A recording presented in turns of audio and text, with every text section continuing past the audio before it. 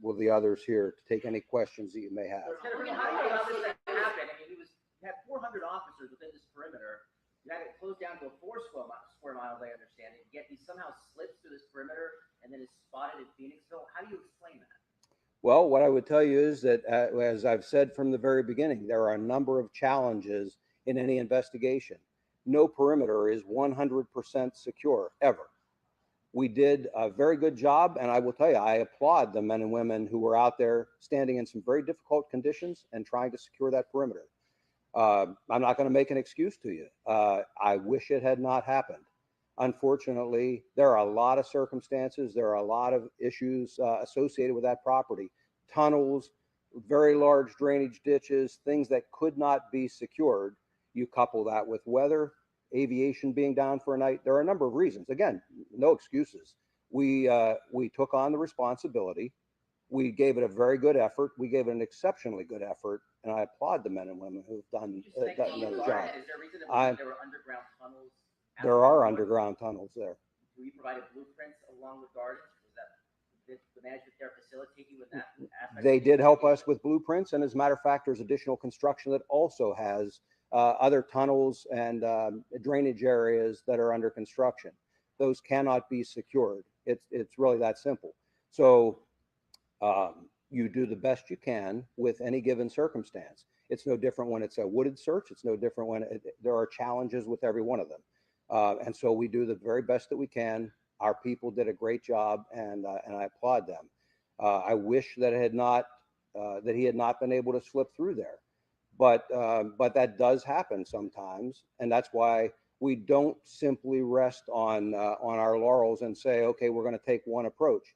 I will tell you, I mean, to give you some idea, I brought you all in here on Friday and showed you the scope of this. I nearly doubled the planning for 7 o'clock tomorrow morning. Our plan had been to go close to 600 members of law enforcement to do one massive sweep of that entire piece of property. There's a huge amount of planning goes into that, and working around weather and some of those other kinds of things.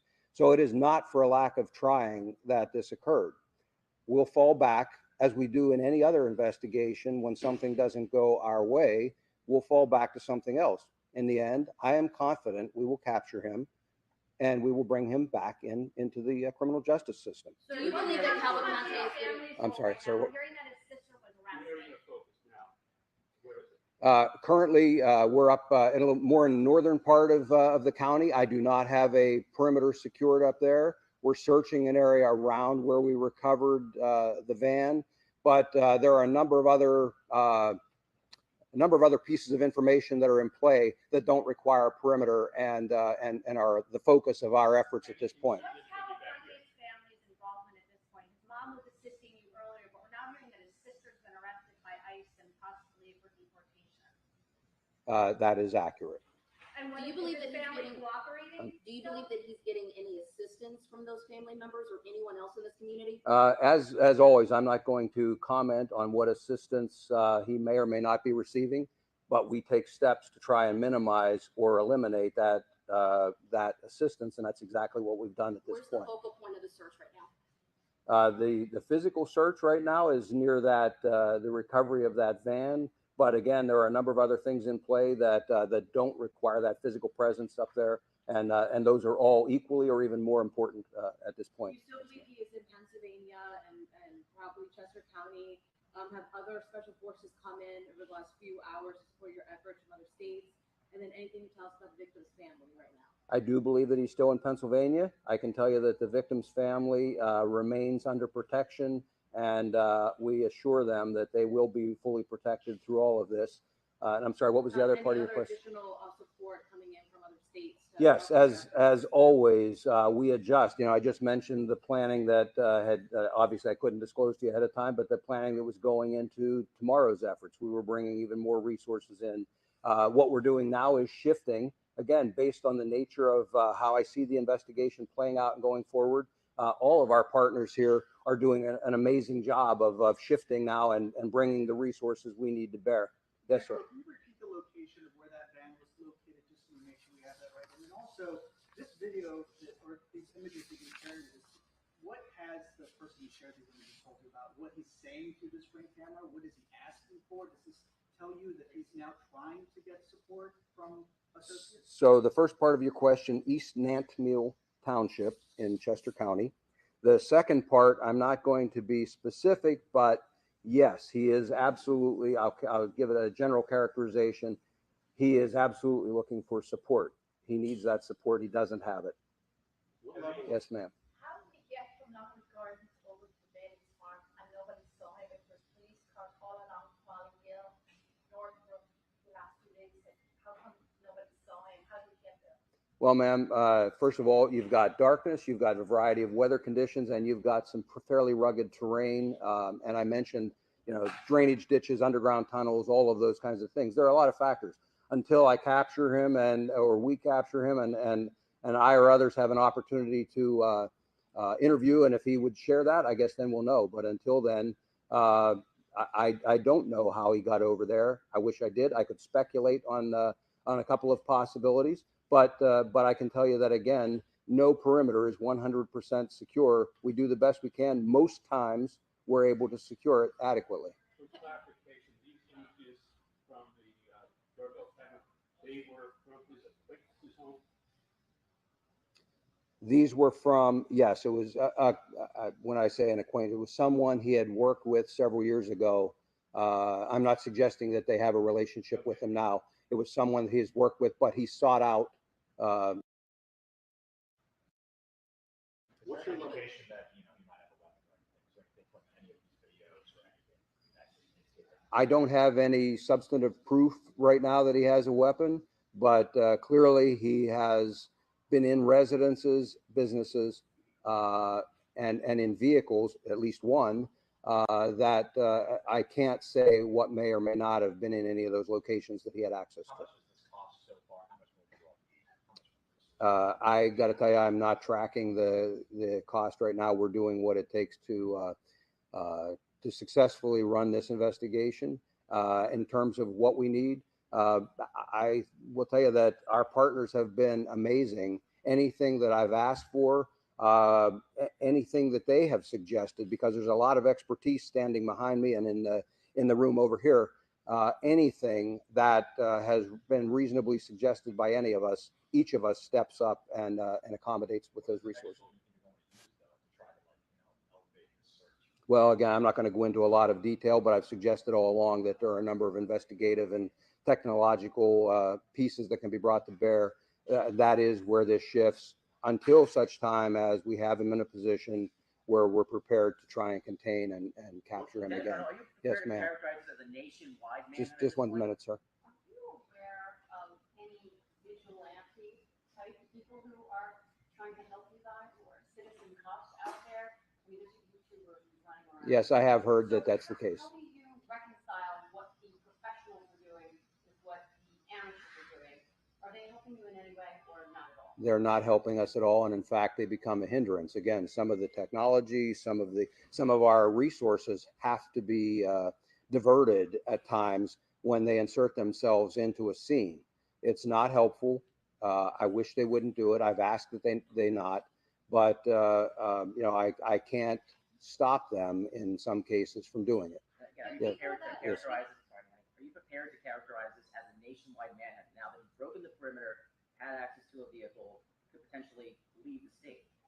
We have always looked at the potential that it could be a nationwide manhunt. The resources that are standing here with me already make it a nationwide manhunt. The information is being shared as appropriate across the country. This morning, before we even had a full picture, the information we had was being shared with appropriate law enforcement all across the country.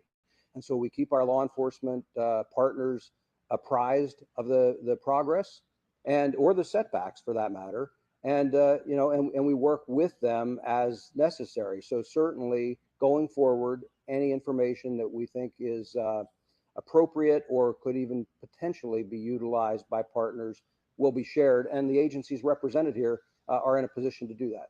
Do you think that the officials you were getting intel about Cavalcante, those who knew best, prison guards, prosecutors, do you think that they underestimated how resourceful he is, how resilient he is. I mean, pretty impressive so far how he's been able to get around. Do you think that was? No, I don't think anyone underestimated him. I think, everyone knows that, he is somebody that comes from a background where he has endured some hardship, and there's no doubt he is willing to endure some hardship now. His choice is to go to prison for the rest of his life.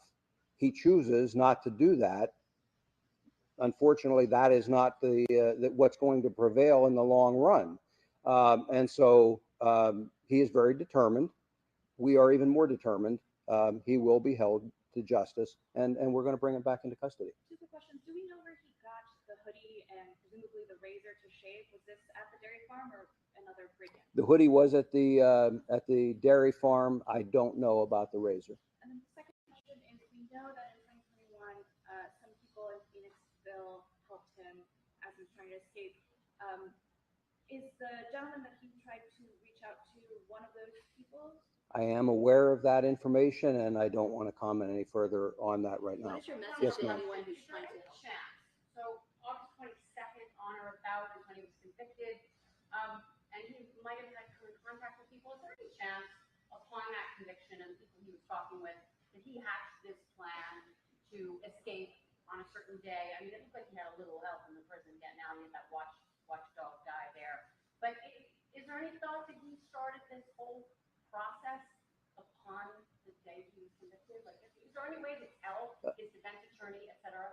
I don't know that there's a way to tell that it was that specific day. Do I think he has been trying to plot this? Yes. Do I think he took advantage of an opportunity that presented itself that other inmates told him about from a different inmate escaping that way? Yes, I think he took advantage of that opportunity. But he has any number of opportunities from the time he is convicted or even prior to have contact with his attorney, with family members, and so forth. And so at any point along the way, the plot could be hatched or the plot could be continued as it goes on. At this point, I'm not sure to say that on a specific day, that's where it was hatched. Yes, ma'am. What's your message to those in the community who may be trying to assist him in this? And what kind of charges could they face? They will be prosecuted vigorously if we can prove that they assisted him. And the types of charges depends on the type of assistance. But we have the district attorney here, and I don't want to speak for her, but I'm certain that she is well prepared to prosecute anyone who assists in any way.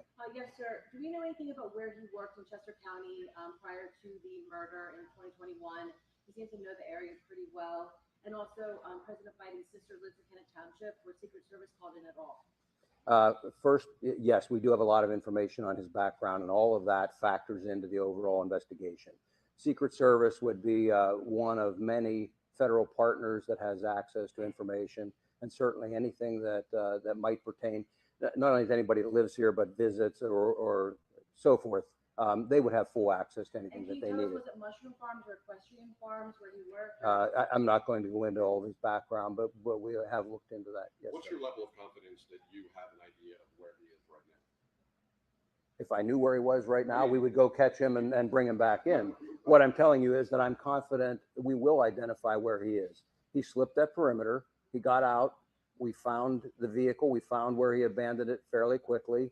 I am confident that we will continue aggressively proceeding on this search and this investigation, and we will eventually capture him. I'm not prepared to say that will be today or tomorrow. I don't know, but I hope sooner rather than later. You have the resources out right now where you found it. Is Absolutely. there any confidence that he's in that area? Or we're still searching. We'll do a thorough search and try and either capture him or eliminate that as a possibility. What did you find inside the van, and why do you believe he may have ditched that area? I don't have a complete counting of everything that was in the van yet. Quite frankly, I've been busy with a number of other things, but I've got some very talented people that are working on that. Some of the folks back here have been directly involved in those operations.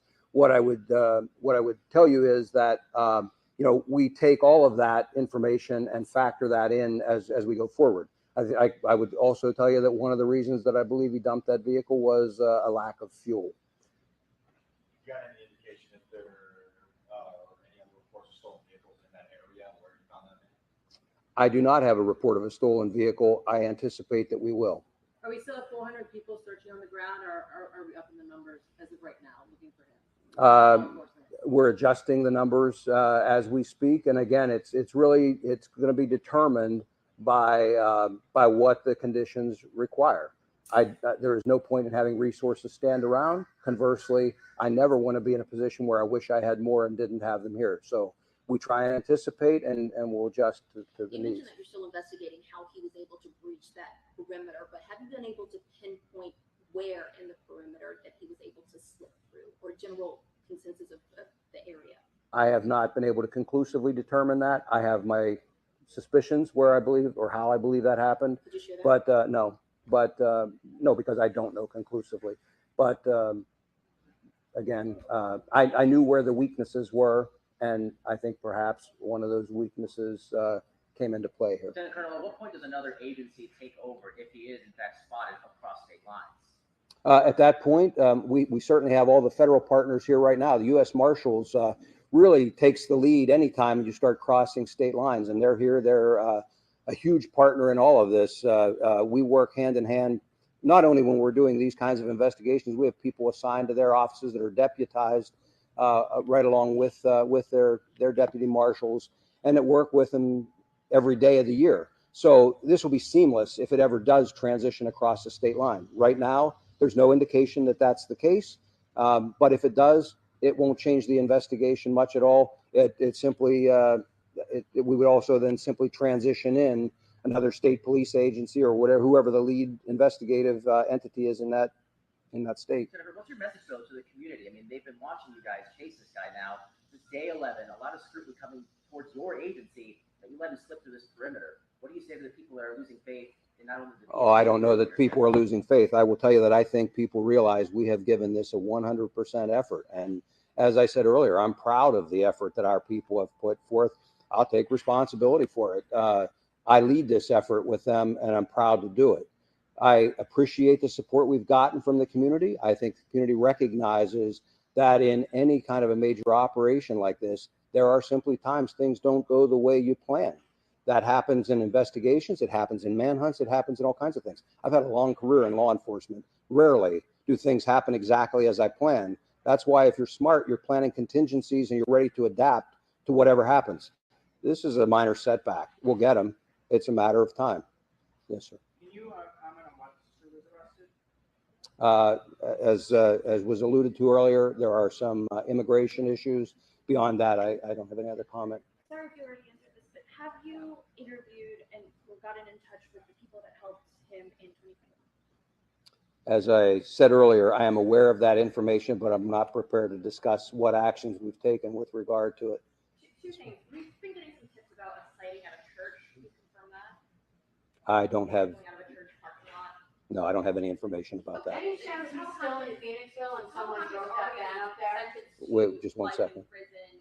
When he is caught, what happens to that sentence? Is there any addition tacked onto it? He can be charged, and there can be an addition put on. I can tell you that there's already a commitment that he will go directly to a state correctional facility when he is captured, and we'll work through the rest of what occurs at that point, depending on the circumstances. I'm sorry, man. I need to come back. Did anybody see him driving the white van, or could it have been someone else? And he's in Phoenixville. Somebody ditched that van up there. Is that a realm possibility? No, I'm confident it was him in the van. Are you even able to establish a perimeter now that he seems to have gone farther? As I said earlier, a large perimeter isn't the answer in every single investigation or every time or at every point in an investigation. And so we established a small temporary perimeter. We're still holding that in that area while we finish that search. If it's not successful, there's no reason to hold that perimeter. I mentioned to you that there were a number of delays in the reporting of this to us. So, we would look to other opportunities to further the investigation. Perhaps later today, perhaps tomorrow, perhaps the day after, if it still goes on that long, there may be a need for another significant perimeter like we had here. And if so, we will absolutely do that, and we will absolutely do our best to capture him at that time. So do you know whether he has a communication cell phone or anything? I don't want to offer any opinion on that right now.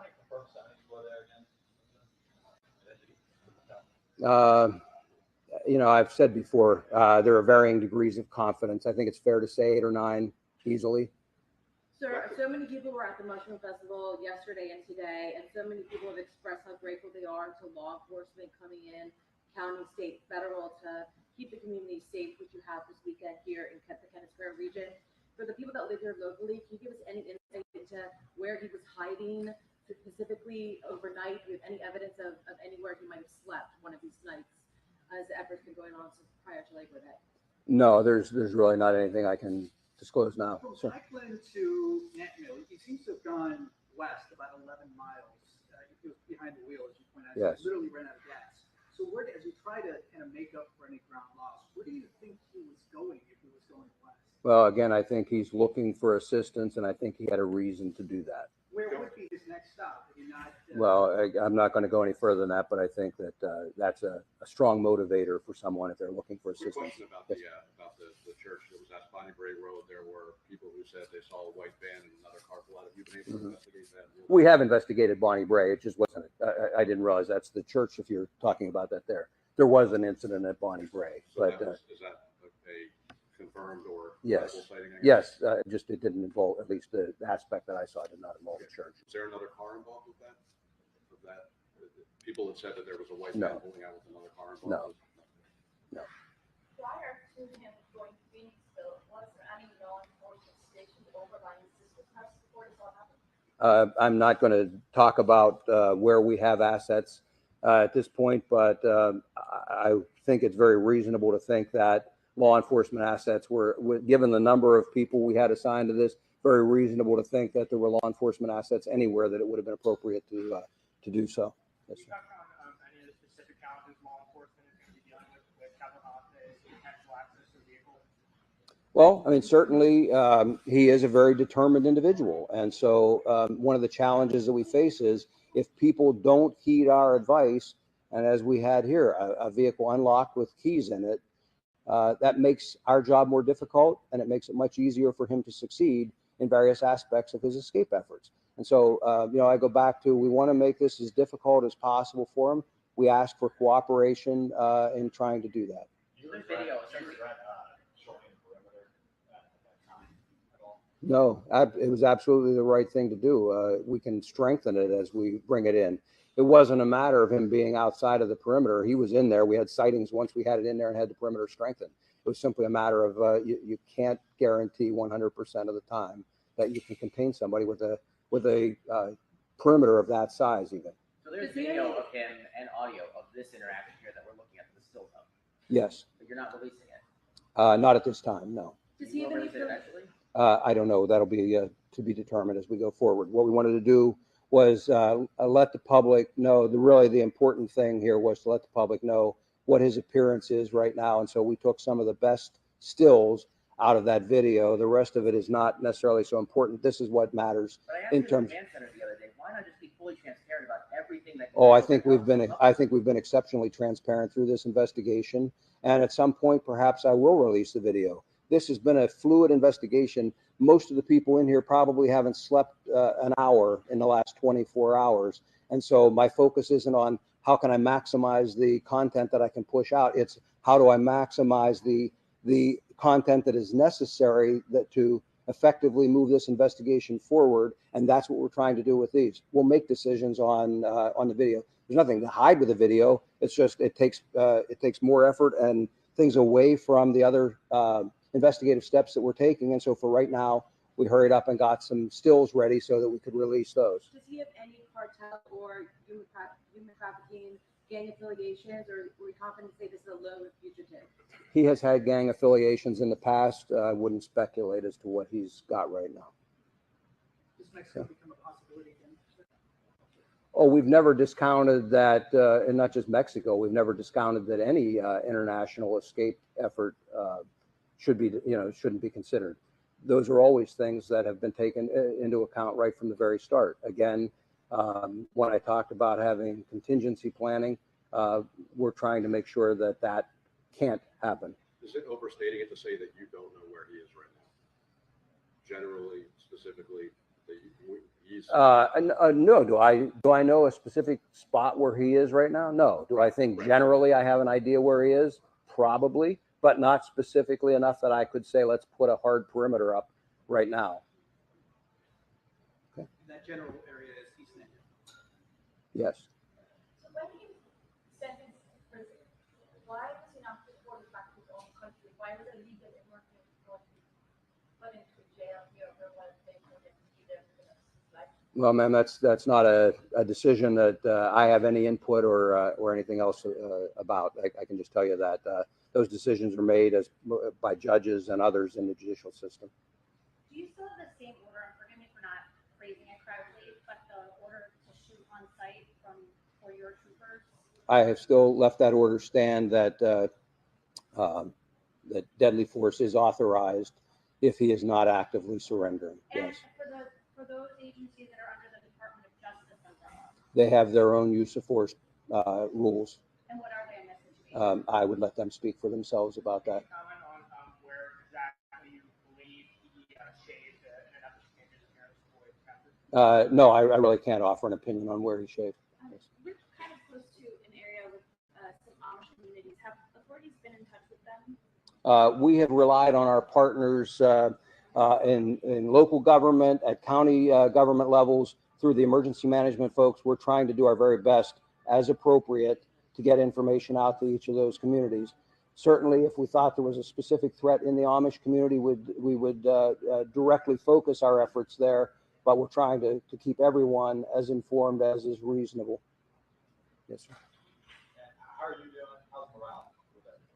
You know, morale is good. There are people have heard me say this in the command post since the very beginning. I've done this many times. Not always to this size and extent, but we've done these so many times. It's a roller coaster. There are ups and downs. There always are. And all of a sudden, it'll be resolved. And there he is. The important thing is, hopefully we don't get anyone in the community hurt, and we don't get any of our people hurt, and we bring this to a successful conclusion. It'll happen. Just wanted one more point of clarification about the dairy farm. Yes. You were saying thieves were still in the van, family was inside working, but they didn't notice their van had. No, the family wasn't inside working. They were sleeping. It was overnight. Okay. And then so they didn't notice that their van was missing until law enforcement notified them. Correct. In the early morning hours this morning. Okay. All right. Again, I thank you all. We'll let you know as more developments occur, and we'll schedule press briefings as necessary and regularly in the interest of transparency. So, okay. Thank you all.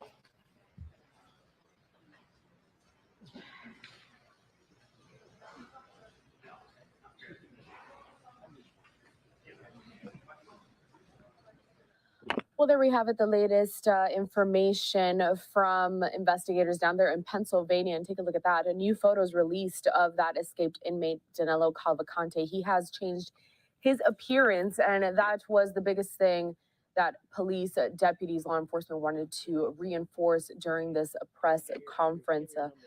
Still, it seems that this suspect is evading police. I want to pull up a full screen here of the tweet from Pennsylvania State Police saying the updated photos of Cavalcante, reference the post below, and dial 911 if seen, or call the tip line.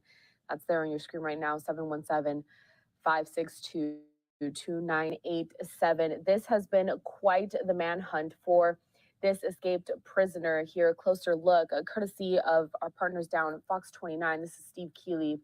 Also been a reporter that has been on top of this case for many days now. This suspect on the run for almost 2 weeks, and he seems to continue to evade police. But here, a closer shot at his face, and here back to that live picture. They had another blown up photo from the latest surveillance footage that they were able to capture. Again, Cavalcante has changed his appearance by shaving his beard and cutting off his hair.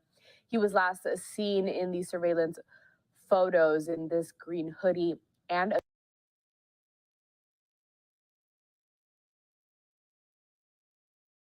cap, and it may be that he is getting help from the outside to continue to evade police during this investigation.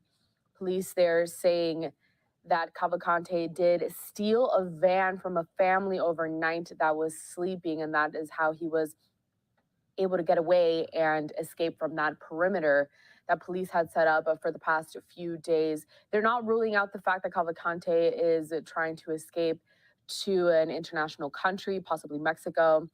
And they're still advising the public to help them in this search because, again, Cavalcante did get away by stealing a van that was not locked. The Philadelphia police down there continuing to warn the public and tell them to be safe because this is a convicted murderer and he could be dangerous, although they're not saying if he is armed. We do have to step away for our first break of the hour here. Don't go anywhere. Live now from Fox returns after this 2-minute break. Another photo of the suspect going into the break here, just so everyone can get a good look at who police are searching for now.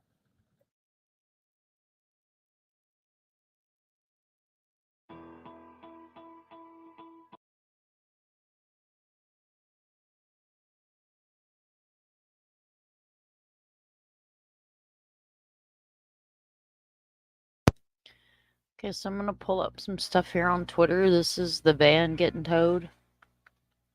Thank you for everybody being here. Thank you so much, Lady R, for hanging out with us while you finish up work. Yeah, he really didn't say much at all. We already knew. Excuse me, they found the van. He doesn't seem very happy about YouTubers being there, but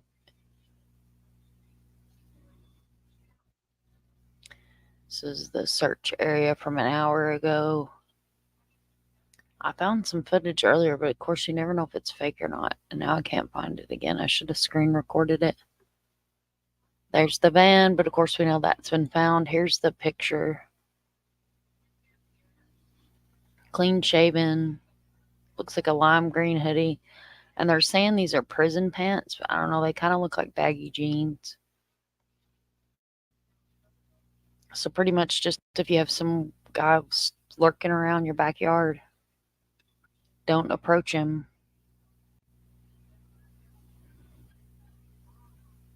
I have the flight radar pulled up, but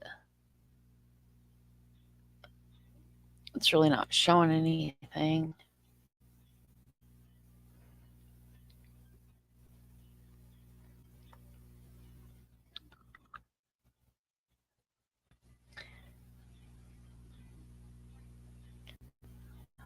I should have saved this stuff. Sorry, guys. And I've still got the police scanner running in the background. Let me make sure it's not.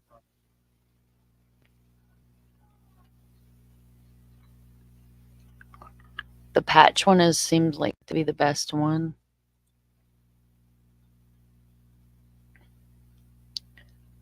More police.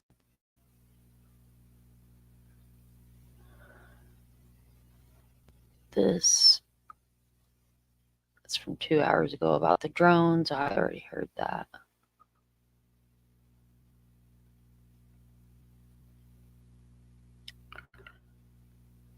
This all looks like a lot of the same information. I don't think we've barely had anything new come out.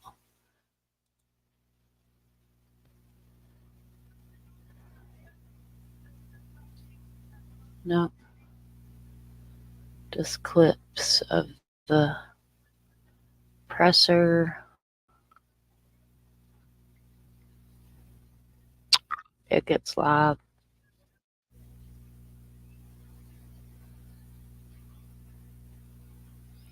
Okay, so not much there.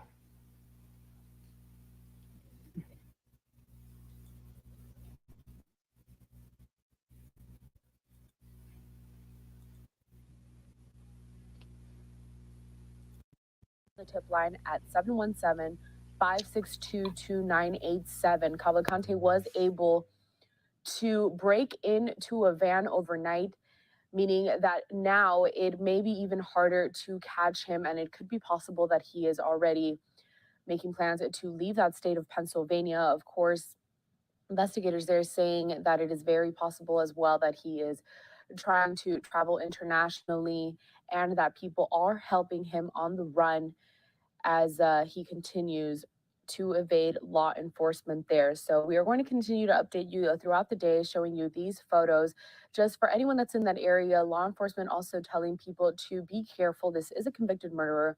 They do not know if he's armed, but of course, his goal right now is to just not get back into custody. So there's really no telling what this person can do. Neighbors and residents down there surely even more concerned now that this inmate has been able to get away at every step, no matter what response and no matter what law enforcement have thrown his way. Here at Live Now from Fox, though, we want to continue with some of the latest breaking news from across the world at this moment. I'm sure a lot of you have heard about the deadly earthquake in Morocco. Thousands of people already found dead because of that. And No, I hadn't heard. I mean, I saw it, but I hadn't really heard anything about it. Okay, so I was trying to like look up some other stuff here to look at. Let's see.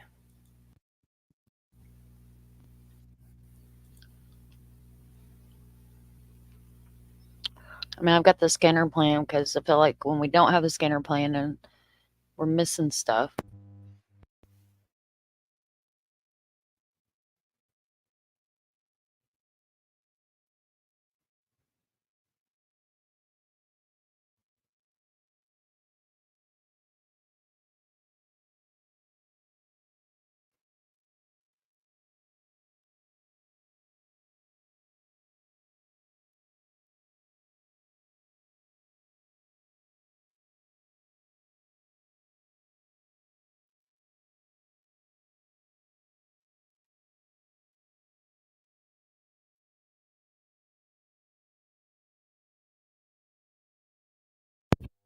Really nothing on the scanner either.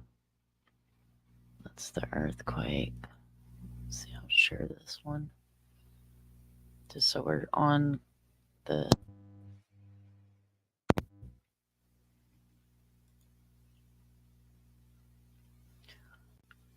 don't see anything going on the Tritter Street.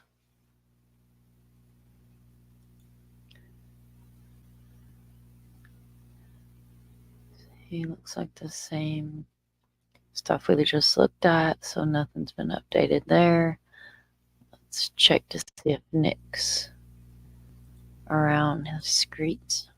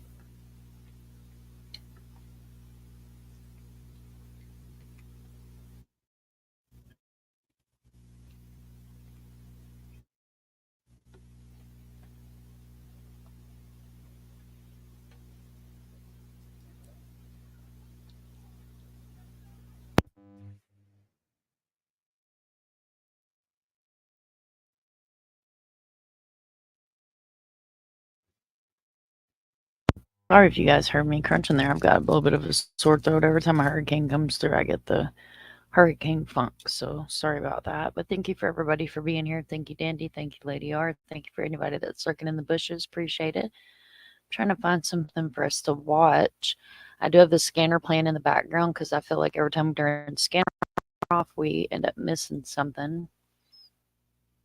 There's really not anybody live that I can see. Looks like Nick's still sleeping.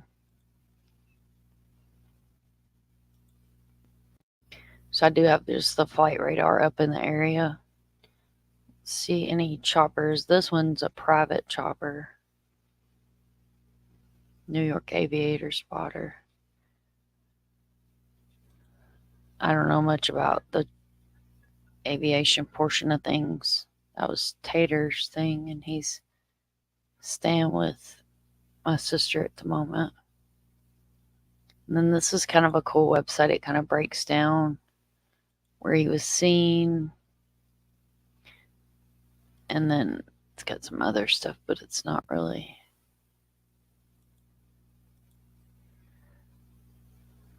Just looking for some more stuff to look at. The scanner's kind of gone quiet.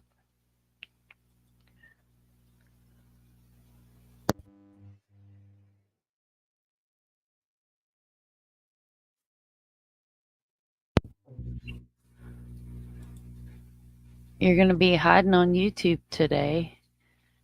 What bear did you poke, ma'am? I tend to poke.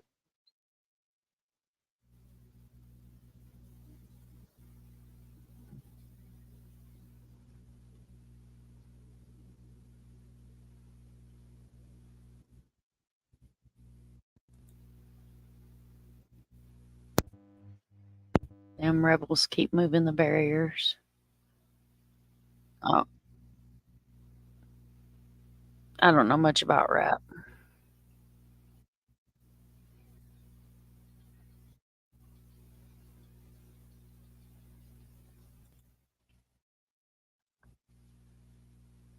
I have high anxiety, so I tend to stay away from drama.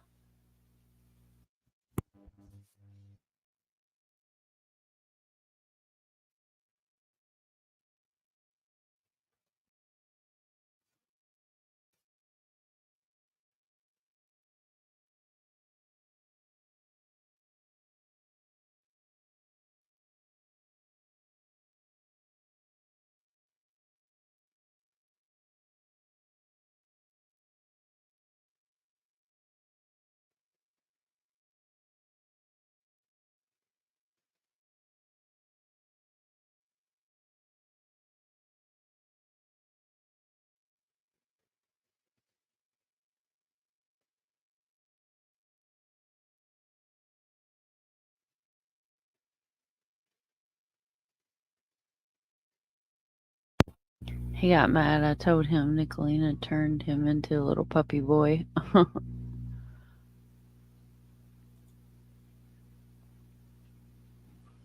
said, I think I've seen him on a couple of times when Ernie was around. Other than that, I really haven't seen him.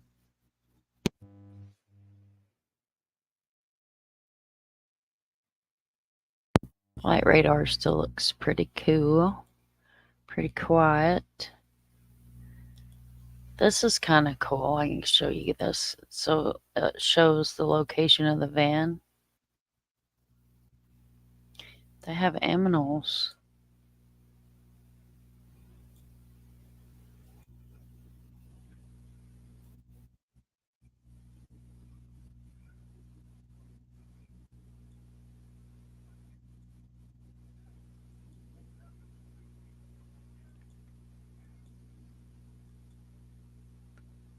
That's where Bailey's Dairy apparently.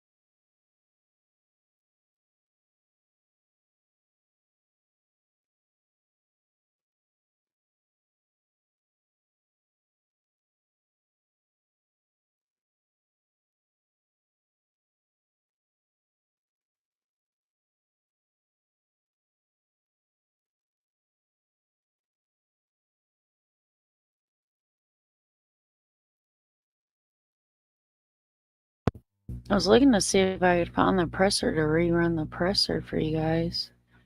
I didn't get to see it.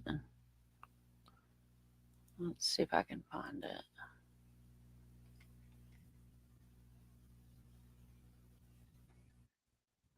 Let's see if I can't pull that up and let it run while I'm trying to find some other updates here.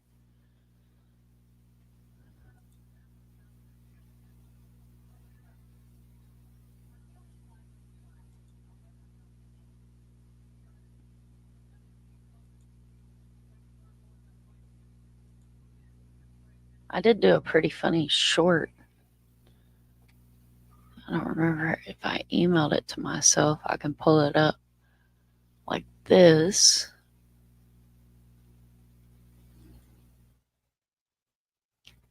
Oh, look at me over here. I'm sharing my screen. You guys can't even see it. Let's try this. There we go. That one will probably work a lot better. I think I sent this to myself last night. I did.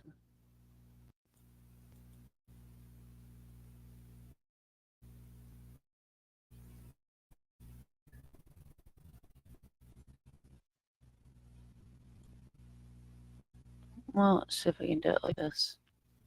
I don't know what the hell's going on with my computer lately. I think maybe it's just overwork.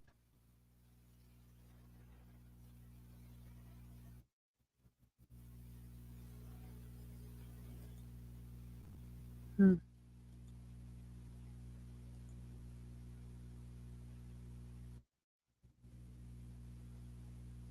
can do it like this.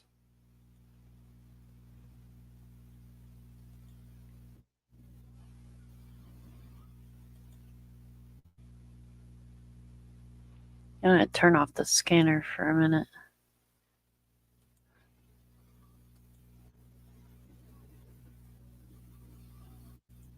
Came the rain and washed away the law. Let me pull up the screen so you guys can see. This is a short on my channel. I thought it was pretty funny, so I wanted to share it. Well, this one was a reverse 911 call. The manhunt of escaped convict Danilo Cavalcante has focused in the immediate area to the north, east, and west of Long. The itsy bitsy spider climbed up the prison wall. Out came the rain and washed away the law.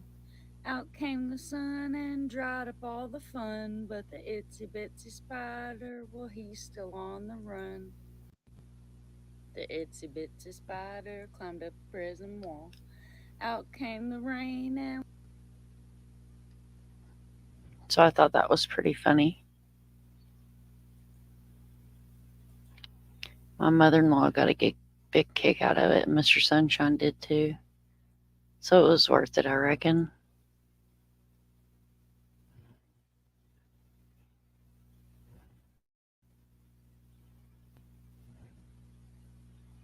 I thought it was pretty funny there, Dandy. I thought it was pretty funny. Let's see who's live. Is anybody live? Duty Ron's live. He's talking with Jennifer. Let's listen into Duty Ron for a minute. We'll drop his link in chat. He's pretty cool.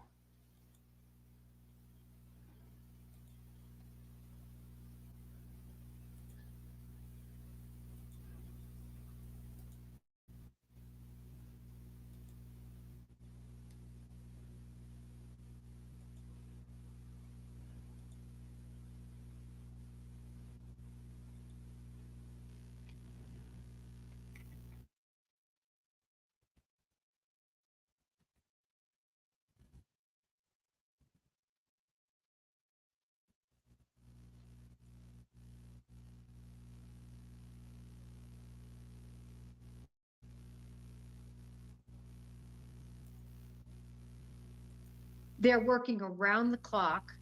There's no one more upset than those 400 or so agents and officers that were out there trying to keep that perimeter locked down. No one more upset than them that he breached that perimeter. No one working harder. You know, we know that there was a dog, Loki, that was one of their search dogs that went down with heat stroke and was hospitalized. And the only reason I bring that up is these are horrible conditions. Having conducted these searches in these wooded areas, you take a step and you don't even know, are you going to step on a snake? Are you going to be in poison ivy, poison oak, poison sycamore? Are you going to have stickers all around? You can't see. It's so easy to hide. People can be up top in the trees. They can be hidden anywhere. And it is so taxing. The temperatures there have been extremely hot. It's humid.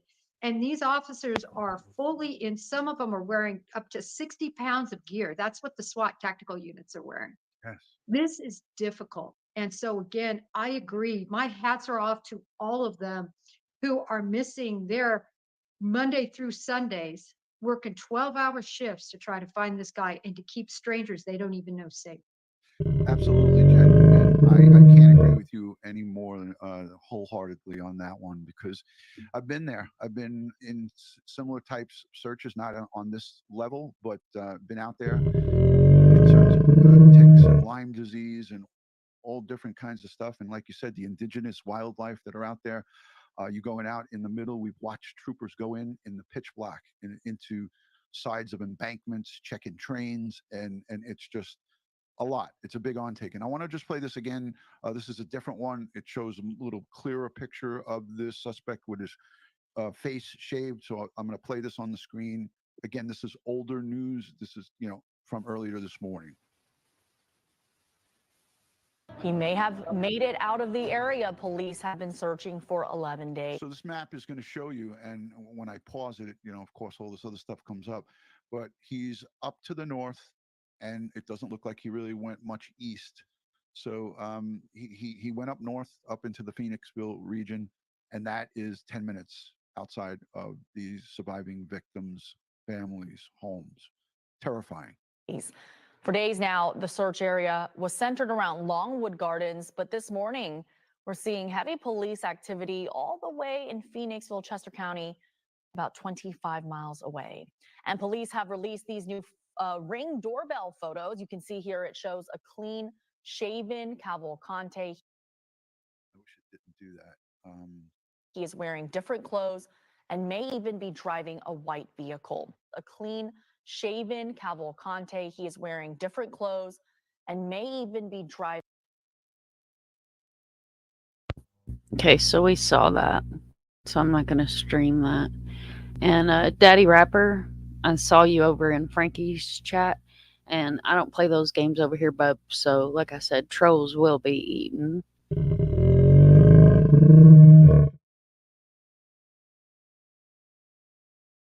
Don't play with trolls around here. I'll block you.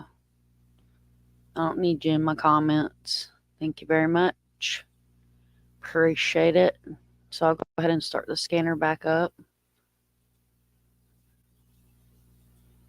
I don't think there's much going on there either.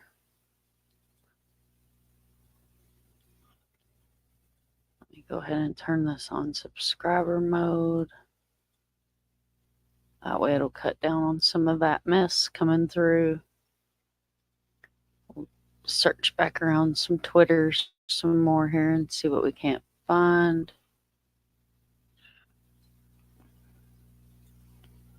We'll share the flight radar. That way you guys aren't just looking at me. Thank you everybody for coming in. Appreciate everybody for being here. Make sure you hit that thumbs up, subscribe if you haven't already, and share out the video. You're much appreciated. I wouldn't be on YouTube without you guys, so I definitely do appreciate all the support.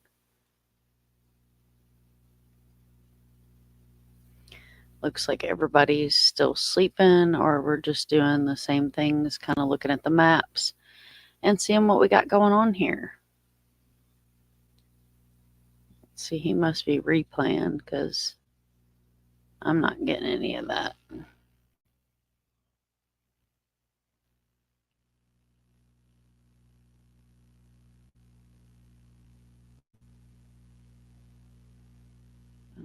That kind of looks like, let's see. Scroll out, guys. See, tell me if you guys see a chopper. Here's a chopper. Let's see what this is.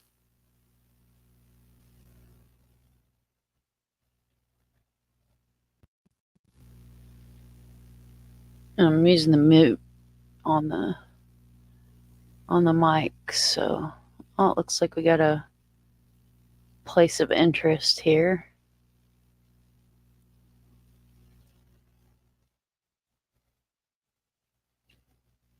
So I'll let that play so you guys have something to look at while I creep around here and see what else I can find as far as updates.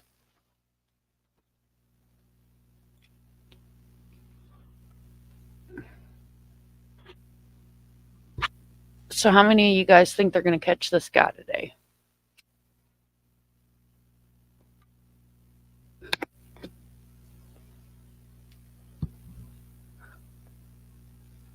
I always like to hear everybody's opinion on what we think is going to happen was. True Crime Watch is a really good website that I found. I'll throw their link in here too, because they have some great links that you can grab for different resources.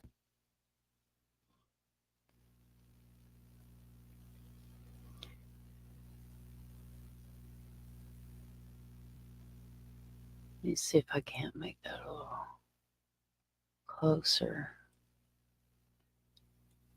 It's like Warwick Furnace Farms, some kind of county park, Fairview Road,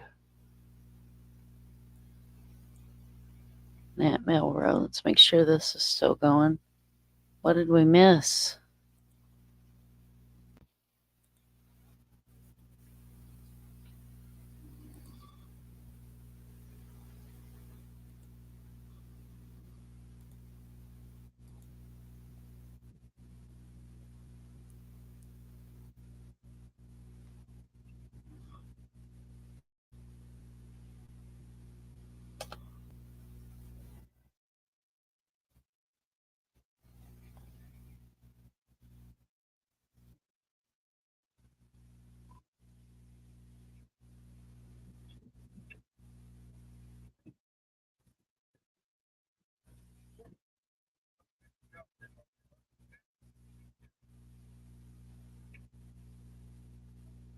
Okay, so I didn't catch a lot of that. So if you guys caught it, you caught a street name, just let me know if you could. Not hopeful after all the shenanigans. I'm really not either. I'm really not either. Really don't feel like we're going to see any kind of update anytime soon on this guy. We might. I hope for the locals that we do. I hope for the locals that they bring this guy in, because this is ridiculous. Let me see. I'm going to go in and put a thumbnail up, guys, because I just got like a generic screen going there, and I don't like that. So we're just watching the flight radar and listening to the scanner at the moment. Thanks for everybody that's here. Thanks for everybody that comes in on Replay Crew. If you haven't already heard the Manhunt Prison Escape song, please go check that out. It's a pretty fun little watch there. I'll try to send it over so I can share it without you guys having to leave the channel here or the stream.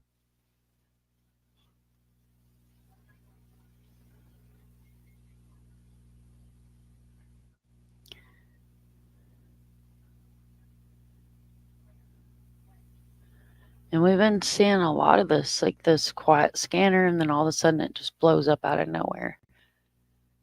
So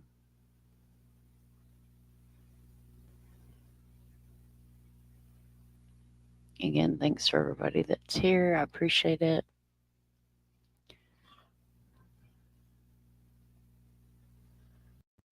Let me pop over here.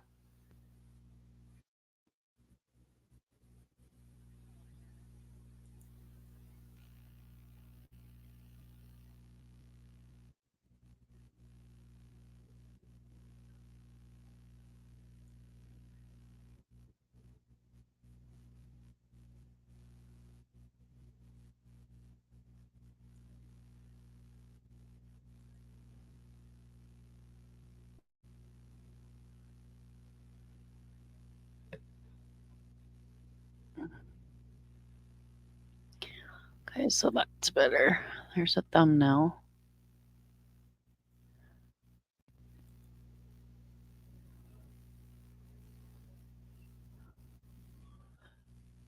And like I said, guys, this is Central, so there's no telling what we're going to hear on here. Well, it looks like they've expanded the...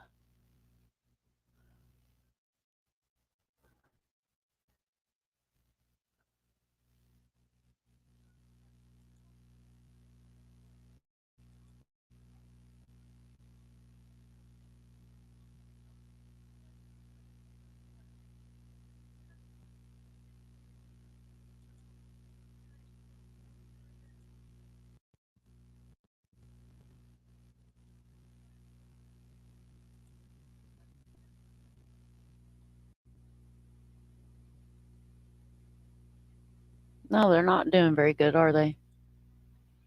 Not very impressed. I'm not very impressed.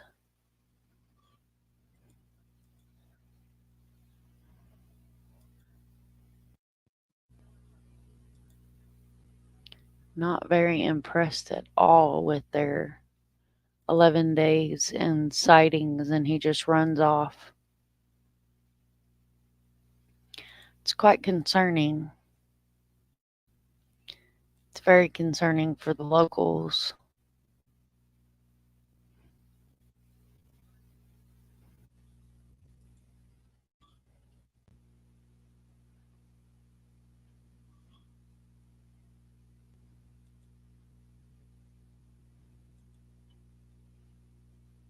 I'm checking to see if anybody's local on the ground.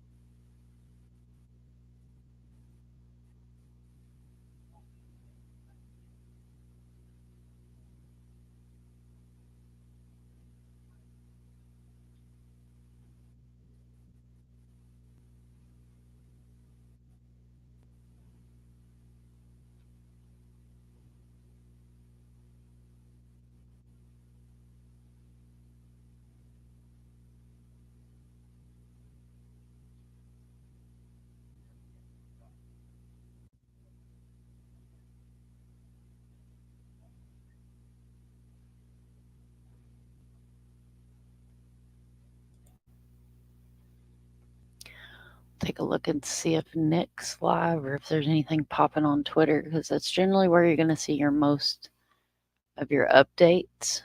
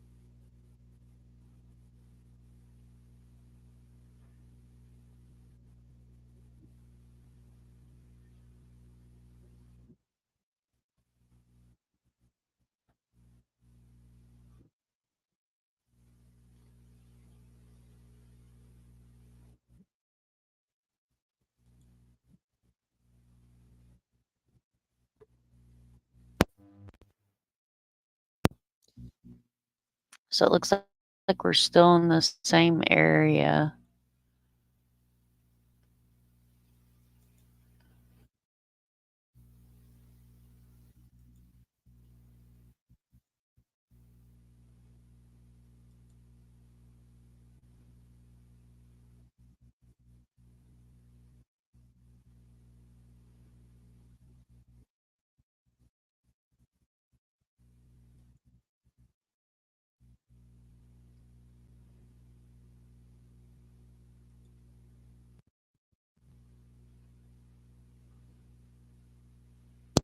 As far as we know, Stephanie, he's still in the U.S.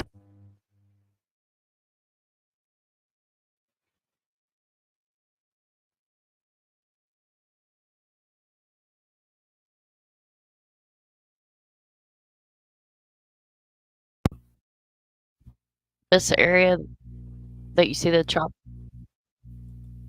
chopper is the area where the van was found. They have a pretty widespread search area going on there.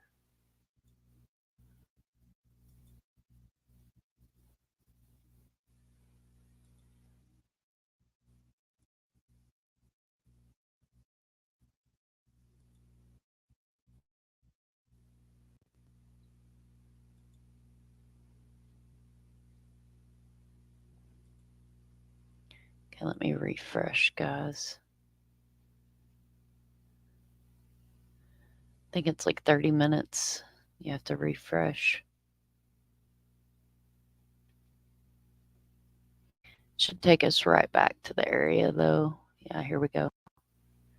Again, thank you for everybody being here. I appreciate all of you guys taking time out of your Sunday to come hang out.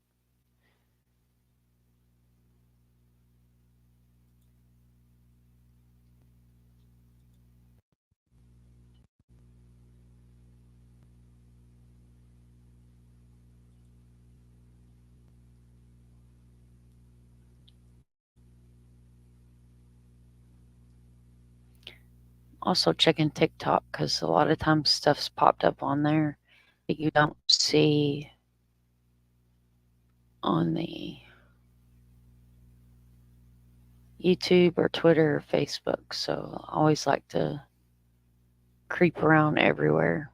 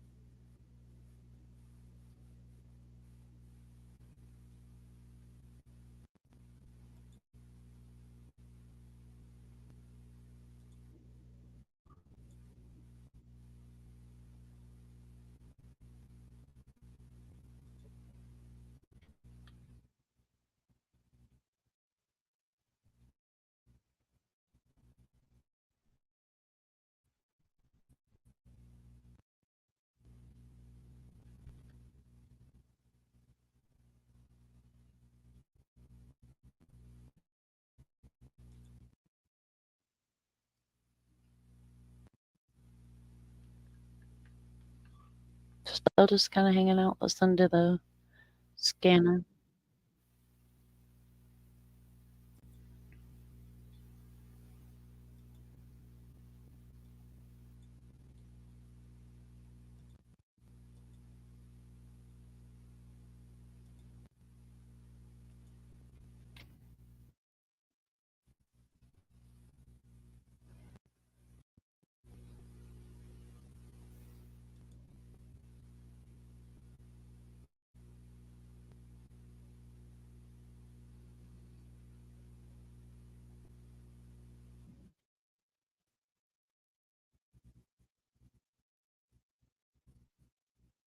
Van has now been found, and that pictures of him that were captured on home surveillance video, they were captured at the home of a friend of Cavalcante's. And we also know, per our Action News sources, that the van that Cavalcante apparently stole and was driving, that van has now been found, and that pictures of him that were captured on home surveillance video, they were captured at the home of a friend of Cavalcante's. And we also know, per our Action News sources, that the van that Cavalcante apparently stole and was driving, that van has now been found, and that pictures of him that were captured on home surveillance video, they were captured at the home of a friend of Cavalcante's. And we also know, per our Action News sources, that the van that Cavalcante apparently stole and was driving, that van has now been found, and that pictures of him that were captured on home surveillance video, they were captured at the home of a friend of Cavalcante's. And we also know, per our Action News sources, that the van that... So it's a 16-second clip. Twitter just repeats the clip. Sorry about that, guys. Let me get out of that. I just hadn't quite showed that clip on here. And then these are the photos. Let's go ahead and turn the scanner back on.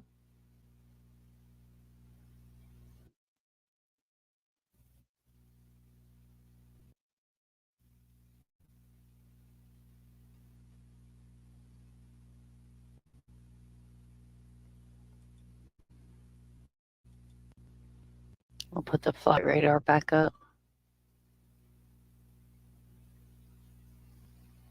Looks like he's still kind of hanging in the same vicinity there of Knott Mill and Fairview Road.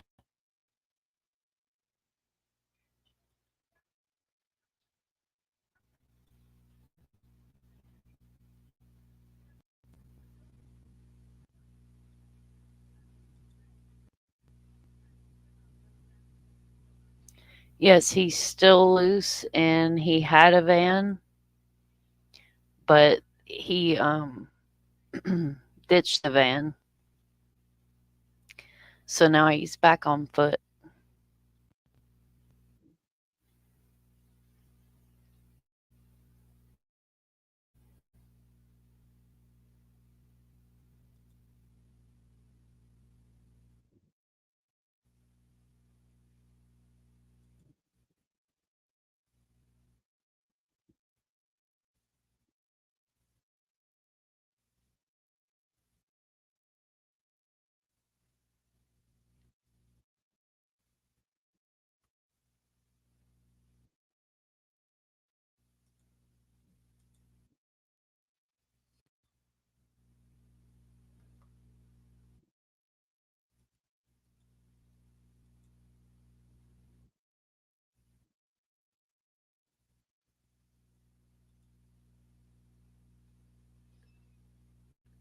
I'm creeping TikTok too. This is why I don't like TikTok. About half work right.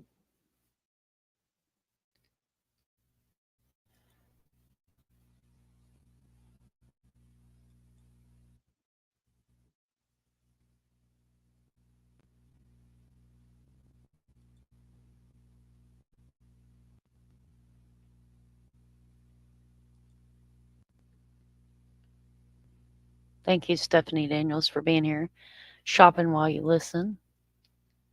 For those of you that didn't get to hear my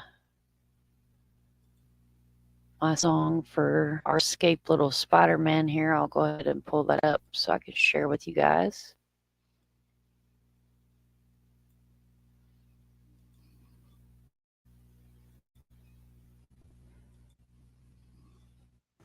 The itsy bitsy spider climbed up the prison wall. Out came the rain and washed away the law. Out came the sun and dried up all the fun. But the itsy bitsy spider, well, he's still on the run. Please don't unsubscribe to my channel because of my singing, but I did think that that was funny and I did want to share with my community. Again, guys, remember that you have a great chat here. We're amazing people. We love it here. We love everybody that comes in and hangs out in our community. We know what causes these kind of crazy people that we cover here on this channel. You know, we cover murdered, missing, cold cases, escaped prisoners, apparently, school shootings, etc. And you know, we all know who causes this kind of stuff to happen. Let's see, I don't know. Let me think. Let me knock on Mr. Noggin. Who could trick us into doing that? Could have been Satan.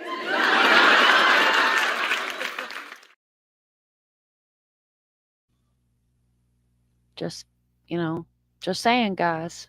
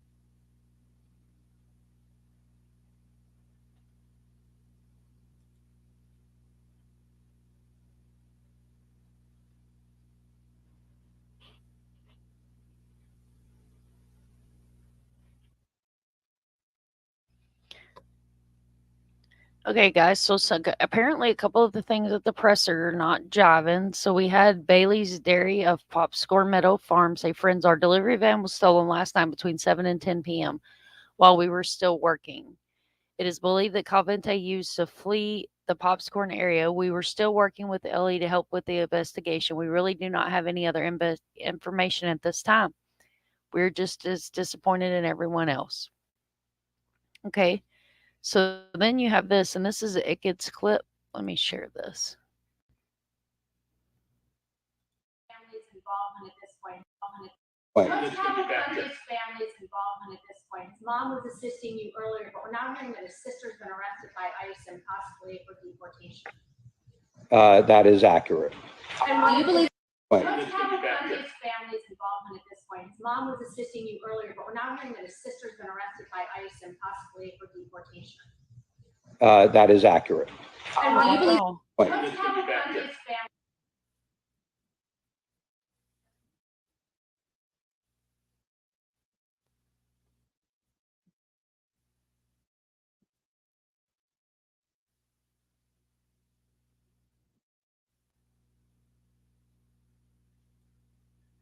So don't be caught Hispanic in Pennsylvania today and be 5 foot tall. Wow, did you guys hear that? His sister's been deported. La migra. I guess you can't help an escaped prisoner. They probably tend to frown upon it.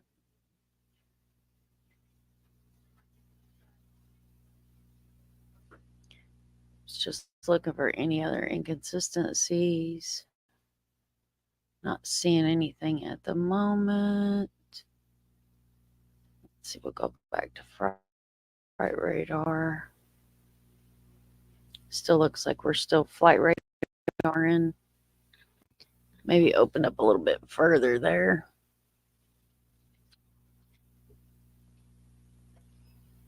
Again, thanks again for everybody being here. I always appreciate you guys coming in and hanging out.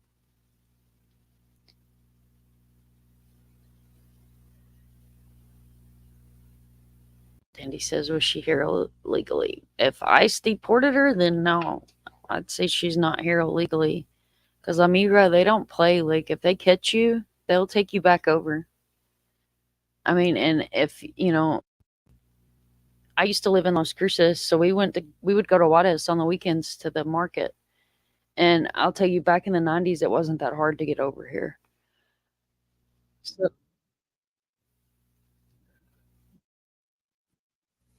I'm not saying that after 9/11, they may have stepped up their game a little bit, but it's probably not that much different than what it was.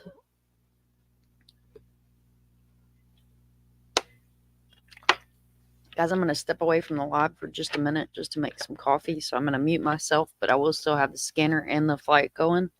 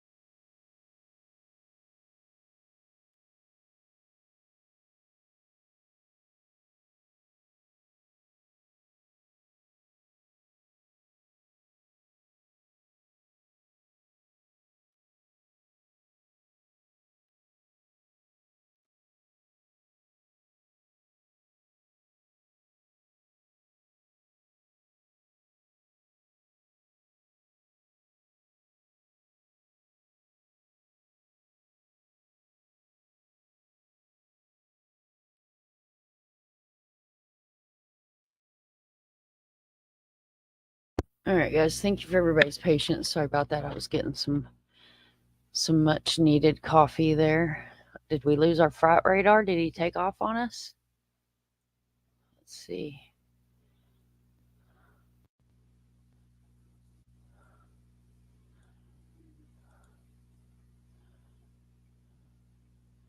Oh, here he is.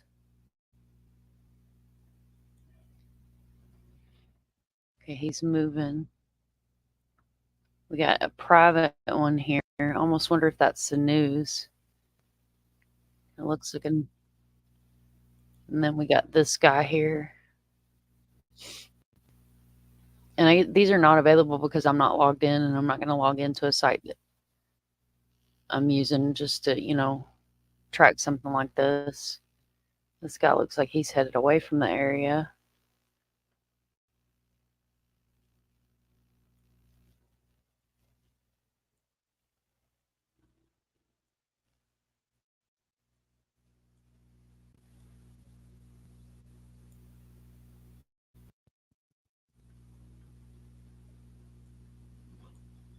Sorry, guys, if that's making anybody seasick.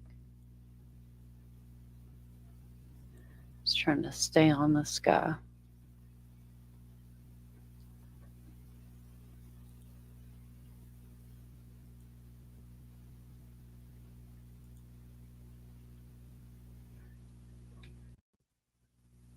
Sorry if my internet's dragging, guys. It looks like StreamYard just kicked all my comments out. There they are. No, I don't think they have any idea where he is. And FarQ, honey, I know you're in Australia. You can go back to sleep and just listen if you want to. Dandy's in here. And I'm here too.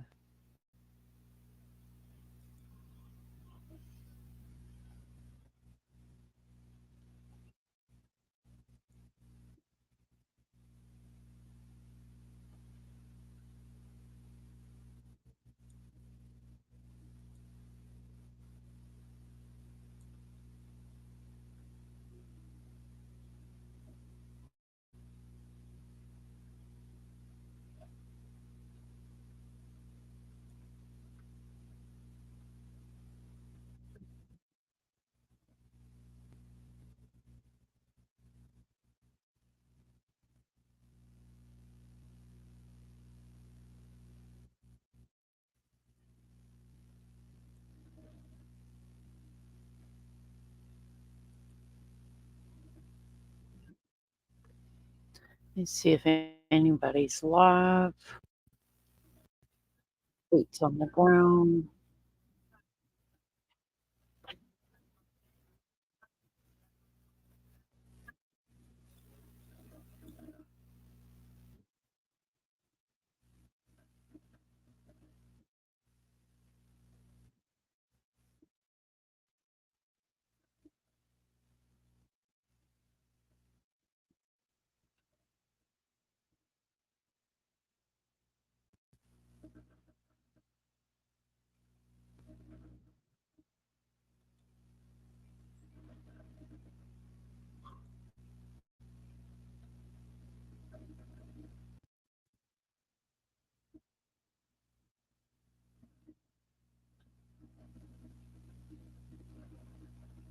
Looks like it could found some helicopter search.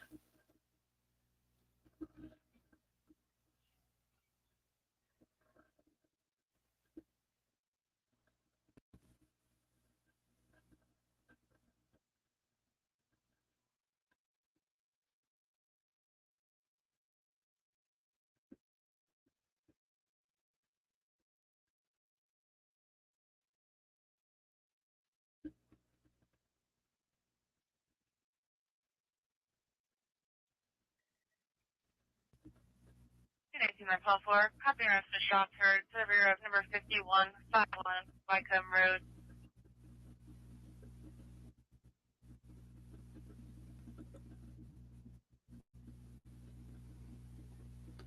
Okay, so I pulled up Aked's stream. Here says link.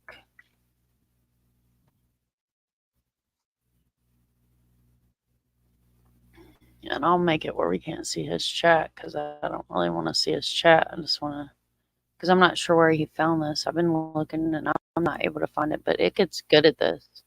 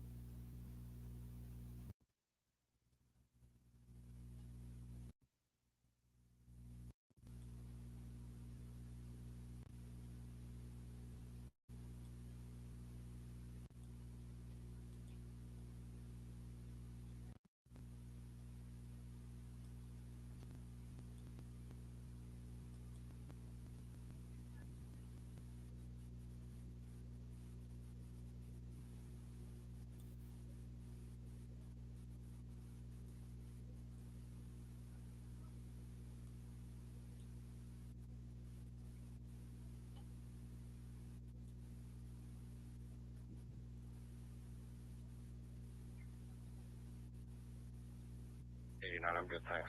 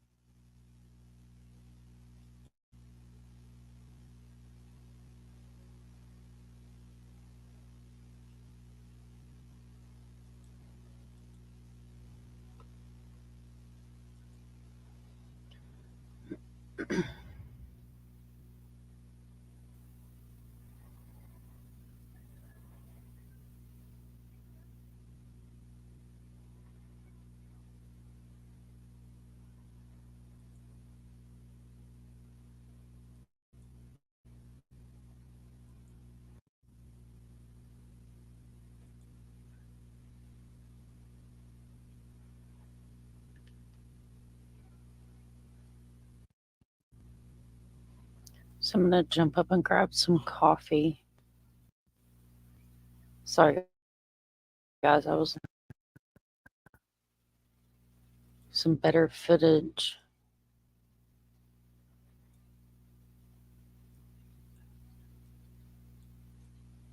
Pull this back up where you guys can watch the flight radar.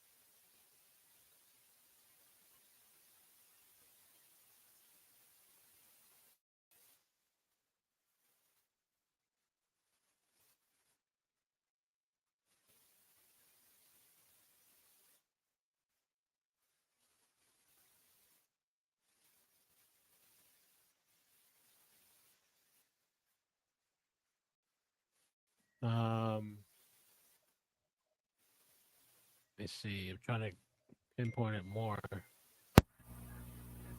Full credit to ICID for this helicopter view. Warnick Farms. Let's see. Warnick.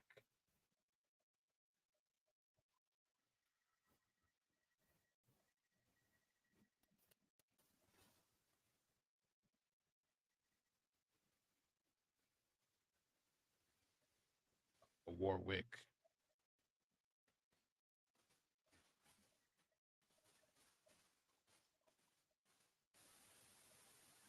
Oh, so it's south of it. Oh.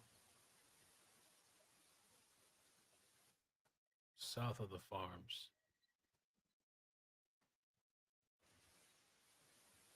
Okay. South of the farms. Directly south. Let's take a look. Hold on.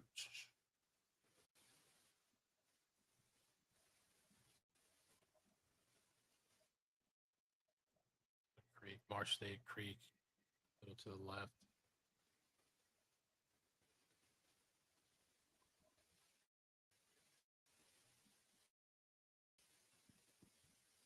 Yeah, like a vineyard, like growing grapes. That's 51, look up. If you say longer.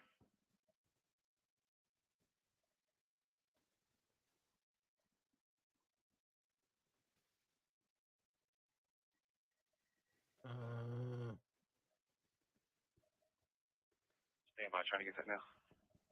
15420, copy your stop. 634 Main Street. Somewhere. Okay, Glenmore. Right around here.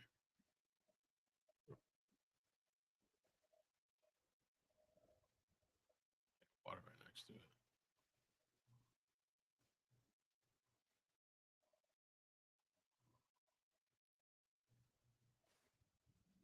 Unit 290. Well, I'm out with 32. We're out for now. They didn't All horse advise it. that changes. Unit 294. It's right at the tippy top of this water.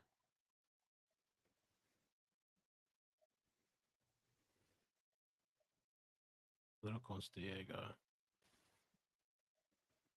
Okay, Little Constiega. So, okay, we're almost there. And 6 Pop Lane.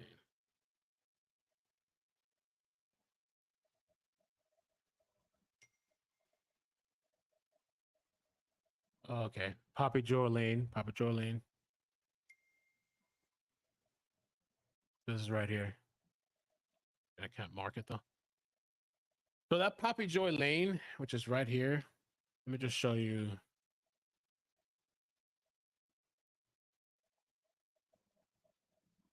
I don't know if it's anything or not, but this is Poppy Joy Lane right here. So this Poppy Joy Lane is south of where the van was found. Let me remove Longwoods. Keep it simple. So this is where the van was found up here north. And these gunshots, which we have no idea if it's related or not. It's south here, 6 Pop Joy Lane in this area. which is right above this Marsh Creek. Really not too far from Longwoods either.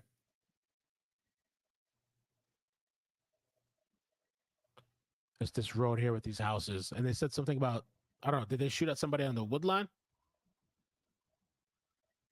But they just said it's a pool party. Cops made contact. Oh, okay, it's a cool, so unrelated. Okay. All right. All right. Let me see here. Got the chopper up here.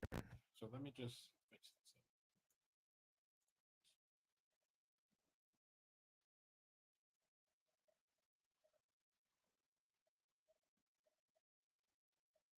Hey Jay, thanks for coming in. If you guys aren't subbed up to Jay, make sure you guys go sub up. I'll grab his link real quick.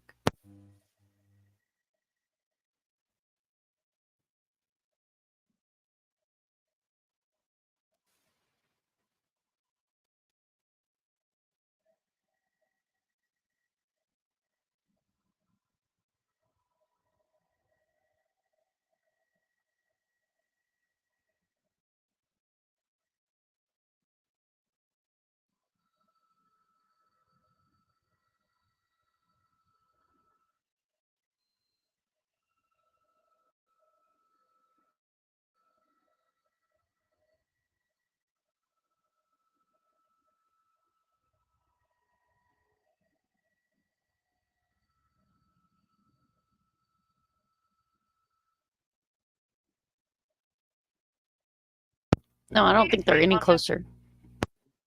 Walter, can you change this to a diabetic emergency and I'll be clear. And I'm not sure where Icket's getting this helicopter view from, so I'm borrowing his content for the moment.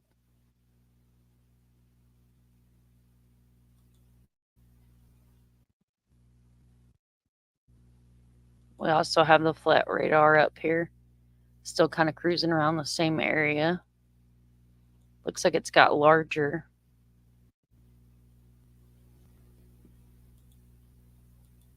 Unit 160 and 30. MGC check for a parking site.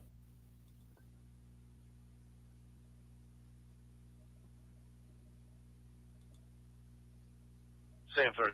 Okay.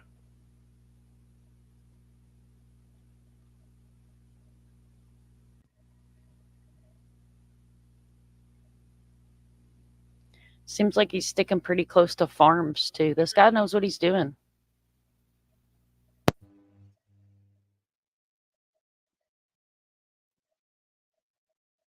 Little screen doesn't work though.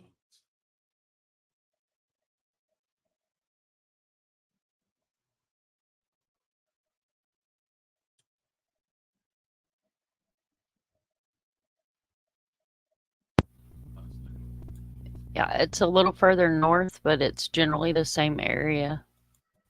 Unit 160 and 30. All the regs are attached for you. Okay.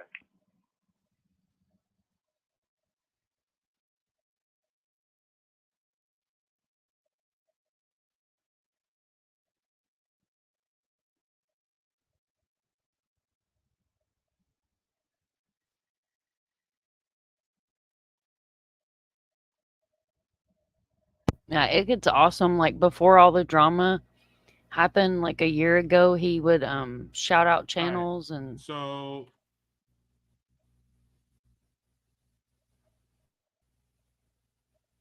I have to head out. Like I don't have a choice. I have to go do something. I don't know if you guys want me to leave the stream up. I mean, if something happens, I can disconnect the stream. I can't really control the stream, unfortunately. I can disconnect it. Like if they stop the feed and there's nothing to watch or something. I mean, it's up to you guys. I mean, I probably should just end it, honestly. I probably should just end it and come back later.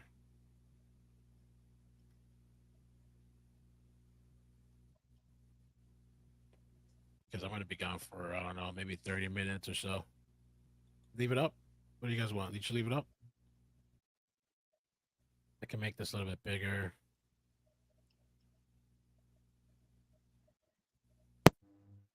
cool. So he's gonna leave it up, guys. So we're just gonna let this play.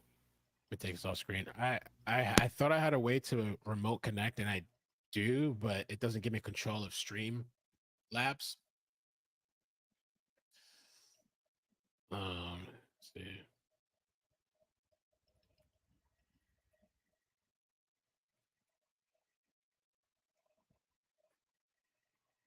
Five four four seven. Impact calls pretty soon. Streamlabs controller app. We're all clear the Acme. I'm gonna follow it. CCH. Let's do that. Go to Streamlab, desktop settings. 52447.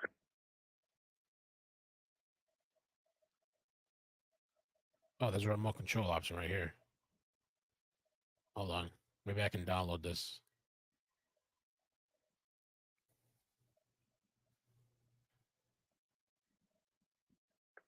One seven seven three. Oh, they're leaving? Don't tell me they're leaving.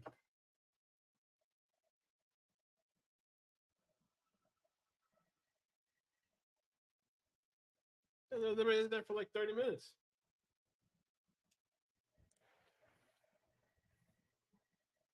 He'll behave. Open in browser. Streamlabs controller app. So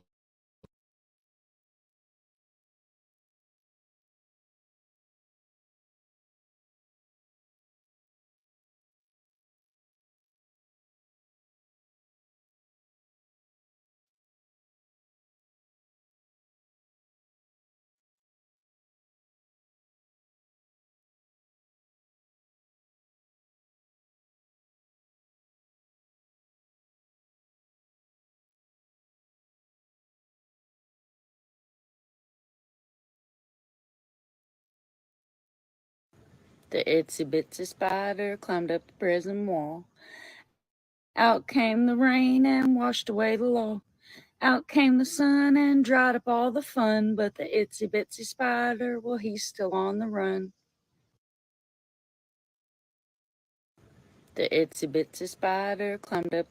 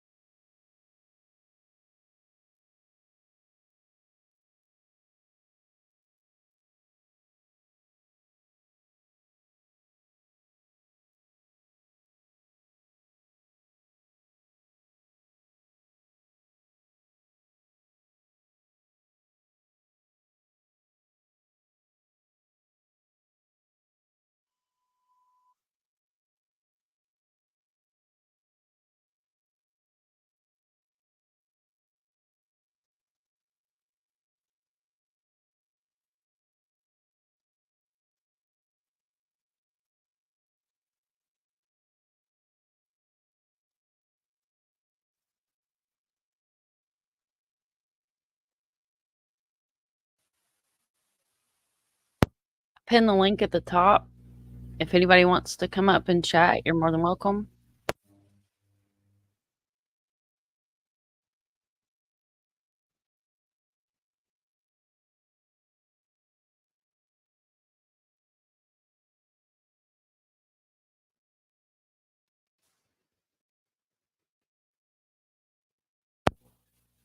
At the moment, we're just running the flight radar and running the scanner.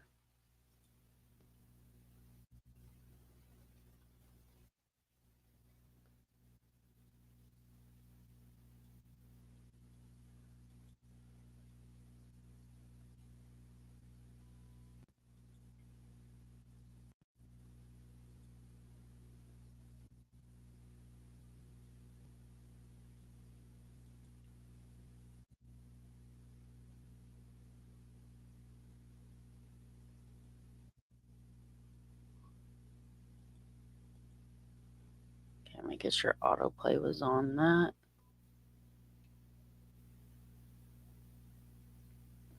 Sorry about the radio beeps, guys. I never know when they're coming in. Looks like they're expanding again on the aerial.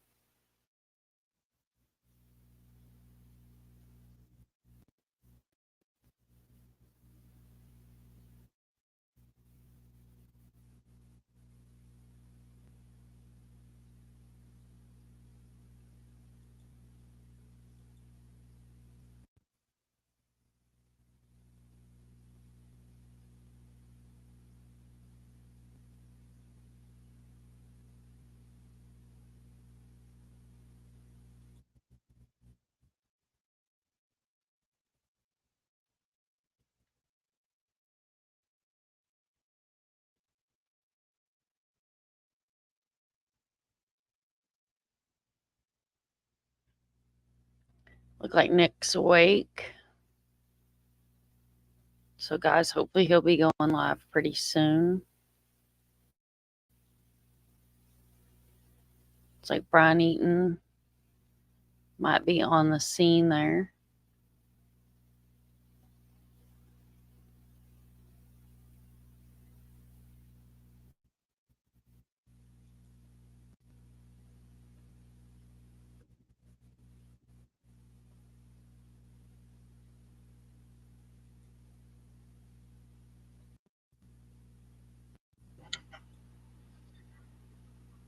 Hey, Mercedes. Yeah. Hello. When you get a chance, look over here. Okay, hold on.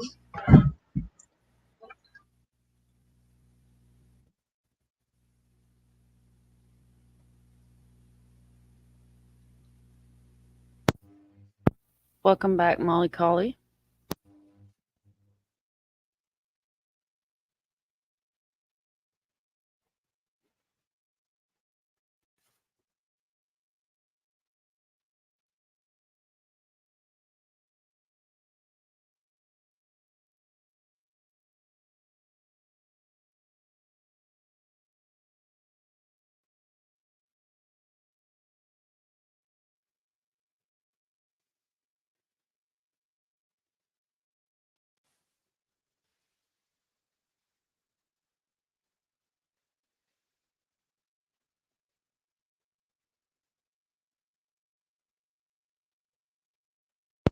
Well, I was muted, but I'm going to pull up the presser for everybody that's just coming in and didn't get to see the press conference from today.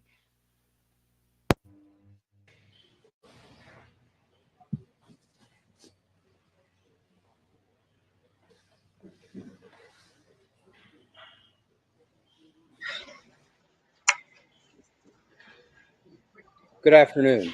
My name is Lieutenant Colonel George Bivens, Deputy Commissioner of Operations of the Pennsylvania State Police. Joining me today is District Attorney Deb Ryan, Chief County Detective David Sosek, Rob Clark from the U.S. Marshal's Office, ASAC Amy Milligan, FBI Philadelphia, Commander Andrew Reed, U.S. Border Patrol, and Director Bill Messerschmidt, Chester County Emergency Management. There have been a significant number of developments in this investigation over the past 24 hours. This morning, at approximately 12:30 a.m., PSP was made aware of a sighting of Cavalcante in the East Pikeland area of Chester County. Our investigation yielded the following occurrences. Sometime during the evening of September 9th, Cavalcante stole a 2020 transit van from an area approximately 3.4 miles from the perimeter we were maintaining near the Longwood Gardens property. The keys had been left in the van, and the theft was not noticed until PSP canvassed the area looking for a possible stolen vehicle after a report of a sighting of Cavalcante in the East Pikeland area. It was determined Cavalcante used the van and traveled to that area. At 9:52 p.m., he attempted to contact an individual he had known and worked with several years prior. Cavalcante spoke with the individual via a video doorbell at that residence and inquired about meeting with that individual. The individual was at dinner with his family and did not respond to meet Cavalcante. Cavalcante left that residence. The homeowner eventually returned home, reviewed his doorbell recording, and called local police. PSP received a call about this sighting and the next at 12:30 in the morning on September 10th, 2023. This was our first indication that Cavalcante had been able to travel from the area of Longwood Gardens. Photos of Cavalcante were downloaded from a video doorbell and have already been provided to the media. And some of those photos are here adjacent to the podium. You will note that Cavalcante is now clean-shaven and wearing a bright green hooded sweatshirt. Investigators were also made aware of another sighting in the Phoenixville area in which Cavalcante appeared at the residence of another old work associate at 10:07 p.m. That associate was not home, but a female resident observed Cavalcante and called her friend. That friend responded to the residence and eventually placed a call to local police. Police investigated and then notified PSP. During that investigation, there was an indication of a white vehicle possibly being used by Cavalcante. An updated photo of Cavalcante was provided to state and local law enforcement at 2:30 a.m. Using the description provided, at 5:20 a.m., investigators identified a vehicle from the Longwood Gardens area which fit the description of the vehicle operated by Cavalcante. Upon contacting the vehicle owner, the owner realized their vehicle had been stolen. Further investigation revealed the keys had been left in the vehicle. Law enforcement nationwide was immediately notified of the theft, and an alert was provided to state and local law enforcement at 5:37 a.m. After an extensive search, the vehicle was discovered abandoned in a field behind a barn in East Nantmeal Township at 10:40 a.m. Investigators have been searching the area around that location since that time. We are obviously very concerned that Cavalcante has or will attempt to steal another vehicle to facilitate his escape. As a reminder, we ask for the public's help by familiarizing themselves with the updated photographs and description of Cavalcante.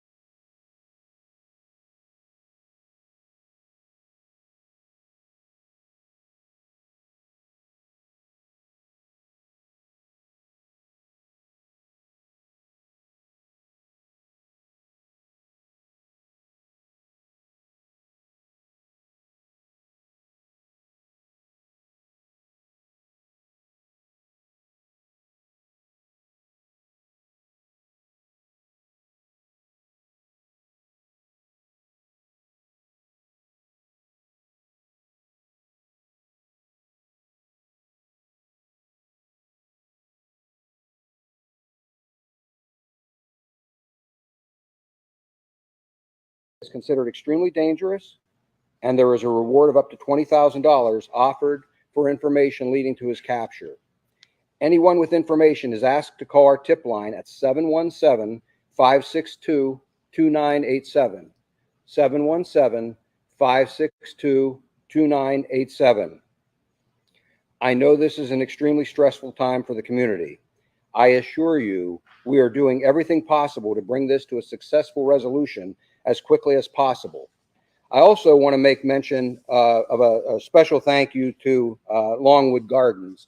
I will tell you that for some time, the past several days, we have had to essentially take over that property, and they have been very, very accommodating, and I appreciate that. Not everyone and not every business or organization would. Everyone, the Bostradam is here, and just like I predicted,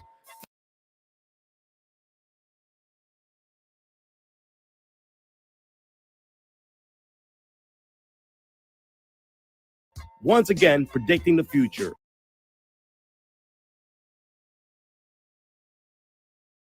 Number of challenges in any investigation. No perimeter is 100% secure ever. We did a very good job, and I will tell you, I applaud the men and women who were out there standing in some very difficult conditions and trying to secure that perimeter. I'm not going to make an excuse to you. I wish it had not happened. Unfortunately, there are a lot of circumstances. There are a lot of issues associated with that property. Tunnels, very large drainage ditches, things that could not be secured. You couple that with weather, aviation being down for a night. There are a number of reasons. Again, no excuses. We took on the responsibility. We gave it a very good effort. We gave it an exceptionally good effort, and I applaud the men and women who've done the job. Is there reason to believe there were underground tunnels? There are underground tunnels there. You provided blueprints along with gardens. Did the management there facilitate you with that aspect? They did help us with blueprints, and as a matter of fact, there's additional construction that also has other tunnels and drainage areas that are under construction. Those cannot be secured. It's really that simple. So you do the best you can with any given circumstance. It's no different when it's a wooded search. It's no different when there are challenges with every one of them. And so we do the very best that we can. Our people did a great job, and I applaud them. I wish that he had not been able to slip through there. But that does happen sometimes, and that's why we don't simply rest on our laurels and say, okay, we're going to take one approach. I will tell you, I mean, to give you some idea, I brought you all in here on Friday and showed you the scope of this. I nearly doubled the planning for 7 o'clock tomorrow morning. Our plan had been to go close to 600 members of law enforcement to do one massive sweep of that entire piece of property. There's a huge amount of planning goes into that, and working around weather and some of those other kinds of things. So it is not for a lack of trying that this occurred. We'll fall back, as we do in any other investigation. When something doesn't go our way, we'll fall back to something else. In the end, I am confident we will capture him, and we will bring him back into the criminal justice system. So you believe that Calvin Hunter? I'm sorry, sir. Hearing that his sister was arrested. Currently, we're up a little more in the northern part of the county. I do not have a perimeter secured up there. We're searching an area around where we recovered the van, but there are a number of other pieces of information that are in play that don't require a perimeter and are the focus of our efforts at this point. What's Calvin Hunter's family's involvement at this point? His mom was assisting you earlier, but we're now hearing that his sister's been arrested by ICE and possibly for deportation. That is accurate.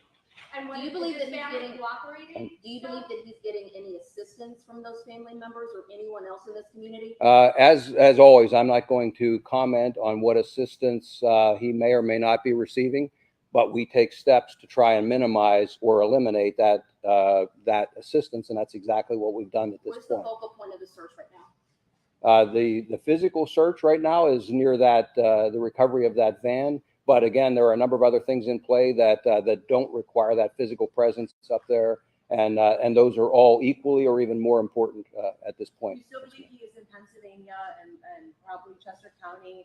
Have other special forces come in over the last few hours to support your efforts from other states?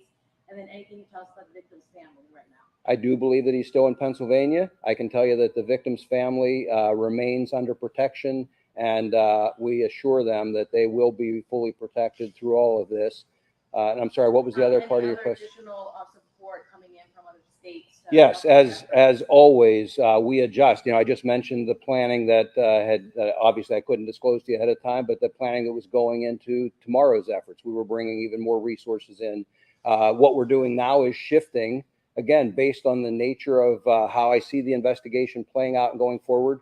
All of our partners here are doing an amazing job of shifting now and bringing the resources we need to bear. Yes, sir. Can you repeat the location of where that van was located, just so we make sure we have that right? And also, this video or these images that you're sharing with us, what has the person who shared these images told you about? What he's saying through this ring camera? What is he asking for? Does this tell you that he's now trying to get support from associates? So the first part of your question, East Nantmeal Township in Chester County. The second part, I'm not going to be specific, but yes, he is absolutely, I'll give it a general characterization. He is absolutely looking for support. He needs that support. He doesn't have it. Yes, ma'am. How did we get from Longwood Gardens over to Bailey's Farm and nobody saw him? If there's police cars all along Farmingdale, Northbrook, the last 2 days, how come nobody saw him? How did we get there? Well, ma'am, first of all, you've got darkness, you've got a variety of weather conditions, and you've got some fairly rugged terrain. And I mentioned, drainage ditches, underground tunnels, all of those kinds of things. There are a lot of factors. Until I capture him or we capture him and I or others have an opportunity to interview, and if he would share that, I guess then we'll know. But until then, I don't know how he got over there. I wish I did. I could speculate on a couple of possibilities, but I can tell you that again, no perimeter is 100% secure. We do the best we can. Most times, we're able to secure it adequately. For clarification, these images from the doorbell camera, they were from his acquaintance's home? These were from, yes, it was, when I say an acquaintance, it was someone he had worked with several years ago. I'm not suggesting that they have a relationship with him now. It was someone he has worked with, but he sought out their assistance. What's your location that, he might have a weapon or anything? Is there anything from any of these videos or anything that's just indicated? I don't have any substantive proof right now that he has a weapon, but clearly he has been in residences, businesses, and in vehicles, at least one, that I can't say what may or may not have been in any of those locations that he had access to. How much has this cost so far? How much will you all need? I got to tell you, I'm not tracking the cost right now. We're doing what it takes to successfully run this investigation. In terms of what we need, I will tell you that our partners have been amazing. Anything that I've asked for, anything that they have suggested, because there's a lot of expertise standing behind me and in the room over here. Anything that has been reasonably suggested by any of us, each of us steps up and accommodates with those resources. Well, again, I'm not going to go into a lot of detail, but I've suggested all along that there are a number of investigative and technological pieces that can be brought to bear.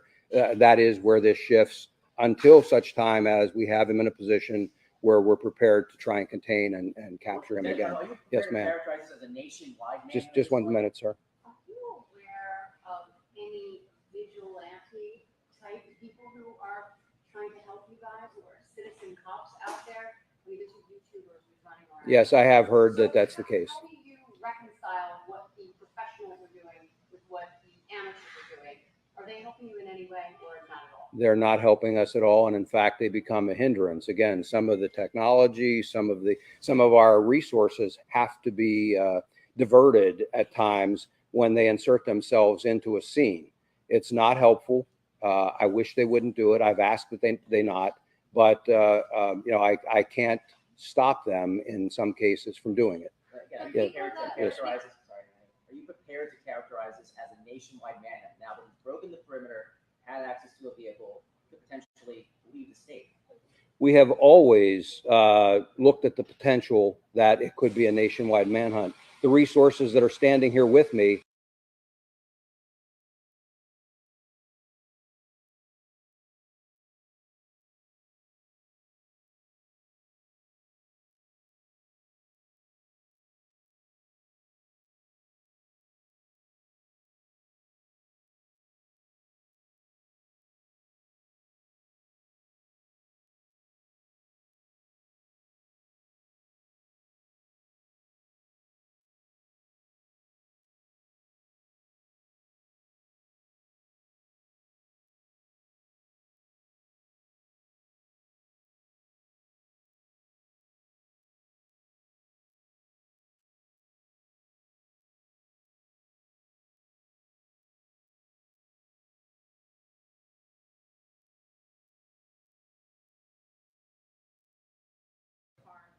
how he's been able to get around. Do you think that was? No, I don't think anyone underestimated him. I think, everyone knows that, he is somebody that comes from a background where he has endured some hardship, and there's no doubt he is willing to endure some hardship now.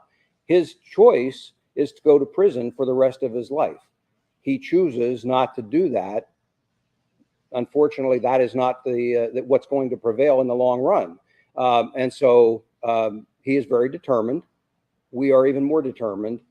He will be held to justice, and we're going to bring him back into custody. Two quick questions. Do we know where he got the hoodie and presumably the razor to shave? Was this at the dairy farm or another break-in? The hoodie was at the dairy farm. I don't know about the razor. And then the second question is, we know that in 2021, some people in Phoenixville helped him as he was trying to escape.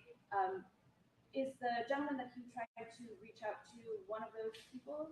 I am aware of that information, and I don't want to comment any further on that right now. What is your message Yes, to ma'am. anyone who's trying to help?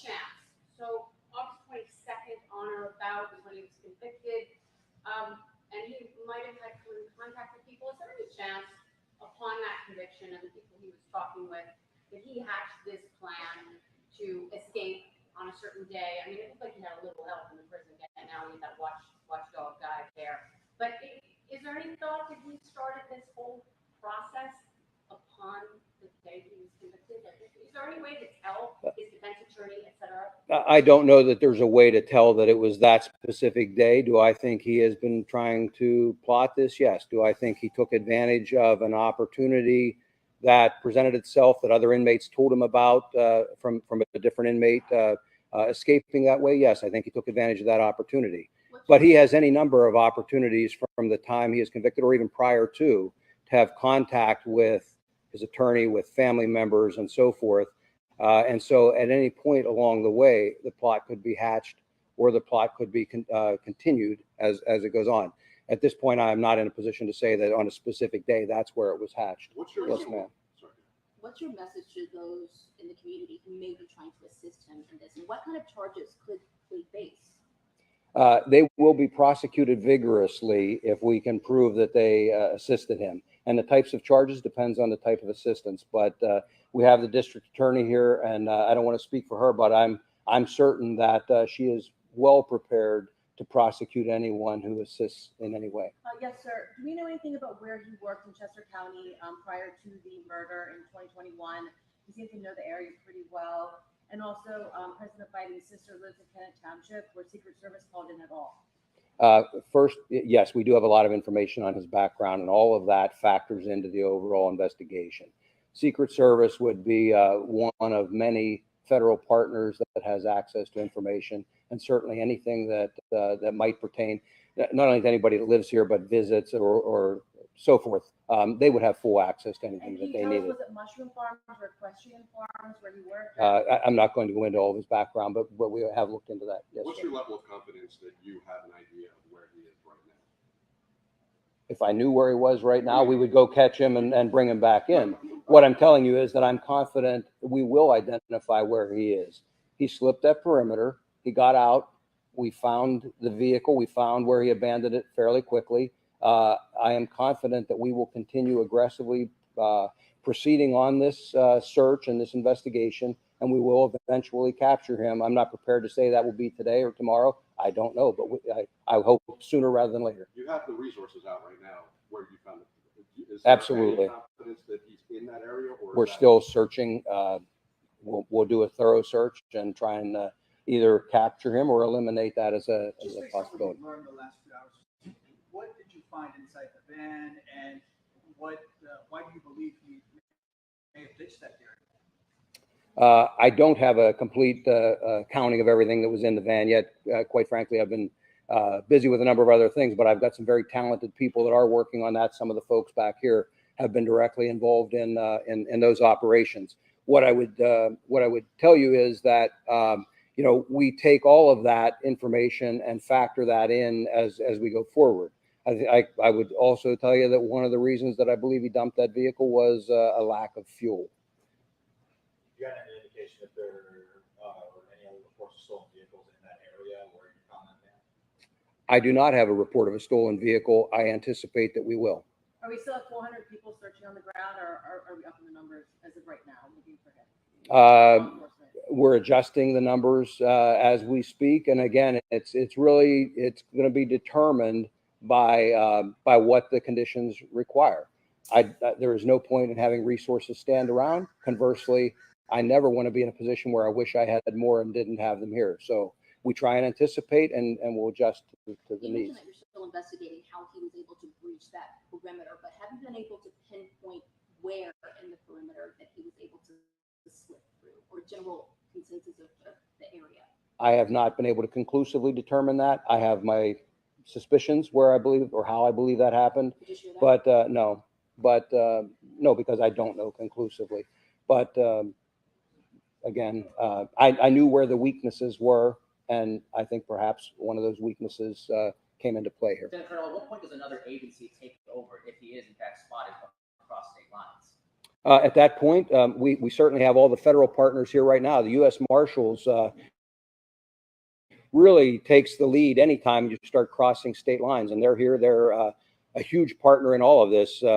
We work hand in hand, not only when we're doing these kinds of investigations. We have people assigned to their offices that are deputized right along with their deputy marshals, and that work with them every day of the year. So this will be seamless if it ever does transition across the state line. Right now, there's no indication that that's the case, but if it does, it won't change the investigation much at all. It simply, we would also then simply transition in another state police agency or whatever, whoever the lead investigative entity is in that state. Senator, what's your message though to the community? I mean, they've been watching you guys chase this guy now.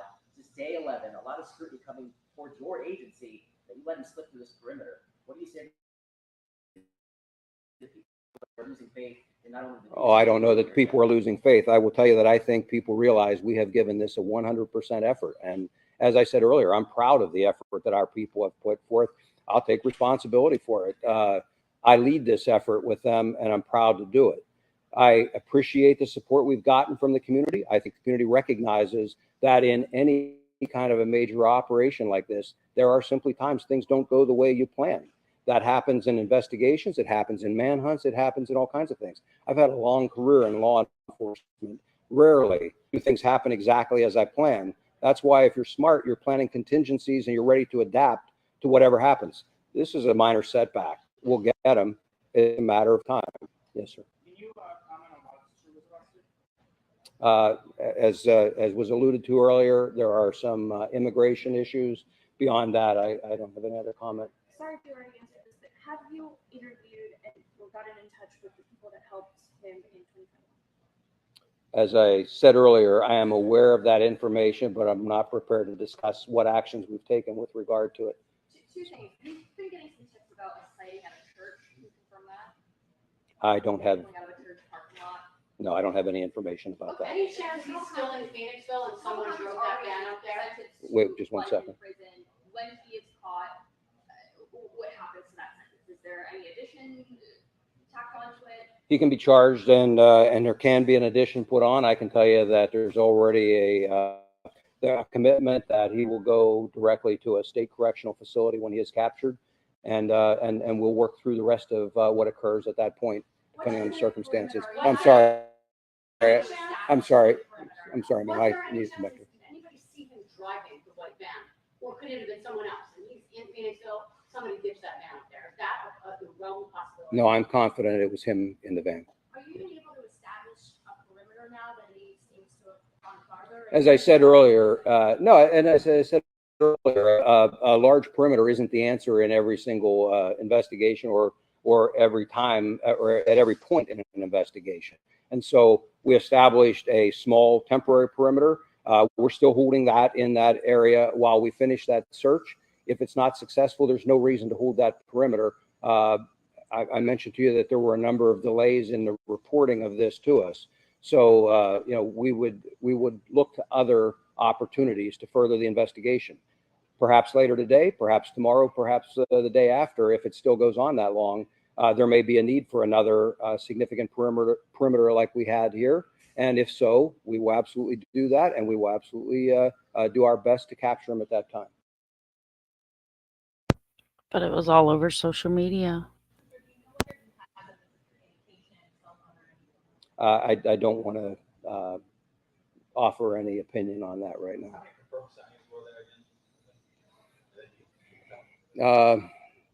I've said before, there are varying degrees of confidence. I think it's fair to say 8 or 9 easily. So many people were at the Mushroom Festival yesterday and today, and so many people have expressed how grateful they are to law enforcement coming in, county, state, federal, to keep the community safe, which you have this weekend here in the Kennett Square region. For the people that live here locally, can you give us any insight into where he was hiding specifically overnight? Do we have any evidence of anywhere he might have slept one of these nights as the effort's been going on since prior to Labor Day? No, there's really not anything I can disclose now. From Sir. Franklin to Netmill, he seems to have gone west about 11 miles.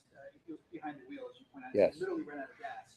So as you try to kind of make up for any ground lost, where do you think he was going if he was going west? Well, again, I think he's looking for assistance, and I think he had a reason to do that. Where would be his next stop? Have you not? Well, I'm not going to go any further than that, but I think that that's a strong motivator for someone if they're looking for Quick assistance. question about Yes.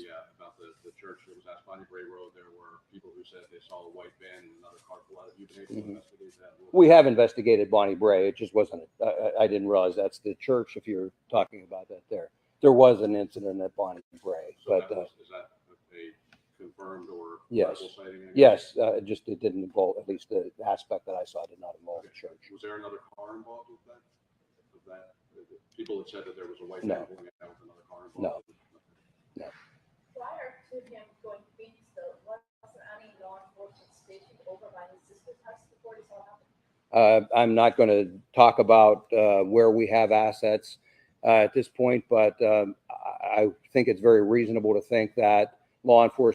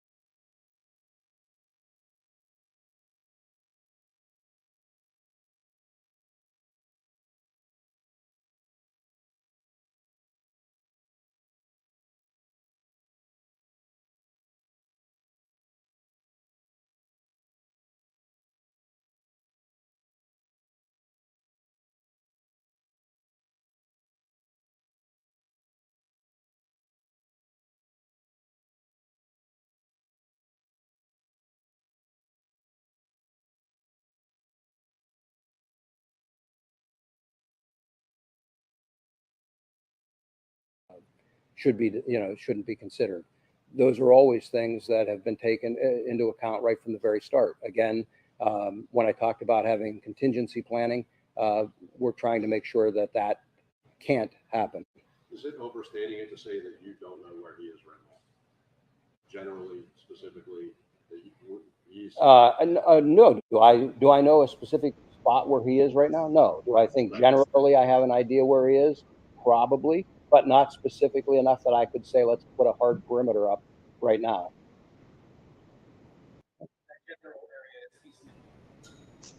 Yes.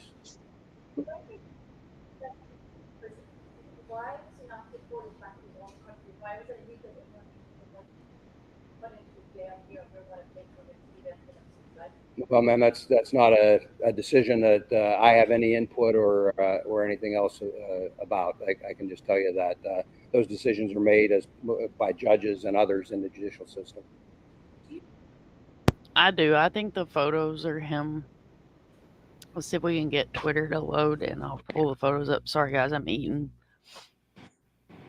And Drifty Rabbit joined us up here. Hello, everybody. Hang on, we have a TV issue too. Let me go figure out what's going on with the TV. Let's see. This photo.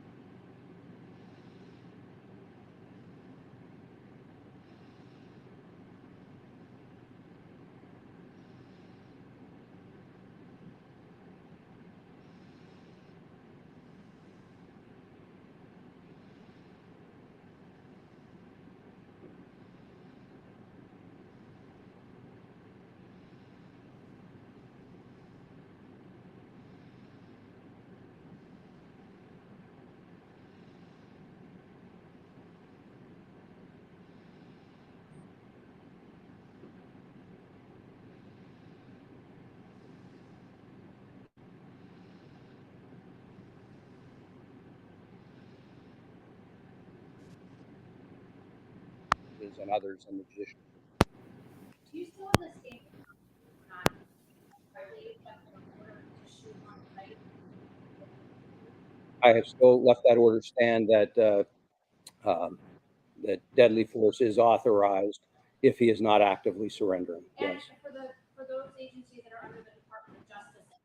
They have their own use of force rules. And what are they in this situation? I would let them speak for themselves about that. Comment on where exactly you believe he saved No, I really can't offer an opinion on where he shaved. You're kind of close to an area with some Amish communities. Have authorities been in touch with them? We have relied on our partners in local government, at county government levels, through the emergency management folks. We're trying to do our very best, as appropriate, to get information out to each of those communities. Certainly, if we thought there was a specific threat in the Amish community, we would directly focus our efforts there, but we're trying to keep everyone as informed as is reasonable. Yes, sir. How are you doing? How's morale? You know, morale is good. There are people have heard me say this in the command post since the very beginning. I've done this many times. Not always to this size and extent, but we've done these so many times. It's a roller coaster. There are ups and downs. There always are. And all of a sudden, it'll be resolved. And there he is. The important thing is, hopefully we don't get anyone in the community hurt, and we don't get any of our people hurt, and we bring this to a successful conclusion. It'll happen. One more point of clarification about the dairy farm. Yes. You were saying these were still in the van. Family was inside working, but they didn't notice their van. No, the family wasn't inside working. They were sleeping. It was overnight. Okay. And then so they didn't notice their van was missing until law enforcement notified them. Correct. Okay, so I'm going to pause it there because we saw the Twitter post from the family saying they were not sleeping. They were awake working. Let the presser finish. In the early morning hours this morning. Okay. All right. Again, I thank you all. We'll let you know as more developments occur, and we'll schedule press briefings as necessary and regularly in the interest of transparency. So, okay. Thank you.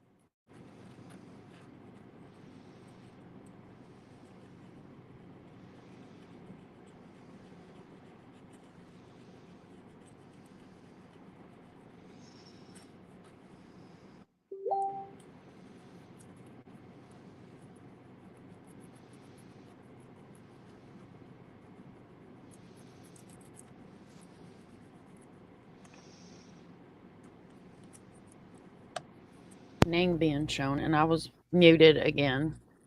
So I just been sitting here talking to myself. That was the presser, but I did want to clear up that misinformation. So what did you guys take from that? We know that his sister's now been arrested and been deported. We know that he stole the van between 7 and 10 p.m. last night. And we now know that he has shaved. We're not sure where the razor came from. The van has been found, so we know that. Drifty Rabbit, what's your opinion on this here mess we got going on here with this manhunt? I think they could have already found him, in my opinion. He's kind of been running in circles like a rabbit. You know, when you hunt a rabbit, they run in circles. Yeah, because we had a guy that shot know. another guy right in my backyard, literally about 10 miles from where I live. And then this guy decided, you can ask my sister, I live in the backwoods and everything else. And they decided, hey, it's a good idea to go hide in my backyard.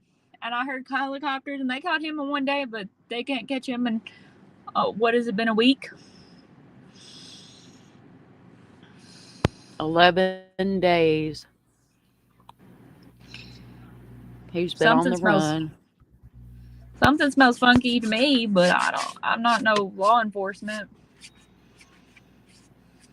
No, I'm not law enforcement either, but I've been forced to make this guy a theme song. I've been sharing it periodically throughout the live. It's short on my channel, guys. If you want to check that out, it's pretty funny. But this is my TikTok, and I did go ahead and upload it to TikTok. My TikTok's not very big, but if you do want to follow me, go right ahead, because sometimes I forget to even load over here.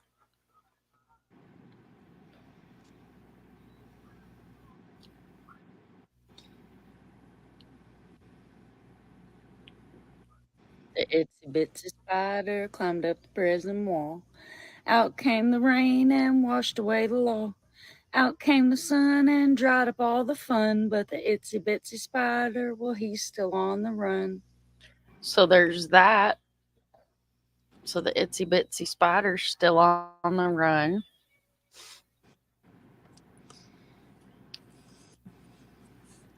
Let's see here. We had the flight radar going. I'll go ahead and just bring that one back up so we can make sure that we don't miss no helicopter updates. It looks like he may have left the area, guys. He's leaving. Where are you going? Let's creep him and see where he's going. And the panel link is pinned to the top. If anybody wants to come up, you guys are more than welcome to come hang out. I was creeping around the streets here to see if there's anybody live, boots on the ground. There is one local that's been going live, but I'm not sure how she feels about people streaming her content. I don't know her. I've never interacted with her. But if she does end up going live, we may peek in there and just see what she's got going on over yonder on them sides of the streets. Mel did have the aerial view going, but I'm not sure which news he was using. Looks like Kit's got the aerial view going, but it may be a replay of Mel's.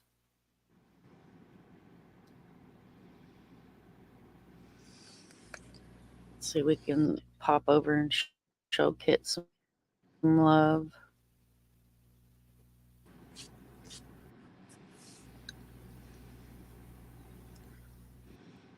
I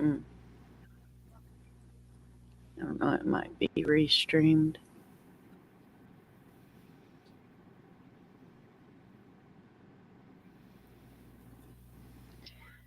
Do I know who Nick the Hat is? I do know who Nick the Hat is. I've actually been, I've messaged him a couple of times, and I've talked to Nick a couple times on Twitter. Like the second one that was streaming his content, I think. And then True Crime with Doggo streamed my stream of Nick's content the night that Nick was streaming. I think it was midnight when I streamed Nick. Is he live? I know he just got up. I was just checking in on his Twitter, and the last I saw of him is he was just getting up, moving around. And I'm not sure if this is previous content or if it's Kit streaming now. But we'll drop Kit's link in chat and we'll pop over and give her some love. If you guys aren't subbed up to Kit, make sure you grab this link. I'm going to pop in chat. This is Kit Trigger. Does a lot of great work for the missing. Yeah, I know. Nick has a YouTube channel now. And he's a creator as well.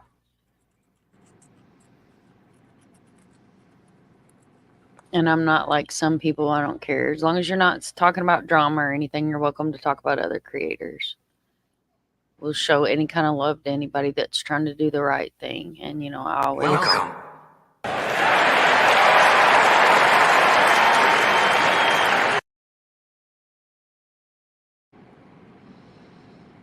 Here.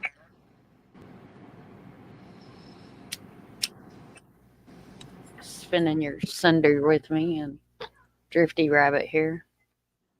Hello.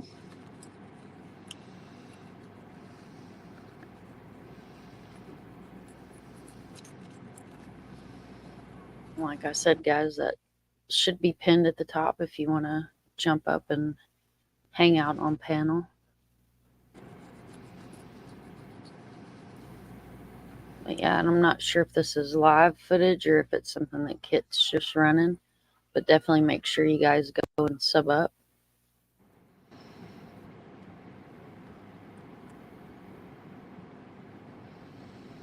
We can take a look and see what the scanner's got going on here. We haven't been over here on the scanner in a minute, so we'll see what the scanner's got going on.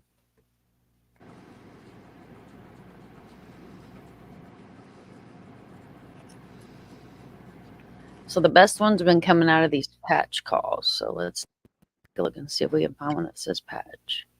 Oh, here's a prison call. What was that about?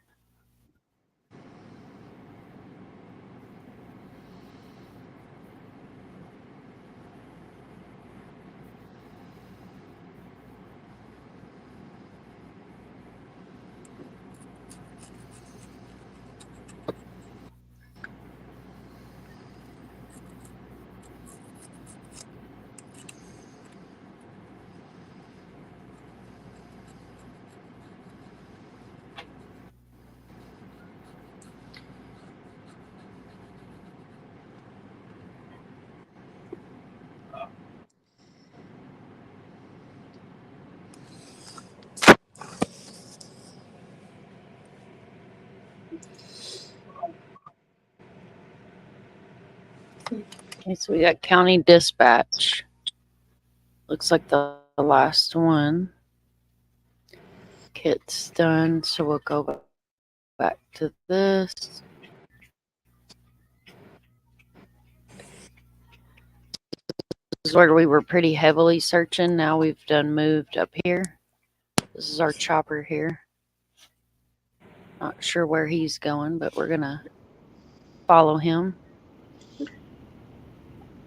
He may be going to refuel. Again, I'm not seeing anybody live that's in the area. Like I said, there was one YouTuber, but I don't see her now either. So I don't know. We'll see.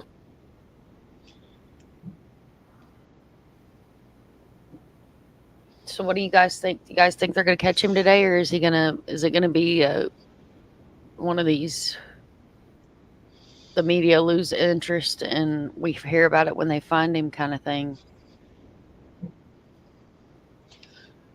I think they're going to lose interest, and then we'll hear, whenever they decide to tell us, hey, we found the dude like a week ago. Looks like the dude that escaped with the prison guard, and he ended up killing her, and there was a big chase and stuff, and it was in a wee little town, and those police didn't know what the hell they were doing.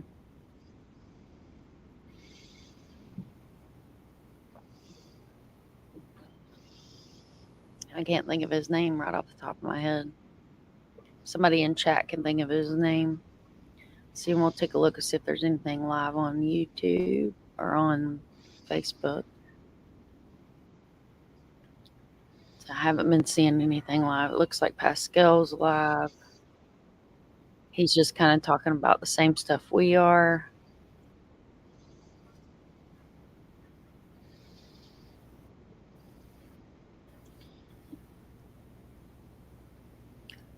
We got the tracking map live, but we're already on the tracking map, so we're not going to utilize that footage.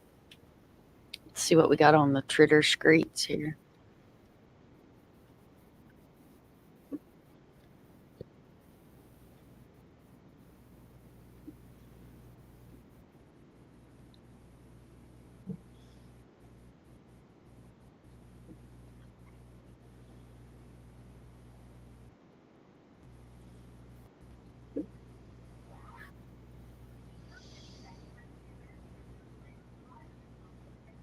Okay, so this is a post from Jennifer Coffindoffer. You guys know I love me some Coffindoffer.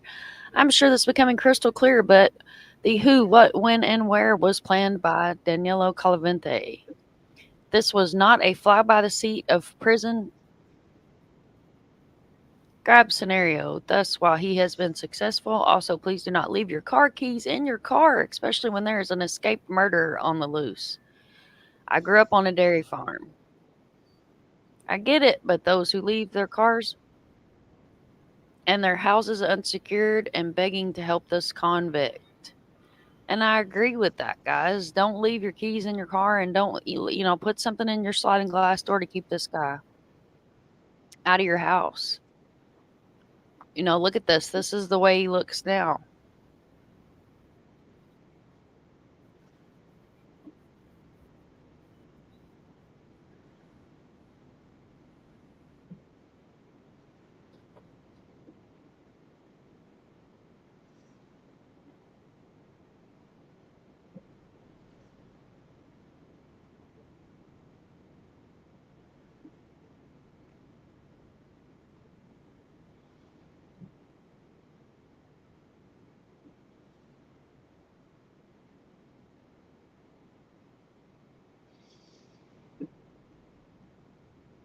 Wonderful. Now we got a couple runaway. Can it get any better, y'all? Let me pull up the flight radar, and you guys have something to look at here. So we're back in across Reading. What do we got going on here? She's still traveling. Let's see. He might be refueling. It's in this area. An air museum. Reading International Airport. So we'll keep an eye on that. What I was doing was looking for some footage of this guy, or some images rather. There was a video lurking around earlier of the van, but I don't know if it's real or not.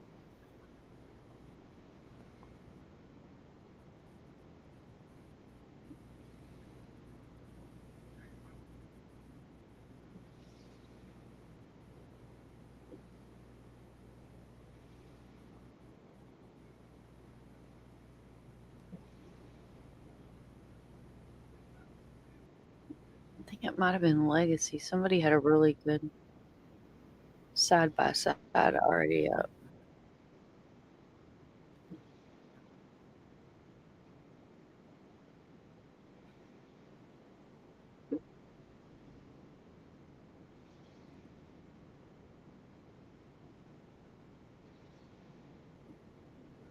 See, I'm not seeing it now.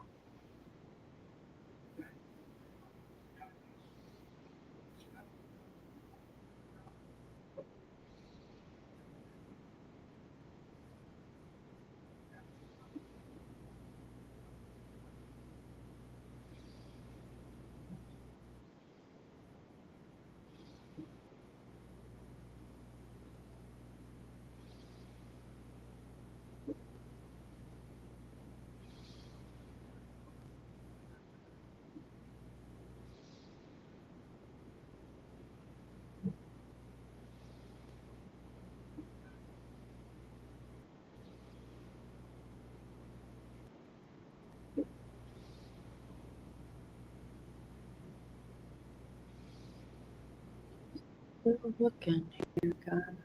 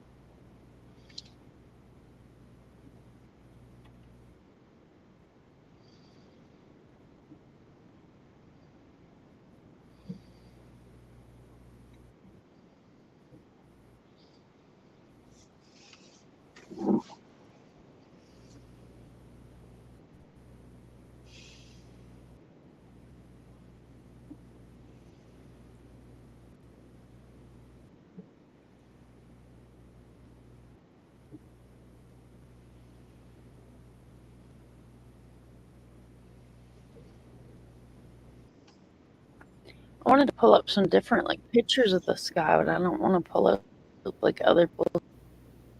So I'm trying to figure out the best way to do this without having to flip through a bunch of trash too.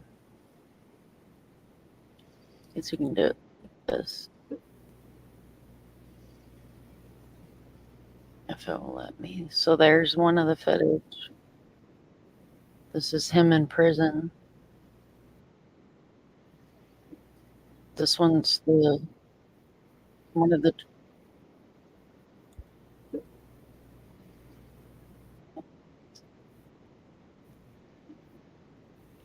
There's another look.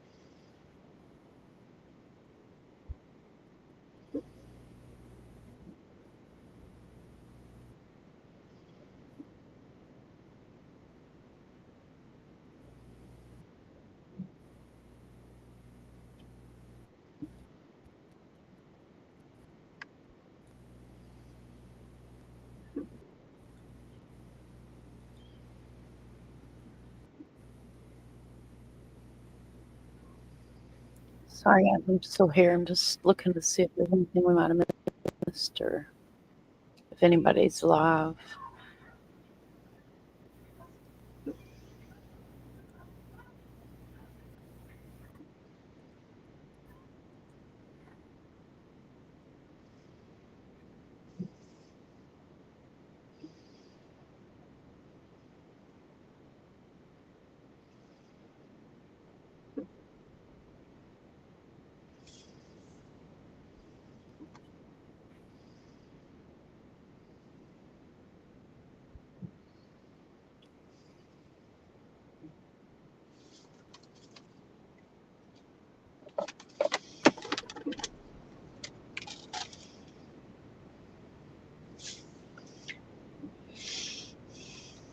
So I'm going to pull up the Google Maps here and see if we can see any kind of roadblocks or anything.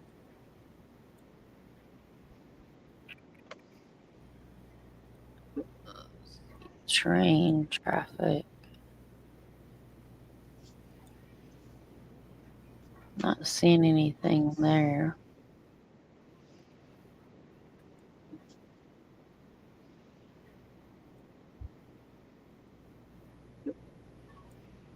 The sky's still hanging out. I'm assuming up here by the airport.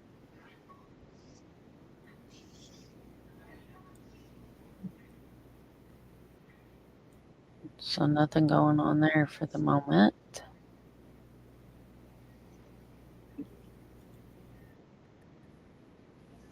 We could do some map time. So this is Phoenixville area. It's at this little square here, and there's water. Seems like a trend with this guy. We keep seeing water. Just to throw the dogs off the scent if I had to guess. Mm-hmm.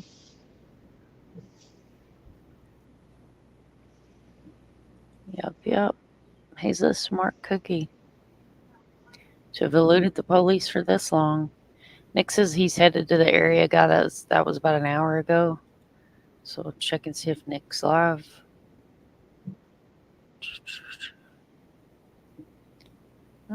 6 minutes ago.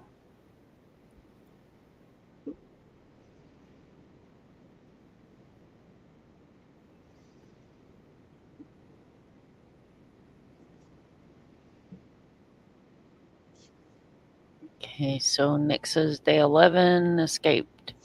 Murderer Danilo Calavante, escaped perimeter, fled the region, last spotted in Phoenixville area overnight. Sister Elena Calavante has been arrested by ICE. Tweet me if you have any activity. Doubt he stuck around that area, but who knows at this point. So that's the latest update from Nick.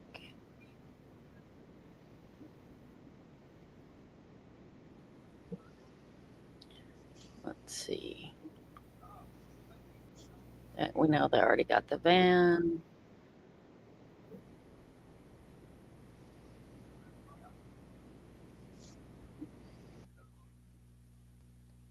Ring camera.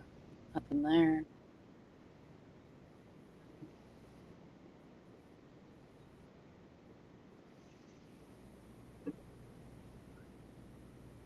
Okay, so we'll just kind of creep around the streets and see if Nick's going to go live. Because that would be pretty cool, because Nick's been doing some phenomenal work there, boots on the ground. Those of y'all that was here with us till like 3, I think, in the morning. Hanging out and watching. Alright, so this guy's pretty cool. So we'll run his content for a little while and kind of turn him down in the background.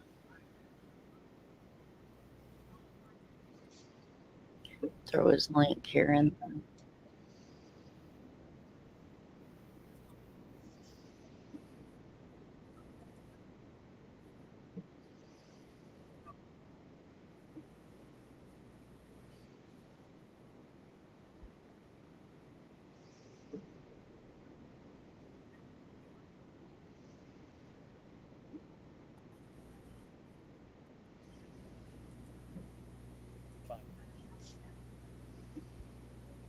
There is an automotive repair shop there, but for all I know, there's somebody who lives on the property too. So I don't know. I can't tell you, if there's like housing here. Anyway, they're going over there. They're going to search. That search, I guess, is happening now.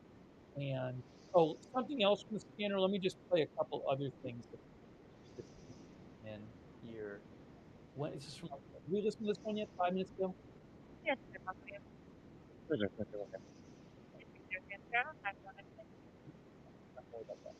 Okay, so what I'm going to do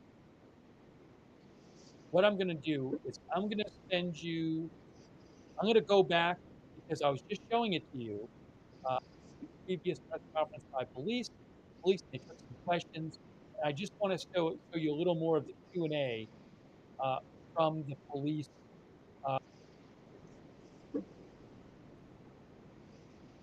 So I don't want to do a Q&A from the police because we've already watched that. So there's the area. Nothing's going on there. I'm going to check the flight radar. See what we have in the flight radar. Just a second to load it back up, guys. And he's got a couple of different flight radars here. But I'm not familiar with the area, so I've been using this one because it's kind of a cheater. It takes you straight to the area. Not seeing any choppers. But we keep seeing this. This is kind of like a trend. Like it's hot and heavy, and then there's nothing. And like, what's really strange is like you don't even have anybody live. Like, there was a couple people that were like, "Oh, I'm gonna go live," and then I haven't seen anybody.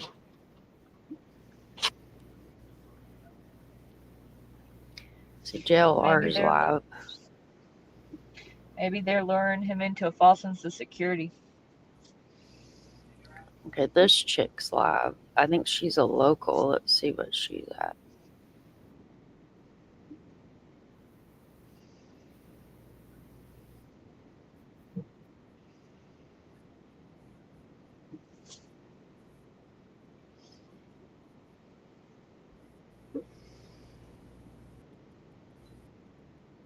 What an experience. The neighbors, it was blurry, yeah. The service is so bad. I mean, it's the countryside, you know. Um, Neighbors are not happy. I'll tell you that. I'm going to show you guys in just a moment right here. There's a state police going by right now.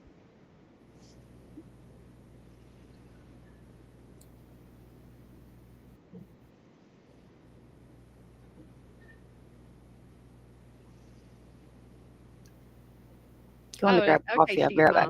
Sorghum. So let me show you, like, even this right here, it looks like regular grass, but it's not. This is deep. Let me get I just saw a stick.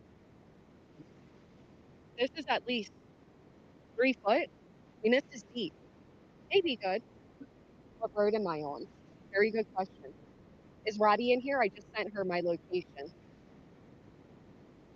Um,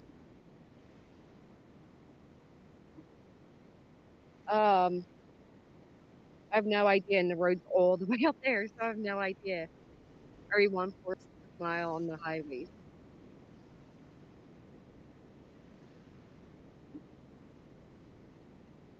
I'm wondering when. Do you know a street I sent you that I am, Roddy? I wonder when they are going to request that they cut all their crops, which they made the locals in Linwood do. I'm sorry, Longwood. We got some horses out here. I'm like, this is literally farmland. Like, we're getting close to where the Amish are. Okay. This, well, Steve, my audience is used to that, right? There are farms, there are empty sheds, there's woods. I mean, there's fields. There's so much area that could be hiding. He's a small guy, 5 foot, 120 pounds. I can't wait until I upload the interview. I with the roommate. Unfortunately, at first he didn't want his voice recorded as he owns a business, but then he warmed up to the idea, so I didn't get the first bit of the conversation. But what I found out from him is that the victim, the ex-girlfriend, was actually blackmailing him. She knew that he was wanted by the police, and she kept getting him for money, for a car, and the roommate thinks he finally just had enough and snapped. All the hawks, they got the helicopters back out. Now I can get okay, it's clean up there. It's, uh, it's crazy. Yeah, the locals are not happy. He's apparently came to the wrong place. They're not happy with this. Like I said, they are literally riding around, driving around. These guys down here, they are posted up they have their night vision goggles, binoculars. I'm sorry, they have their binoculars. They're looking out in the field. Their gut instinct is saying that he is over in this direction. Of course, so that. Oh, were you there, Roddy? Yeah. So that's the other thing. Well, I didn't choose it. JR did because these guys were out here. He wanted to interview them. Well, they were already spending $1 million a day, April. So I can only fathom two. I know there was. What was that one? There's more comments, please, Mom. I hope not. Hey, Kraken. I think I saw somebody ask a question about why do they think he's here. Oh, really, KK? Here's some more locals that are just stopping. I mean, the locals are really not only are you seeing officers everywhere, but the locals are pretty much everywhere as well. All these, like I said, all these sheds, these abandoned spots, he could be anywhere. He could be anywhere.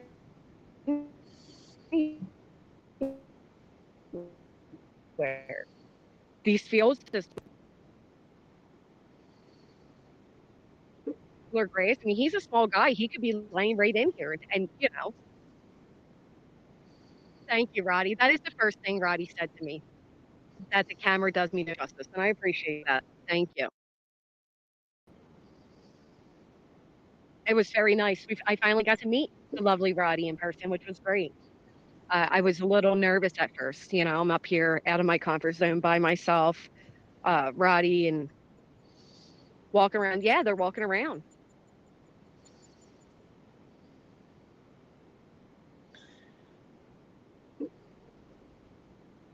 I'm sure west of there too. Okay.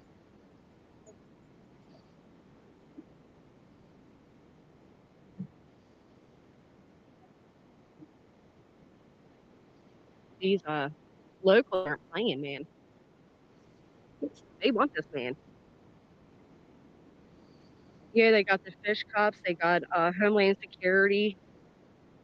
Now, one thing I noticed that this look said is he's wondering why they're not requesting them to be out here, but he also did mention they're not telling them not to be out here. So they are taking on themselves. And he did mention, locals mentioned that in about a week, it is hunting season, open game season.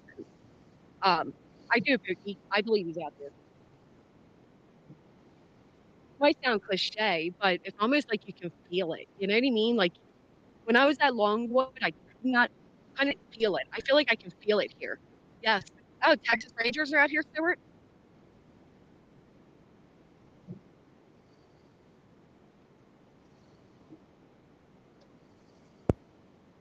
You guys keep in mind this is somebody else's stream, so her link is dropped in the chat.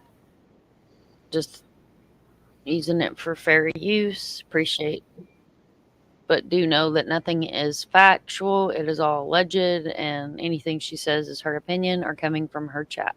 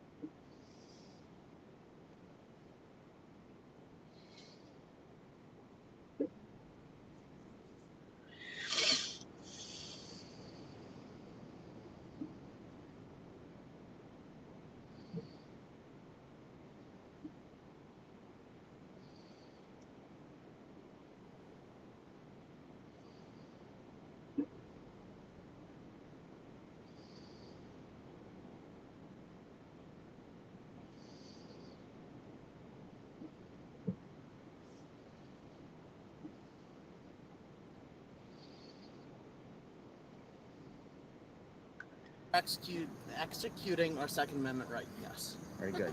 Thank you. Yep. Have a great day. You too.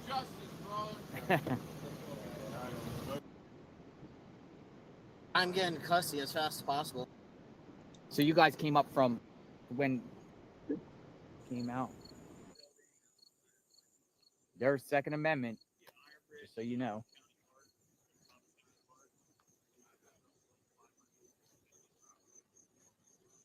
Hey, what road is this? Everyone wants to know. Essex. Essex. Okay, so we got a Jeep coming up here. We got a Jeep. I want to show you the Jeep. Coming through, guys. I don't know if you guys want to be seen. Are you cool? Yeah, we're good. You're good? Okay, so what's up? We locals or what? Yeah. So what are we doing today? Trying to find this guy. Hey, I saw you at Wawa. Yes, sir. Volunteer fireman. Didn't you do something? What was going on with you guys involved when originally in Phoenixville? In East Pikeland Township, there was a church that they had to search because there was a door open. Uh-huh. And we just went to let them in so they didn't have to force the doors or anything like that. That's about it. So you guys came up from that area, all of you? What's the goal here today? Just to even find them and let the police know. That's really all of our goals.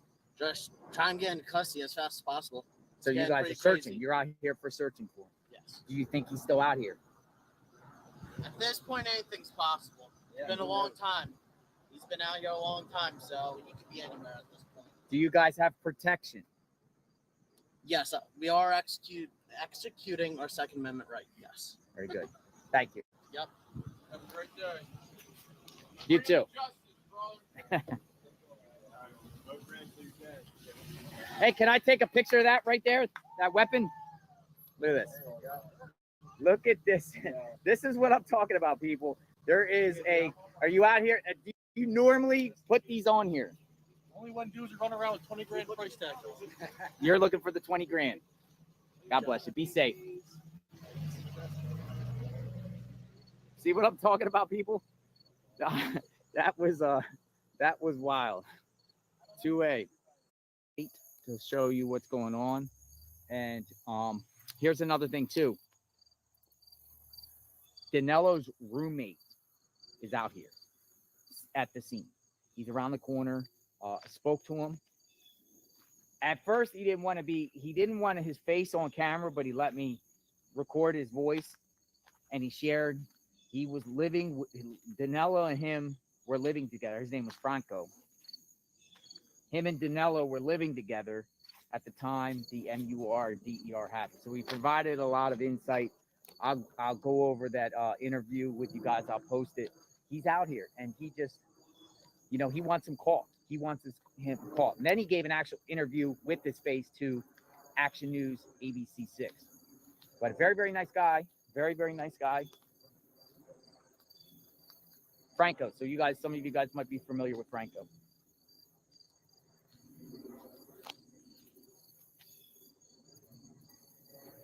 Yeah. So I just wanted to give you guys a quick update. I'm in the area. We'll see what else is going on. I also talked to a couple residents here when I was at the local stores that watch this channel. They know who they are.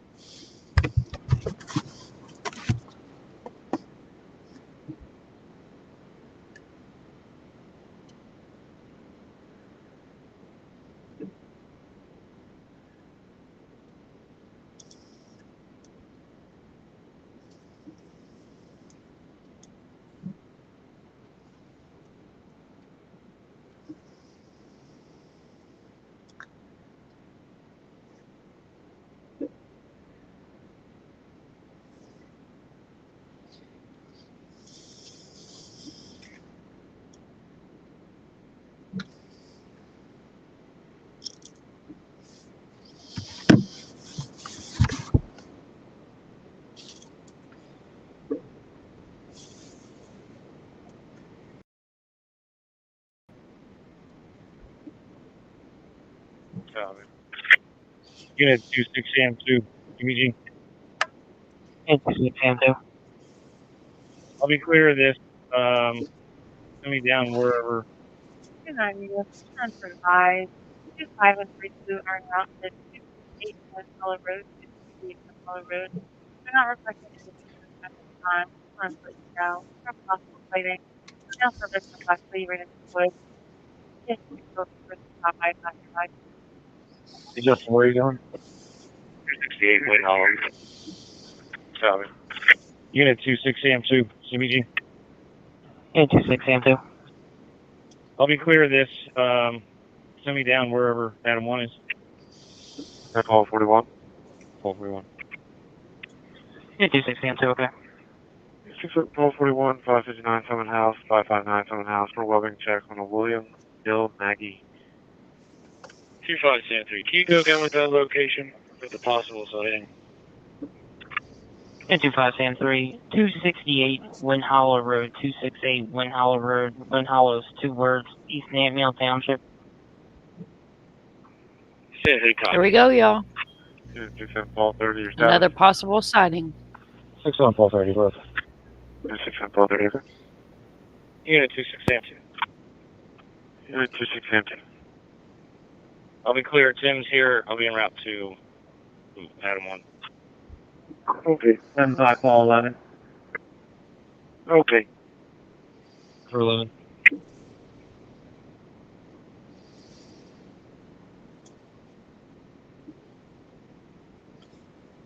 Excuse me. 75 Paul 13. Can you go to Tyson? First floor. It's going to be a check. 6 Paul 41, 559 Summon. Unit 26 AM. Paul 41. I'll be clear of this. Unit 26 AM2. Unit 26 AM2. Copy. Unit 26 AM2. CBG. Unit 26 AM2. I'll be. Copy. Unit 26 AM2. CBG. Unit 26 AM2. I'll be clear of this.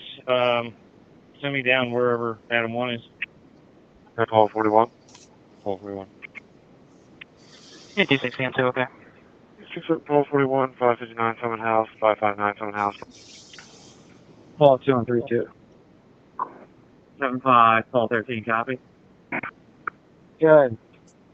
I was calling you. You headed up there to Wing Hollow, or did you clear from Vaughn already? I'm pulling in now. Unit 30, Paul 5. Paul 5. 30, Paul 5. Upper Cross Country Club Pro Shop, 170 Zen Road, 170 Zen Road. Front level burglar alarm coming from zone 82, front door alarm. 32 Paul 2, I'm out. And 32 Paul 2, okay. All units responding to Wind Hollow Road. As they're going to be in the woods, male running in the woods towards 401. AJR, I'm filling up gas and up here down. Dispatch 75 Paul 13. Paul 5, okay. Paul 13, you copy me now? Yes, sir. Did you copy? Check the alarm. Tyson Hall. 13, I did. I guess my portable's not making it. Stand to the Paul 4. That's okay. I copy your route. 25, stand 3. Alright. And 25 Sam 3. Stand 3, I'm going to be on Fairview. Stand by for a numeric. 1625. In the field there. Looks like there's another trooper. Yeah, leave your position, go to Milford. I'm going to head up that way. You want me to stand at Milford or go on with you? Yes, I'm heading towards Milford. 25 Sam 3, okay. 1625 Fairview, trooper in the woods. Be advised, if he's heading from that patch of woods from Wind Hollow, he's going to be coming this way. There's a large cornfield. I'm going to try and get some additional cars up on 401. 25 Paul 5, can you start that way? 32 Paul 6, I'm headed that way now. 32 San phone route. 52 units, go. 52 Paul 6, okay. 93 T95, I'll be around quickly, hold on. Alright, all units responding to Wind Hollow Road. Everybody start to Fairview and Conestoga Road. Fairview, Conestoga Road, post up there. Run through a cornfield. 3-2 Paul, so I'm at that location now. 545, send me across. I'm Sam 3. And 25, Sam 3. 25 Sam 3, guys. I got a couple of troopers posting up along the tree line between the trees and the cornfield. I'm going to head up to the next address where the barn's at and try to cut that off. Paul 13, I'll be out of Tyson. Do we know what store it is? Paul 13. It's going to be the exit door in the pool room. 25 Sam 3, okay. Troopers in the cornfield at the tree line. Trying to cut them off. Paul 13, okay. I believe that's the north exit door. Paul 1, I'll be with him. 32 David 60, I'm out as well. I got 2 PSP with me. Unit 26 Sam 2. Adam 1 and I'll be at her. 32 David 60, okay. All units incoming. Town Sugar Road, I'm going to set for perimeter. 4411, status fine. Yeah, 4411, okay. 411, I'm in the parking lot of 1111 Sweetser Road, not 420. Yeah, 4411, okay. 6-7 units. We have numbers in the card for you. His therapy advised he's having heart issues and was going to have surgery, but has not heard from him since. There's no known pets in the house. Believed to live alone. Does drive, but the RP does not know the make and model. RP is requesting a call back with the disposition. 4411, status fine. Yeah, 4411, okay. 411, I'm in the parking lot of 1111 Sweetser Road, not 420. Yeah, 4411, okay. 441, okay. 6 Sam 30. Y'all think that's him? All 408 around so. Yeah, 50 guys. You know, 650, 600 Merchant Street, 600 Merchant Street. Maybe they've finally got a lead on him and might catch him today. Breaker panel is hot to the touch. Panel is located in the basement. 25 Sam 3. Yeah, 25 Sam 3. Got it. Station 41 or 43. 600 Merchant. Between 6 and 7th Ave, News Kids will see what will fire inside box 41. 30. 25 Sam 3, just be advised, I'm on a service road between the two cornfields, looking toward the patch of woods that the heat apparently is at. 25 Sam 3, okay. Service road in between the cornfields, looking at the tree line. 615. How are you making out there? All right, how are we getting that service road?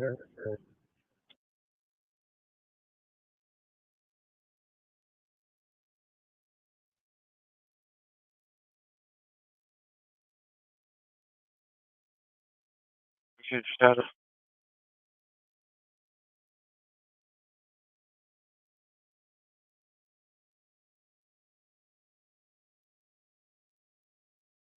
Ladder 41 143 1. 36 units for status. Status is okay.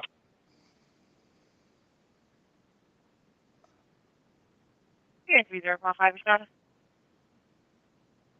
Hold on, okay. 0.5, okay.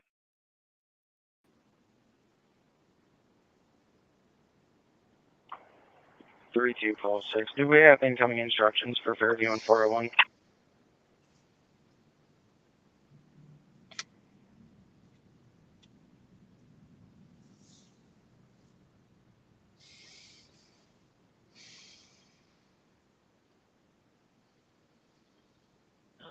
Just start setting a perimeter up.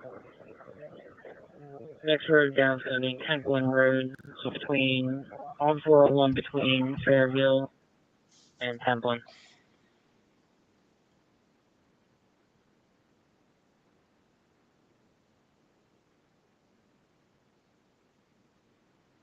Into 5 Sam 3, your status on the service road. 25 Sam 3, my status is okay.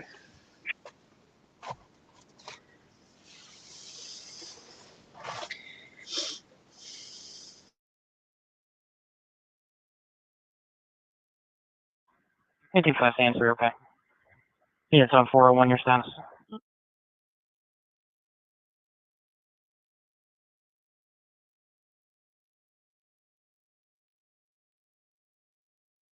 Seven 5 Pole 13, I'm clear. 9 Pole 13, copy, thank you.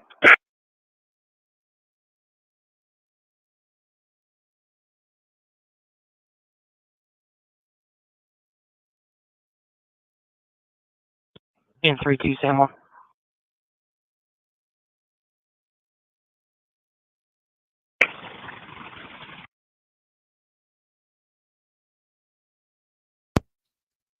Unit 3945, NBC Tech President If you Center. go back about 10 minutes, Yeah. Pole 5, we're thinking copy. this is a possible sighting. A lot of Ellie on the ground. Unit 16950, residence is evacuated. And they just evacuated the resident. In 3-2, San Juan, do you have a cars available to head back up to Wind Hollow? The state's requesting additional cars to set the Wind perimeter. Hollow. I think we have all units either here and en route. Pole 5, copy. Unit 16950, residence is evacuated. Here. Sorry, go ahead with that unit. I believe we have all units here or en route. Check with Paul 4, see if she's available. Call 4 is at 401 and Fairview.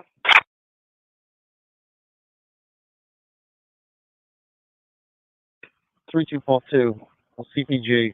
We have 2 additional troopers leaving our location and head over to Wind Hollow now. 91 San 4, I'll be clear of East Cycle. Hey, 3242, okay. 2 troopers en route to Wind Hollow. 1 San 4, okay?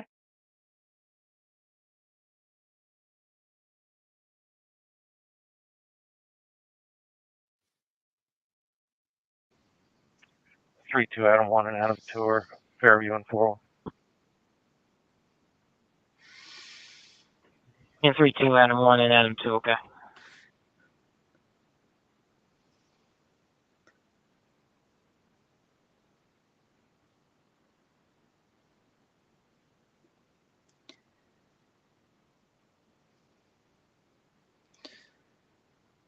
In 3-2, Adam 1, I have you as the operations unit for Route 401.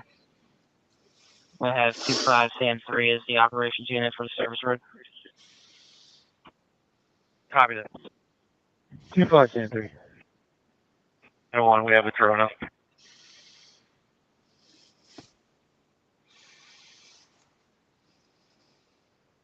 In 3-2, Adam 1, go again.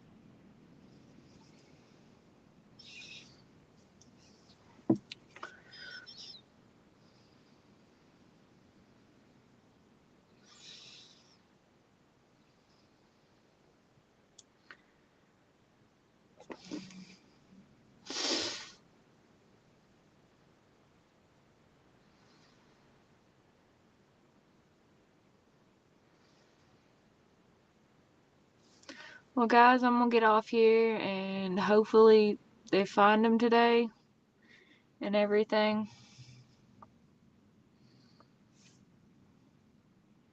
And I will talk to you lovely people next time. Thank you so much for coming in. Love you. Love you too. And I will talk to you later. Maybe they'll find this guy soon. We all hope so. I love you. Call me if you need me. Yep. Love you. Love you. Bye.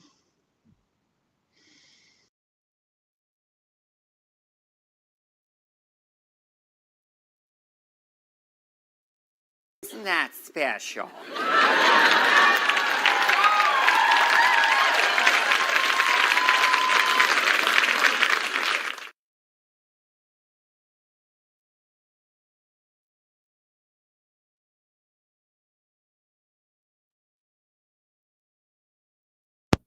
I always love our special guests. And guys, the link is pinned at the top if you want to come up on panel and hang out, chit chat, just sit here on the front porch and rock with me.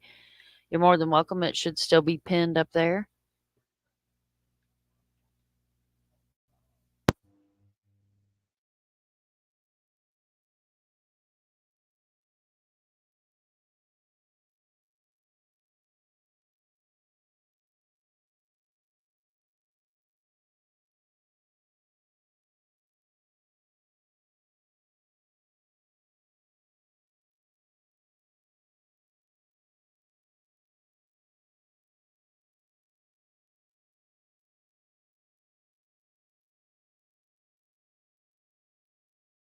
Going to grab coffee, y'all. Let me know if you hear anything.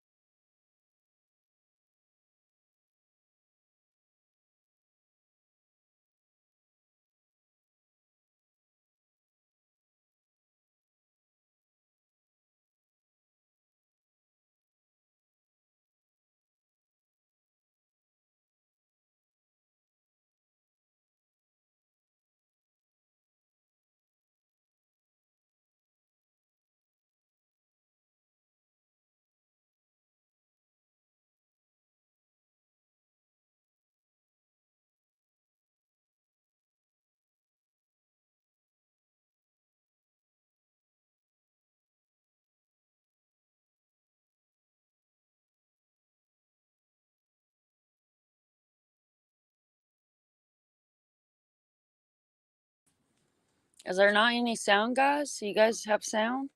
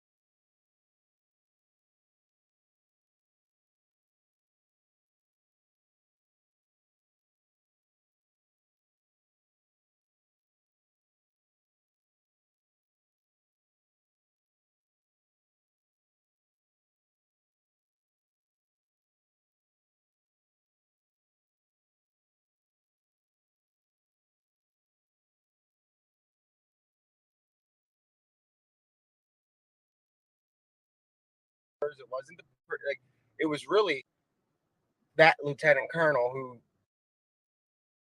assured the public, "All right, guys, we're good. He's in the woods over here. We're gonna clear him out and get him. We're gonna mow down all these fields. We're good. We got him." But nah, you don't, bud. He's over in drove off your perimeter rather easily. So it's not the state police like the troopers or anything. It's those in charge. You know, it's kind of bizarre that they were pointing fingers at anybody. Let alone, don't be throwing rocks if you live in a glass house. The guy's bizarre. That was a terrible tactical decision. I don't know who would have made that call. Yeah, there's police here. So okay, we're at another perimeter, guys. Here we are. Interesting. So we're gonna make a left, but you guys can see down the road there's an entire perimeter that's been established. Or is that I don't know what this is. It's Fairview Road. We're on Fairview Road right now. Fairview Road. And guys, there's another perimeter. This is kind of cool. So we're watching them reform a perimeter, and we woke up at what, 4 o'clock? So interesting. I wonder if this guy is here. At this point, I take everything with a grain of salt. We're gonna work our way around.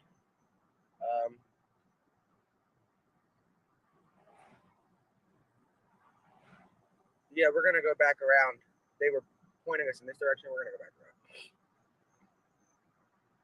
But we're back. Let's see if we can. Look at this. This weather is wild.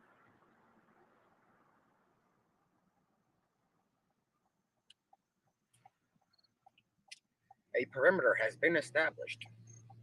This is bizarre. I mean, at this point, it's kind of comical. Maybe this is him.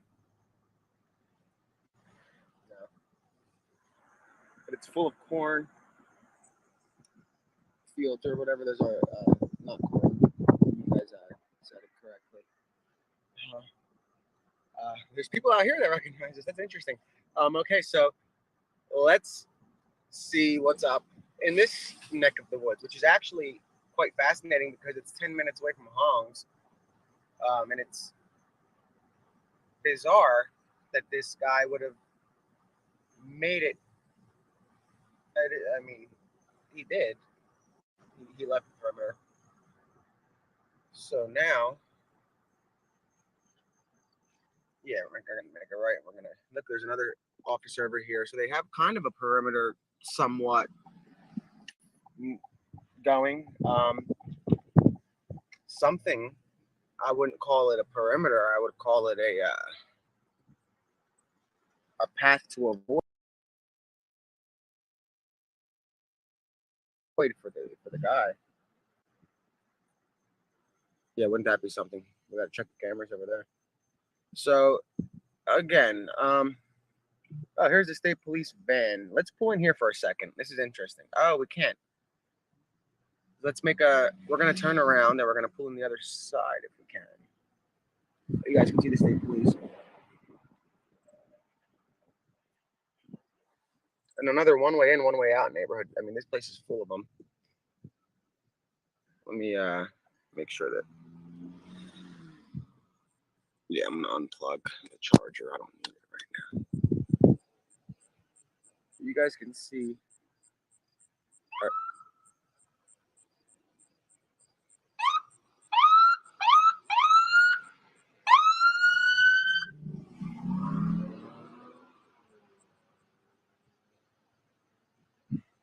We're gonna turn right or left, and we're gonna make a U-turn.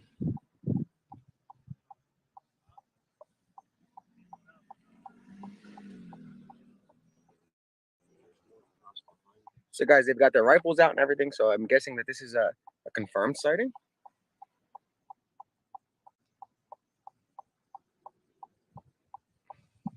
But we're back. We're gonna find out what's going on. So you guys know we're on day 11 of the manhunt, and the perimeter obviously shifted gears quite drastically. You guys can see this is the area of interest right now. We're quite far from the original perimeter, which was established at Longwood Gardens. And then last night there was one at Phoenixville, I want to say, Phoenixville. Not too far from here. So here's the state police guy. Oh, wow, look at this. So this must be the home with the ring footage. Okay, let's get it further up. Let's go back to where we started. I don't want to show the guy's house too much. How far is that from here? So they're vesting up, and you guys can see. Stay safe. It's a very active scene once again, and you guys are getting used to that terminology. Active scene, very fluid. We are at the Wind Hollow sighting. Right now we're on Clover Lane. Interesting. So I'm guessing. So there's activity at the residence up there. Yeah, we're gonna pull into this parking lot, and we're gonna pull in from the front. We're gonna go through the comments in a little bit. I can't. Okay, there's no entrance from here. So let's see if park over here, right here, or there. Over here, not up there. It's close to the police. So again, guys, we're back to where. Yeah, it's the service. I'm thinking. We're gonna see if it is.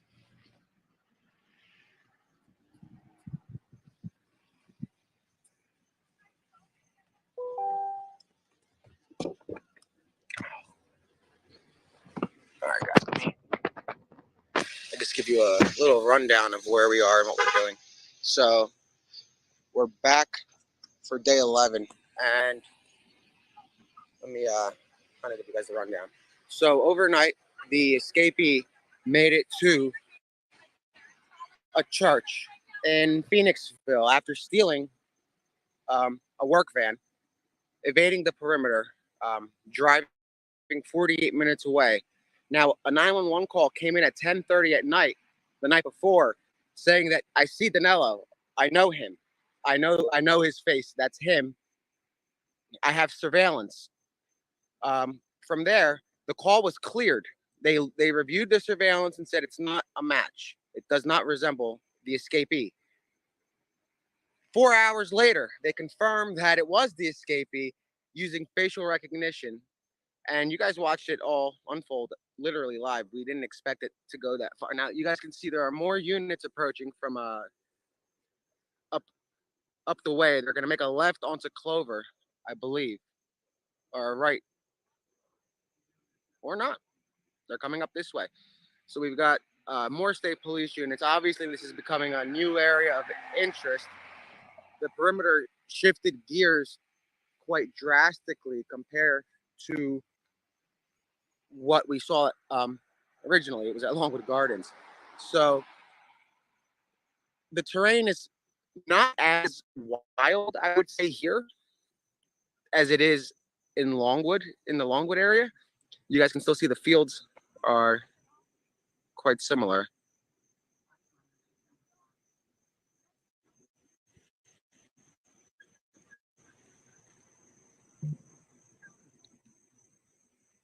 Yeah, this is as close as we could get to Wind Hollow. So we're at the east. I'm gonna get closer to the sign. Second home wall. You guys can see there's residents lined up. I'm not sure why, but when you make a right onto Clover over there, there's a presence of police in a driveway, and they're at another house. It's not that Wynn house. It's not the one that we were headed to.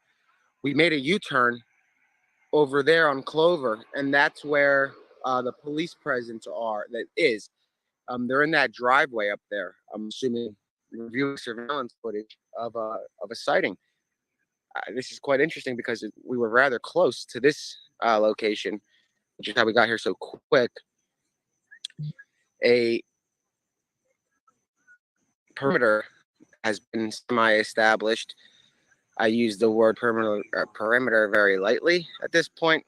You guys saw the perimeter kind of disperse. Again, we're like in the middle of rural Pennsylvania. It's not as dense though as it was at Longwood. Perhaps I'll have better luck over here. And again, I really can care less about what the lieutenant colonel said at the press conference. That doesn't, right now the focus is catching the guy, and if they're gonna point fingers, it should really be at the lieutenant colonel. They had all of their resources zeroed in. All of their resources were zeroed in on one location, and they were quite wrong. So I'm trying to find out any updates. Let me grab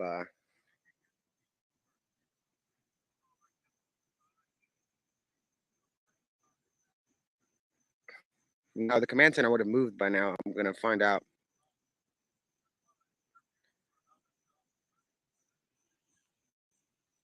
There we go. I'm gonna grab the tripod, and we're gonna set up over here. for right now, let's get set up. We're going to see what we have going on. Let's,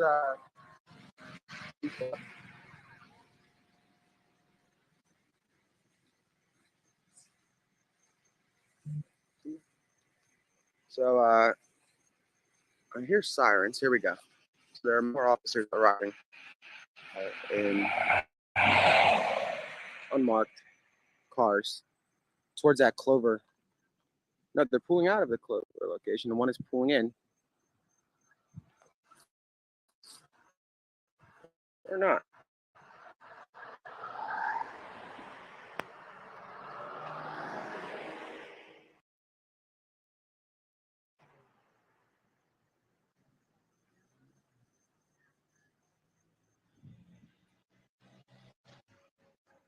Anyway,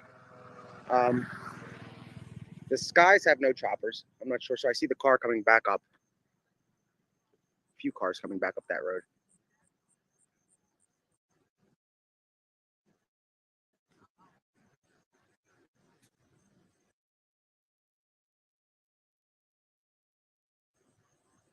Now you guys see them also traveling. I'm going to find out what road.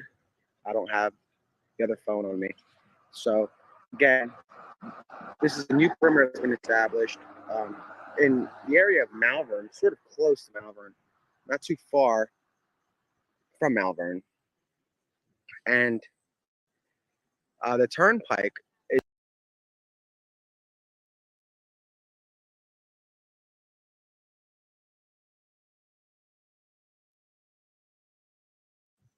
okay.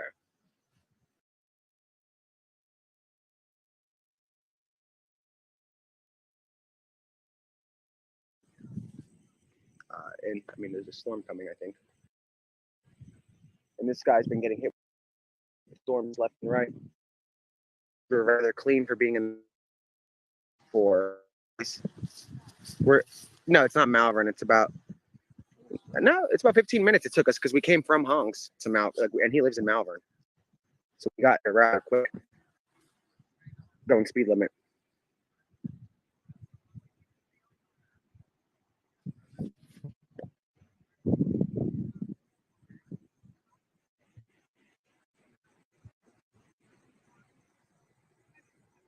So right now I really have no other updates other than that. I'm gonna put my phone on the tripod and reach out to the group chat, see if they have any information about anything further that's being established or command center.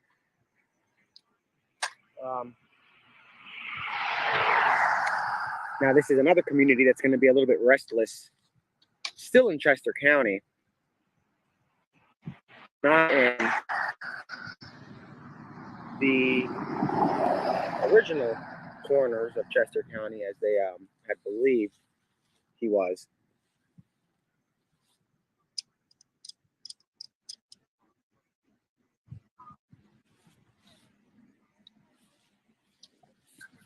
All right, so we're going to leave this thing set up over here while we figure out what's going on. I'm going to shoot a text.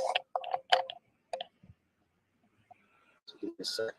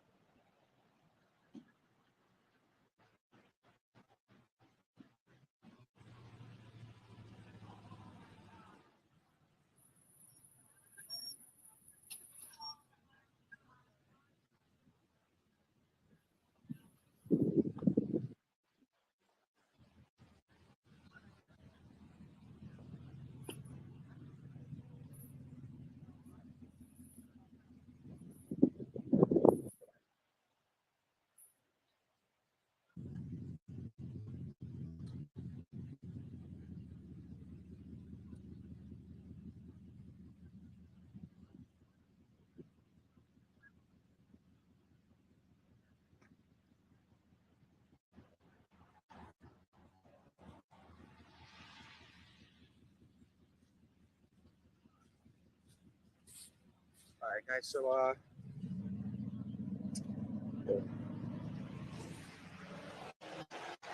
checking what's going on. So give me a few minutes.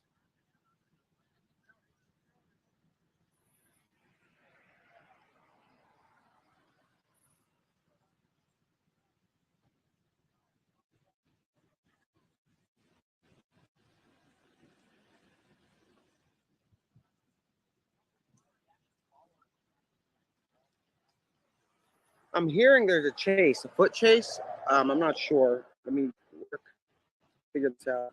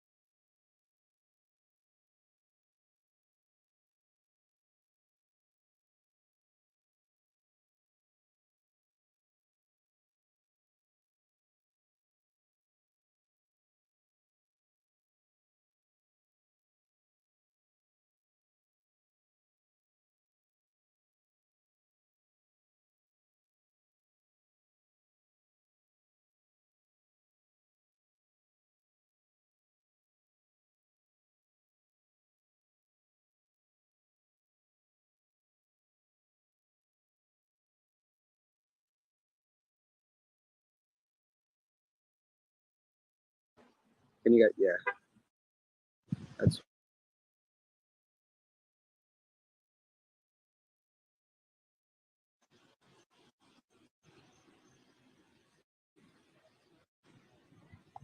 Give me a second. Let me.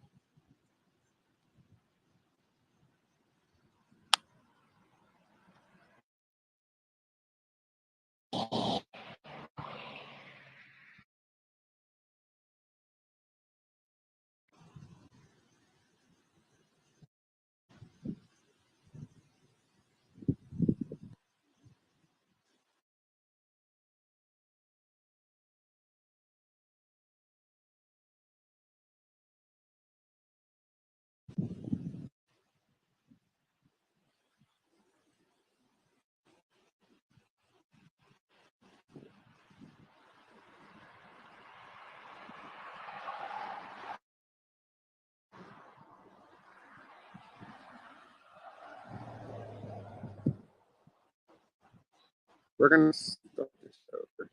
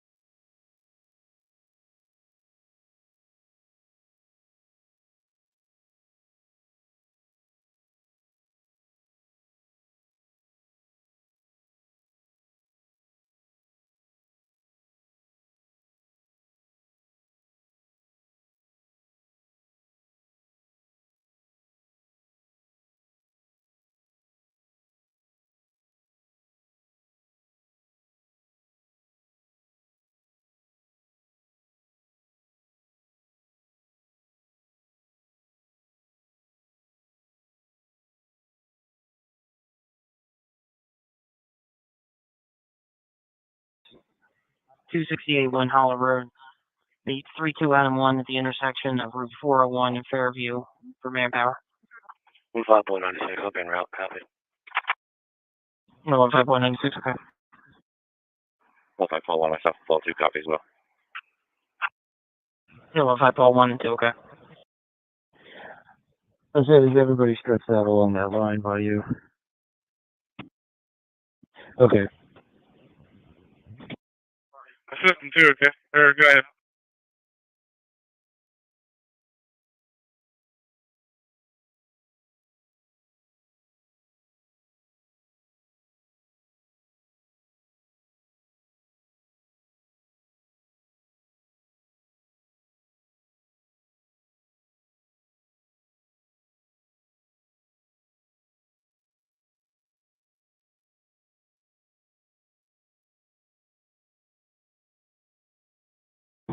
Hey, Chris, you got my lockout tool? I'll leave it up on the tree next to the car. Got it. Thank you.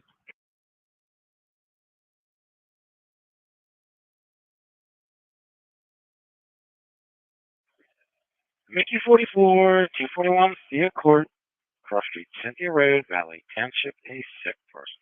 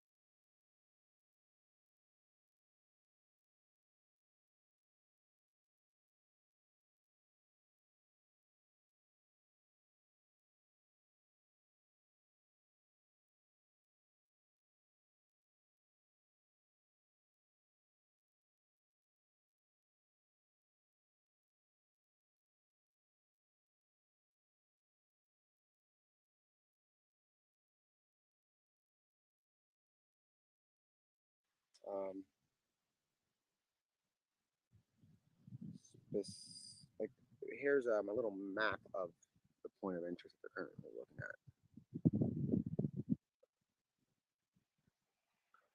You guys can see it. So the activity. You're inside our perimeter. I'm going to ask you to go on the other side of that.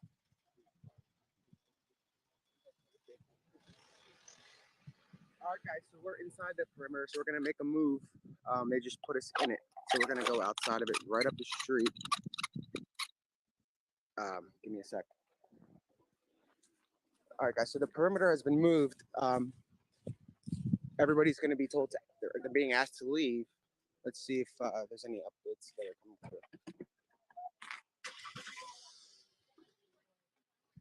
All right, guys, so there's a confirmed sighting. The guy was spotted running through the woods, so they're moving the perimeter. So we're not sure.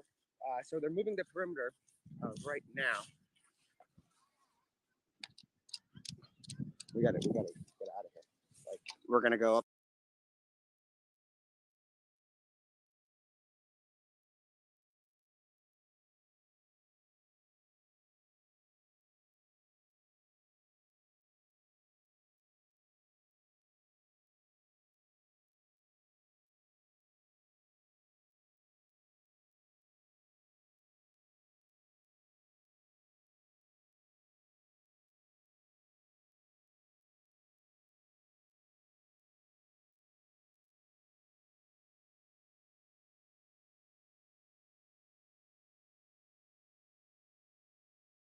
Everywhere we go, they sort of turn it into a perimeter without us kind of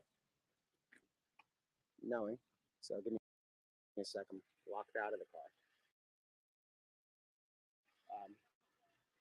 You guys can see the storms are moving in.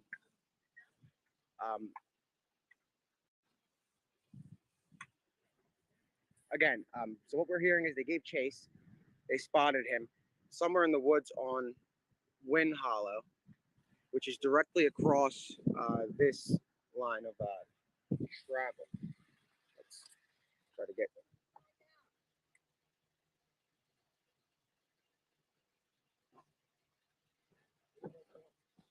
Just up the street, right in front of the trooper. This is part of the perimeter now.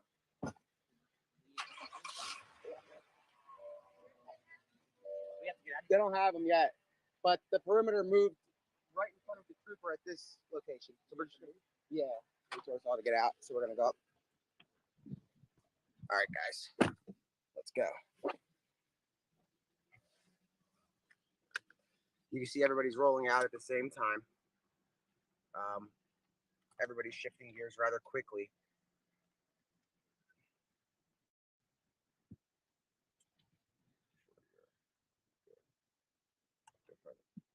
There's no way out of there. Oh. All right, guys. So again, we're at a little town hall here. The perimeter is just on the other side of this town hall. I don't know if there's an exit here.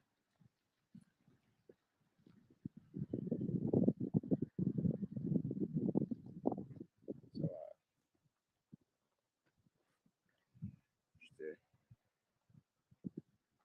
So we're moving up this way. Hold on, wait.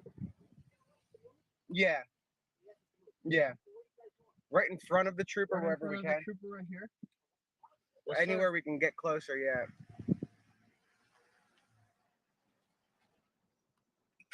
All right, guys. So we're gonna pull up right behind that guy. Or in front of him. Either or. So you can see the perimeter has just moved to this spot.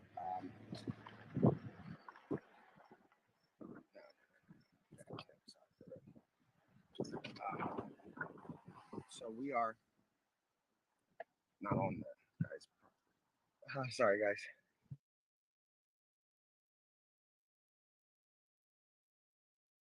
What we're seeing is activity.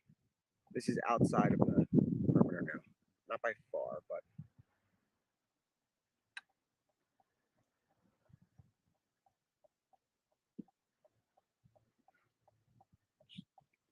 bear with us. I'm assuming we'll just hang in the car. I'm not sure if this is gonna end up switching as it did last time.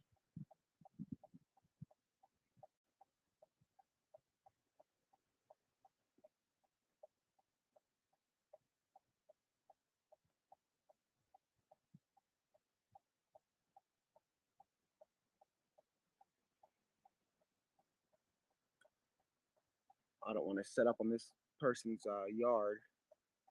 We don't have permission yet, so we're gonna hang here.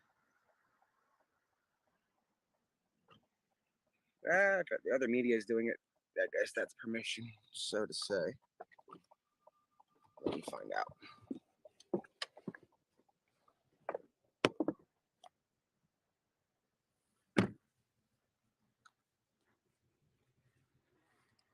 So this is Conestoga Road. I'm hearing. Yeah, I'm not sure where they're hearing about that neighbor. Let me see. I just got a text.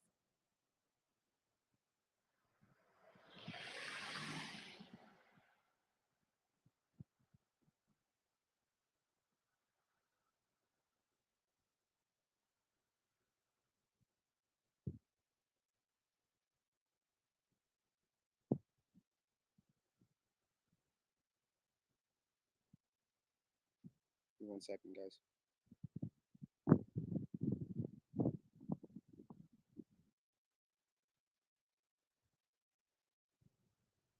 All right, so again, hatters.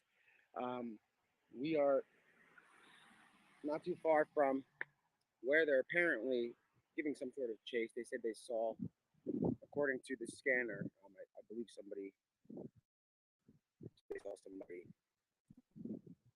They're giving chase and they're asking for more units, but Not exactly sure what has come since. I haven't seen anything on the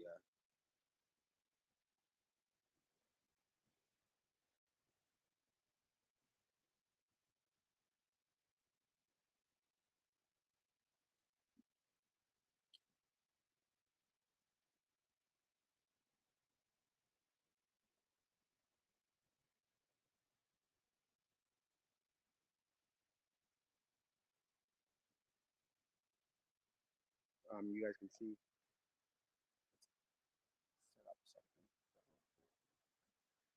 I'm gonna set up a tripod because I'm not gonna hold this. But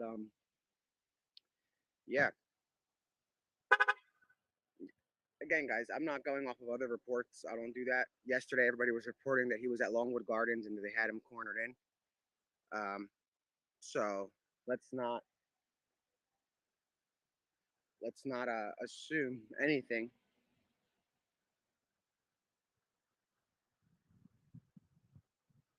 Because we don't really assume on this kind of stuff. We haven't assumed much in the coverage that we've in our coverage of the manhunt. We haven't done much. We haven't given many assumptions, so we're not gonna go off of other reports. We're gonna wait until we hear something, and I haven't heard anything. So there are additional. That's Phoenixville Police. I just drove by. Schuylkill Township Police, and they seem to be descending on that road right here.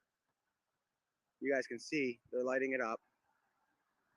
And perhaps this is going to be part of the perimeter once again.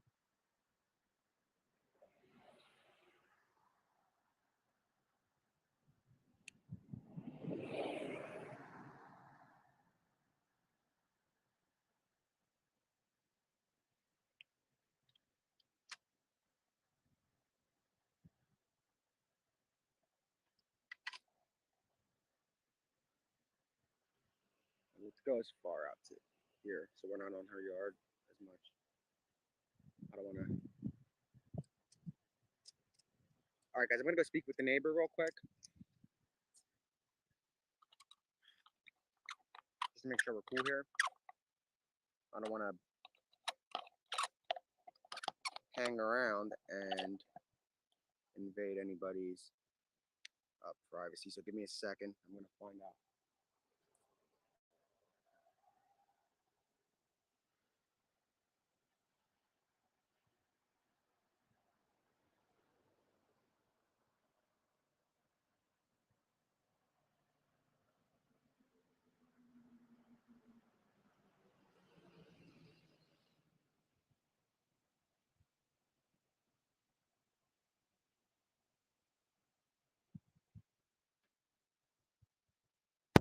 Okay, so Nick went to talk to the neighbor, but I've got it's not the scanner we've been using, but I have a different scanner that you guys should be able to hear.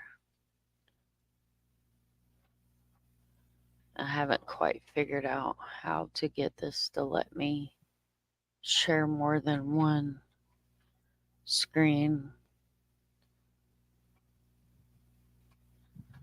in the live and come back with Streamlabs. It could do that.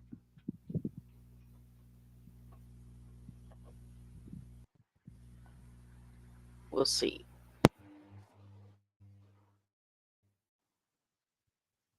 All right, guys, so we're good here. I just spoke with the resident, and they're cool with us parking up. So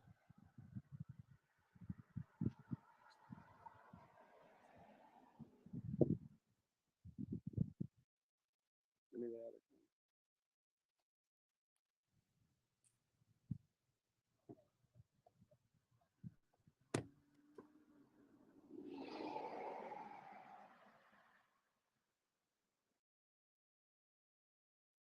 And this is the area, just to give you guys an idea. This is 401, and this is Fairview.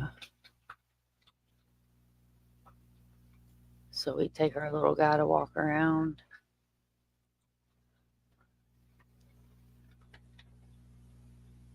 This is what it looks like in that area. Kind of looks like where I'm from.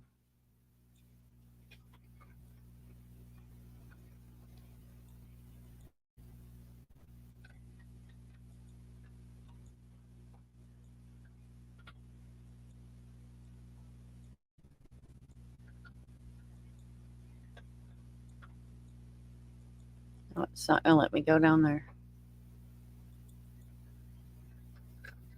Huh? Oh, there it goes. So there's the crossroads. Wow, it's super blurry. There's the cornfield we were hearing about on the scanner, I bet.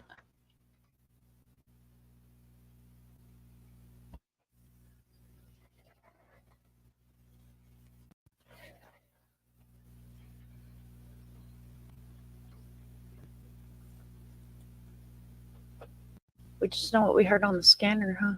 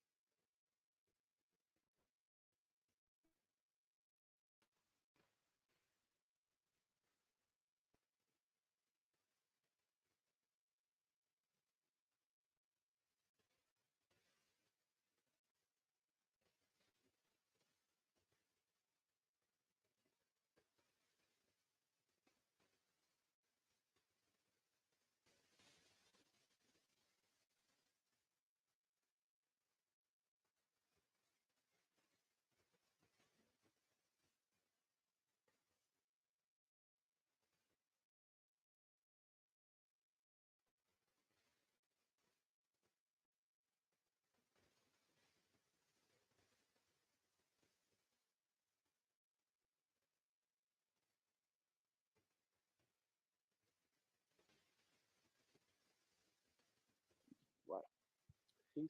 I'm gonna mute it for a second, guys. Hold on. Just a resident I want to speak with. Let me.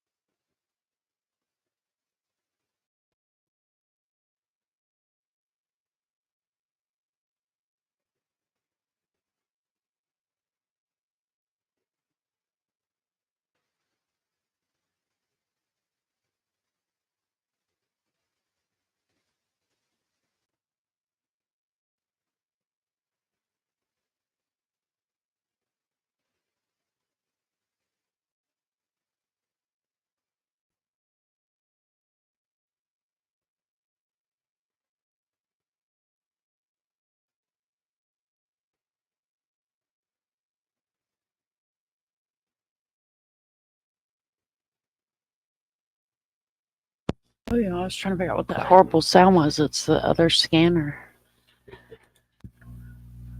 That's awful. All right, guys, we're back. If you guys yeah. So again, guys, yeah, there's a lot of locals here, and they want answers too. This case has been pretty intense. on Chester County. It wasn't just the Pocopson area, but it was also, I mean, Delaware. Residents in Delaware have been watching, worried that he's coming their way, but he's not right now. He's apparently in this area, 100 yards back when we started the stream, looking for an area to go, and they made that into the perimeter, so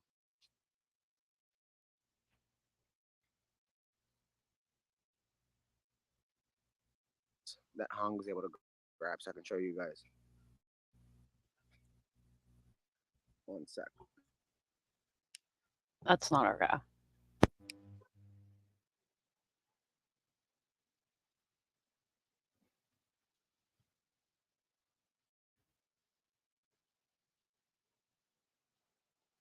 So here's officers gearing up. And that's right ahead of us. That's the Hey, how are you? the runaways from earlier from a group home.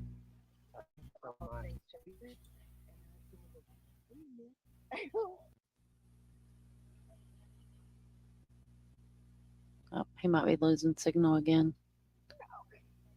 But I watched him when he died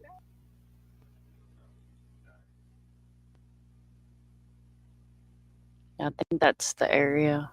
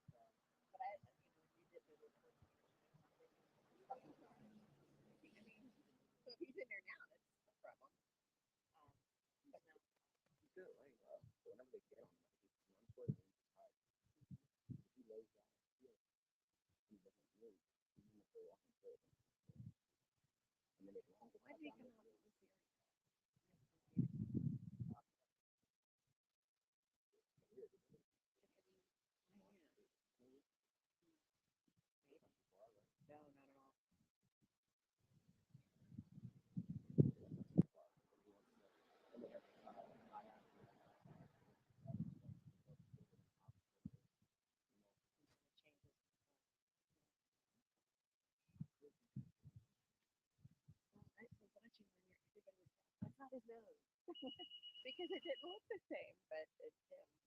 And then everybody's trying to debunk what he had on his front porch, what he was drinking. Yeah,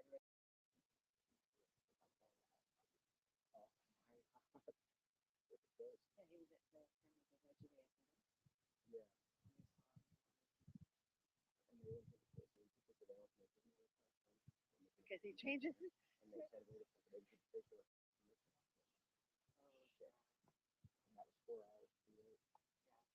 Then we get to the church. We leave Longwood and we're filming the perimeter at Longwood still active.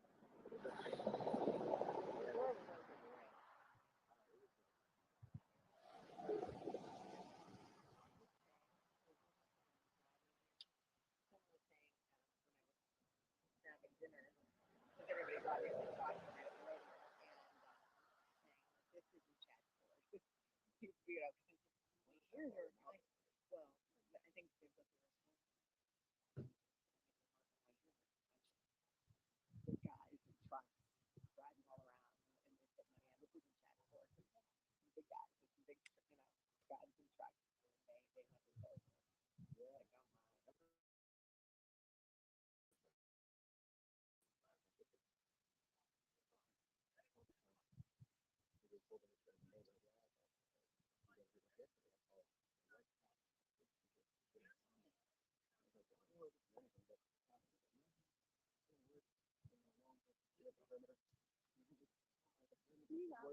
He's drinking on his friend's porch. How are you watching? That's the problem, I think. Some of us watching. Somebody.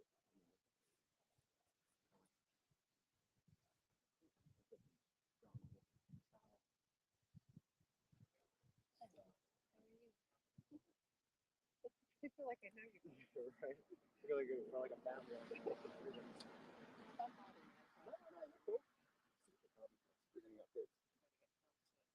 Sorry, guys. I'm just talking to a few locals, trying to find some updates.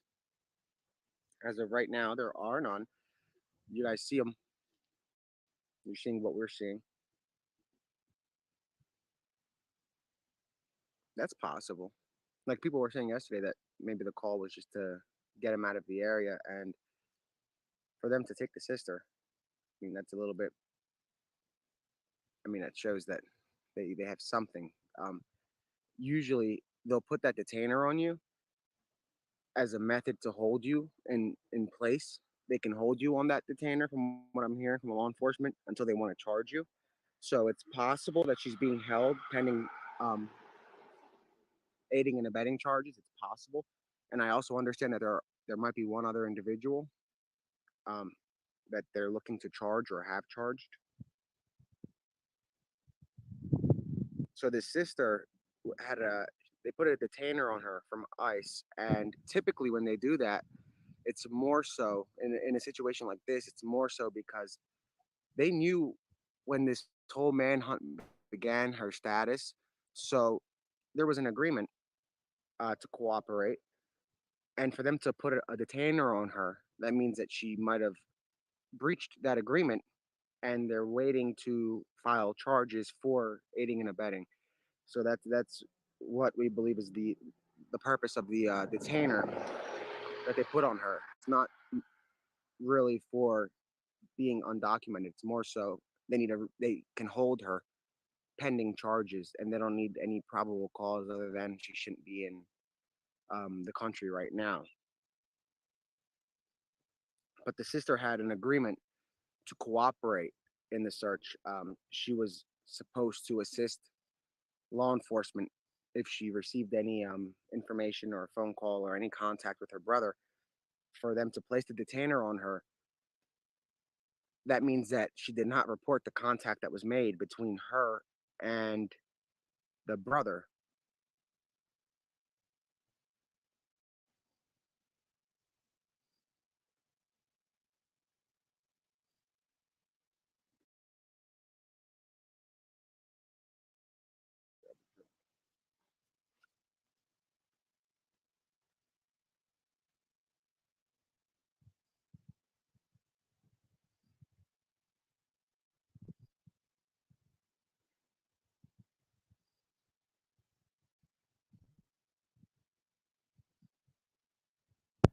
You're probably right, Dandy.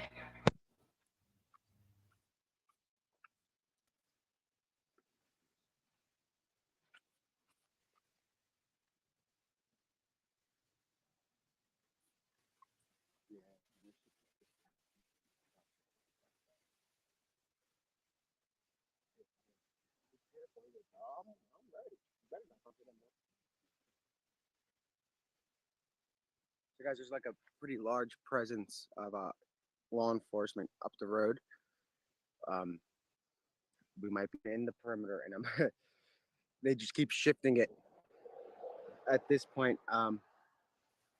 we have permission from the property owner to be on this land unless obviously the police ask us to shelter. At that point, we will continue streaming, but from inside the car.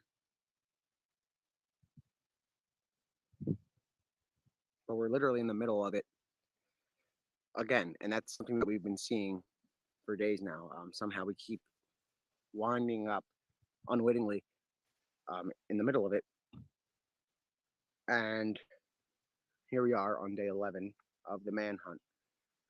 I'm told additional resources are on their way, but this doesn't appear to be very well coordinated. A lot of the units pulled out overnight, believing he was going to be in the car. Now, I'm not sure who exactly is in charge of the investigation. I know the state police are, but I'm saying I don't know if it's the lieutenant colonel who calls the shots.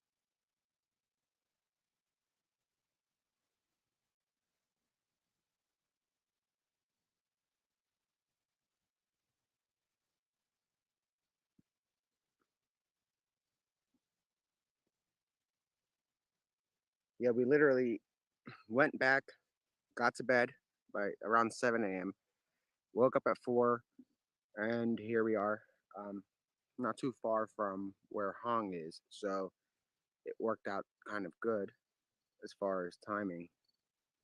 And there was no activity all day other than finding the van and stuff like that, which wasn't too far from here.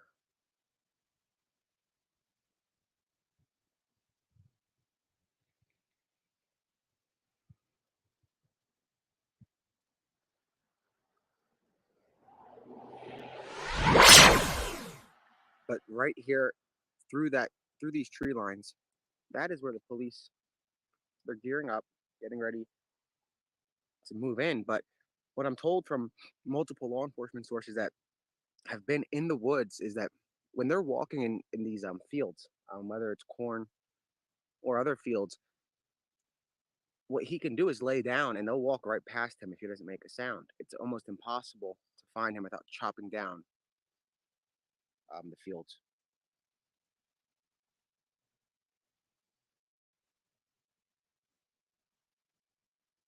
So right now we're exactly, let me find out. We're on Conestoga Road and Templin Road.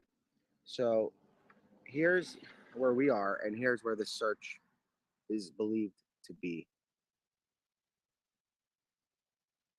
which isn't too far from us. It's actually rather close, as close I believe as we can get right now safely. And we're going to wait here in case anything develops in the next, I don't know, hour.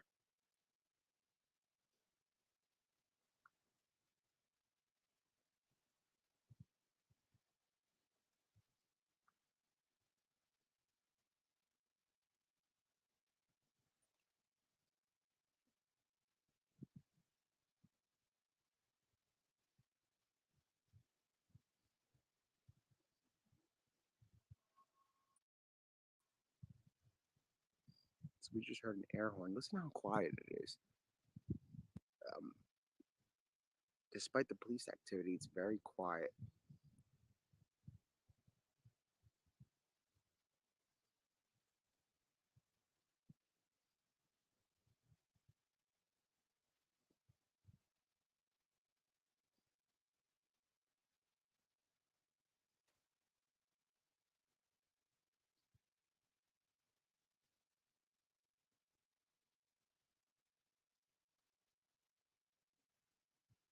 I don't know. I don't want to hold it and it's shaky. There's nothing to see except a lot of locals parked up waiting for an absolution to this intense manhunt that affected really the entire region. The perimeter is, it's easy to say, it's about 25 miles at this point.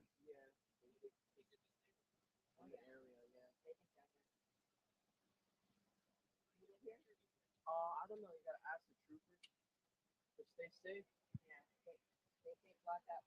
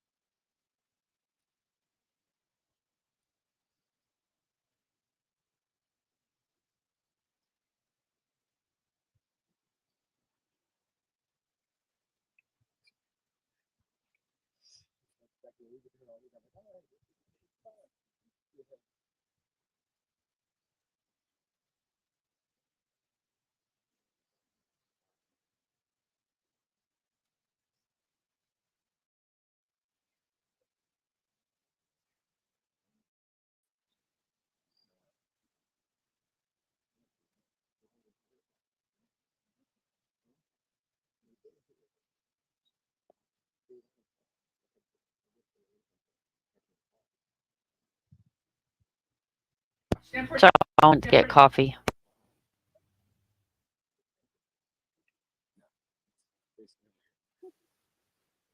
But all right, guys, we're literally waiting for any updates.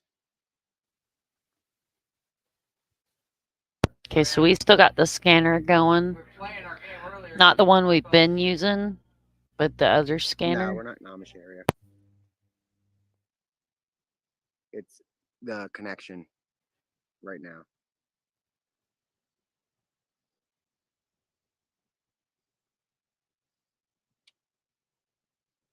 Thank you, everybody, for being here. I appreciate you guys. Recap is that there is a new perimeter that has been set, and we are in the middle of it, right, really in the by Conestoga Road and Wynn Hollow, I believe it is, road. Now, I'm used to the Pocopson area. I know the names there now rather well. I have to get used to this area now, so bear with us.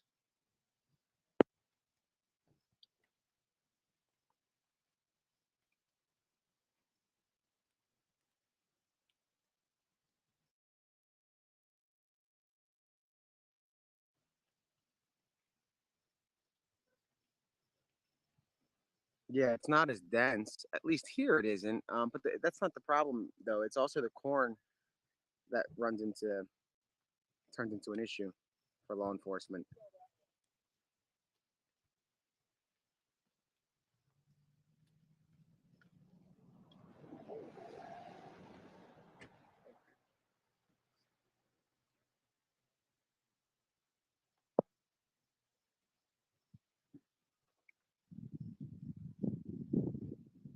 But we're just hanging out, waiting.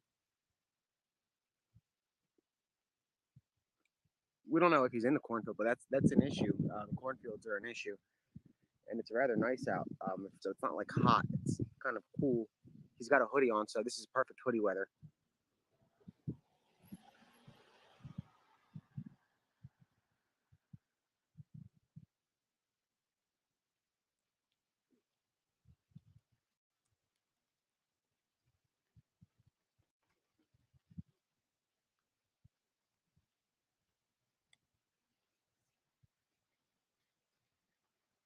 Yeah, they really pulled out. There you go, guys. Y'all.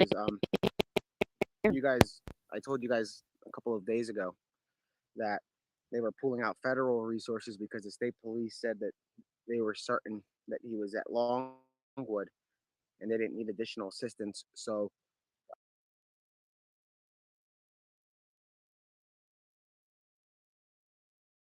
a lot of units pulled out, and apparently they do need assistance. Now they're calling for assistance. I'm not sure who's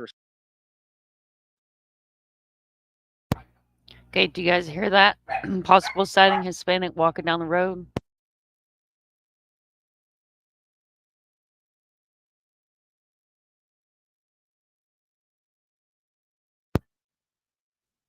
Get out of it. Get out of it, Isabel. Isabel.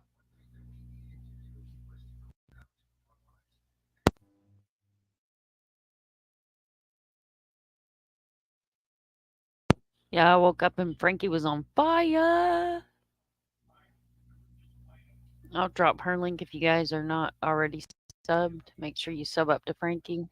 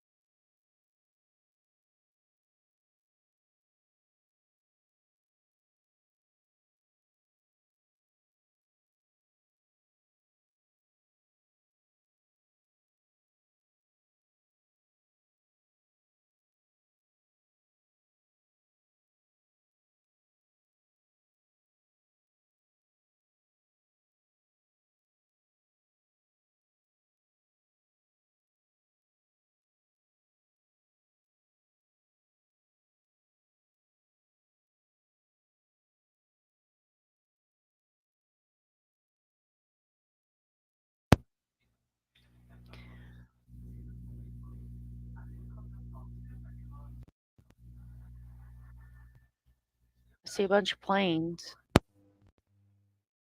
There's a chopper. Let's see who that is.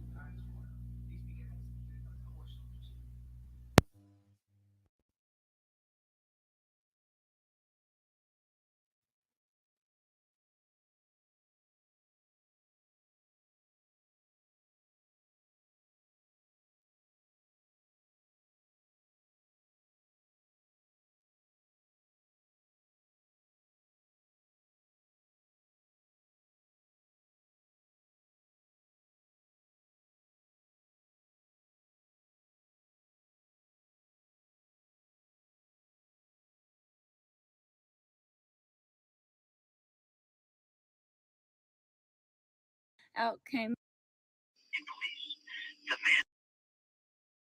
the itsy bitsy spider, climbed up the prison wall. Out came the rain and washed away the law. Out came the sun and dried up all the fun. But the itsy bitsy spider, well, he's still on the run. The itsy bitsy spider climbed up the prison wall. Out came the rain and washed away the law. Out came the sun and dried up all the fun. But the itsy bitsy spider, well, he's still on the run.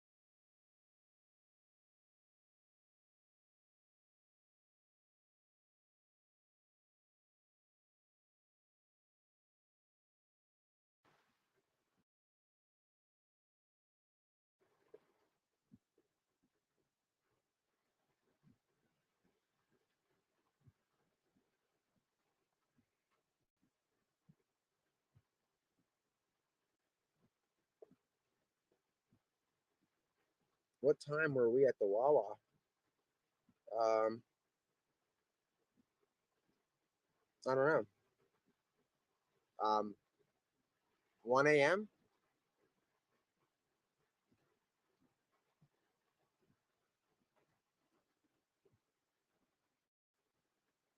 So here come tactical teams right here, guys. These are tactical teams right here pulling up in these white pickup. Homeland, yeah, Border Patrol just pulled up too. So we've got Border Patrol and we have 2 tactical or 3 tactical trucks that just drove by, like utility van or trucks. This is another tactical truck right here, and there's another Border Patrol truck. Okay, so they're really descending on this area. So we have 2 Border Patrol trucks. We have a lot of activity here, and the officers that cleared that.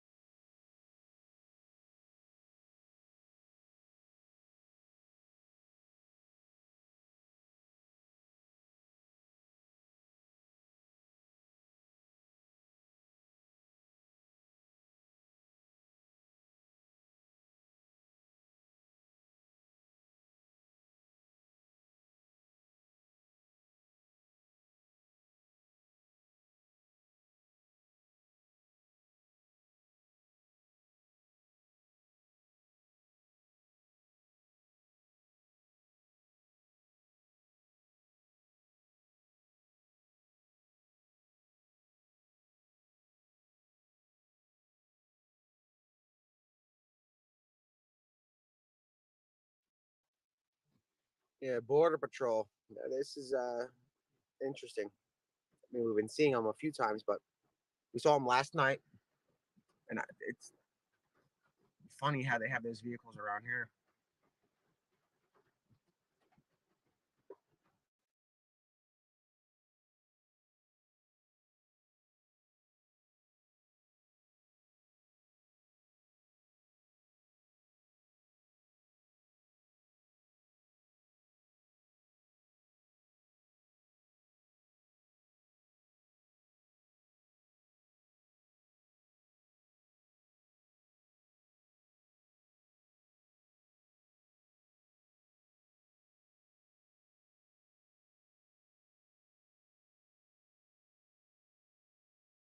And guys, again, I'm being told from law enforcement sources that they were going to be doing a massive push today.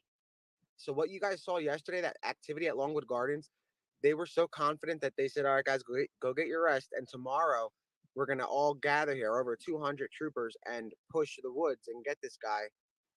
And then the rest is history because he left the region and it was confirmed. So that just shows you guys how even the troopers, they just take marching orders. They have to. That's their job. They can't go around and say, well, we're going to do this or that. But they were told to zero in on that location, and they did.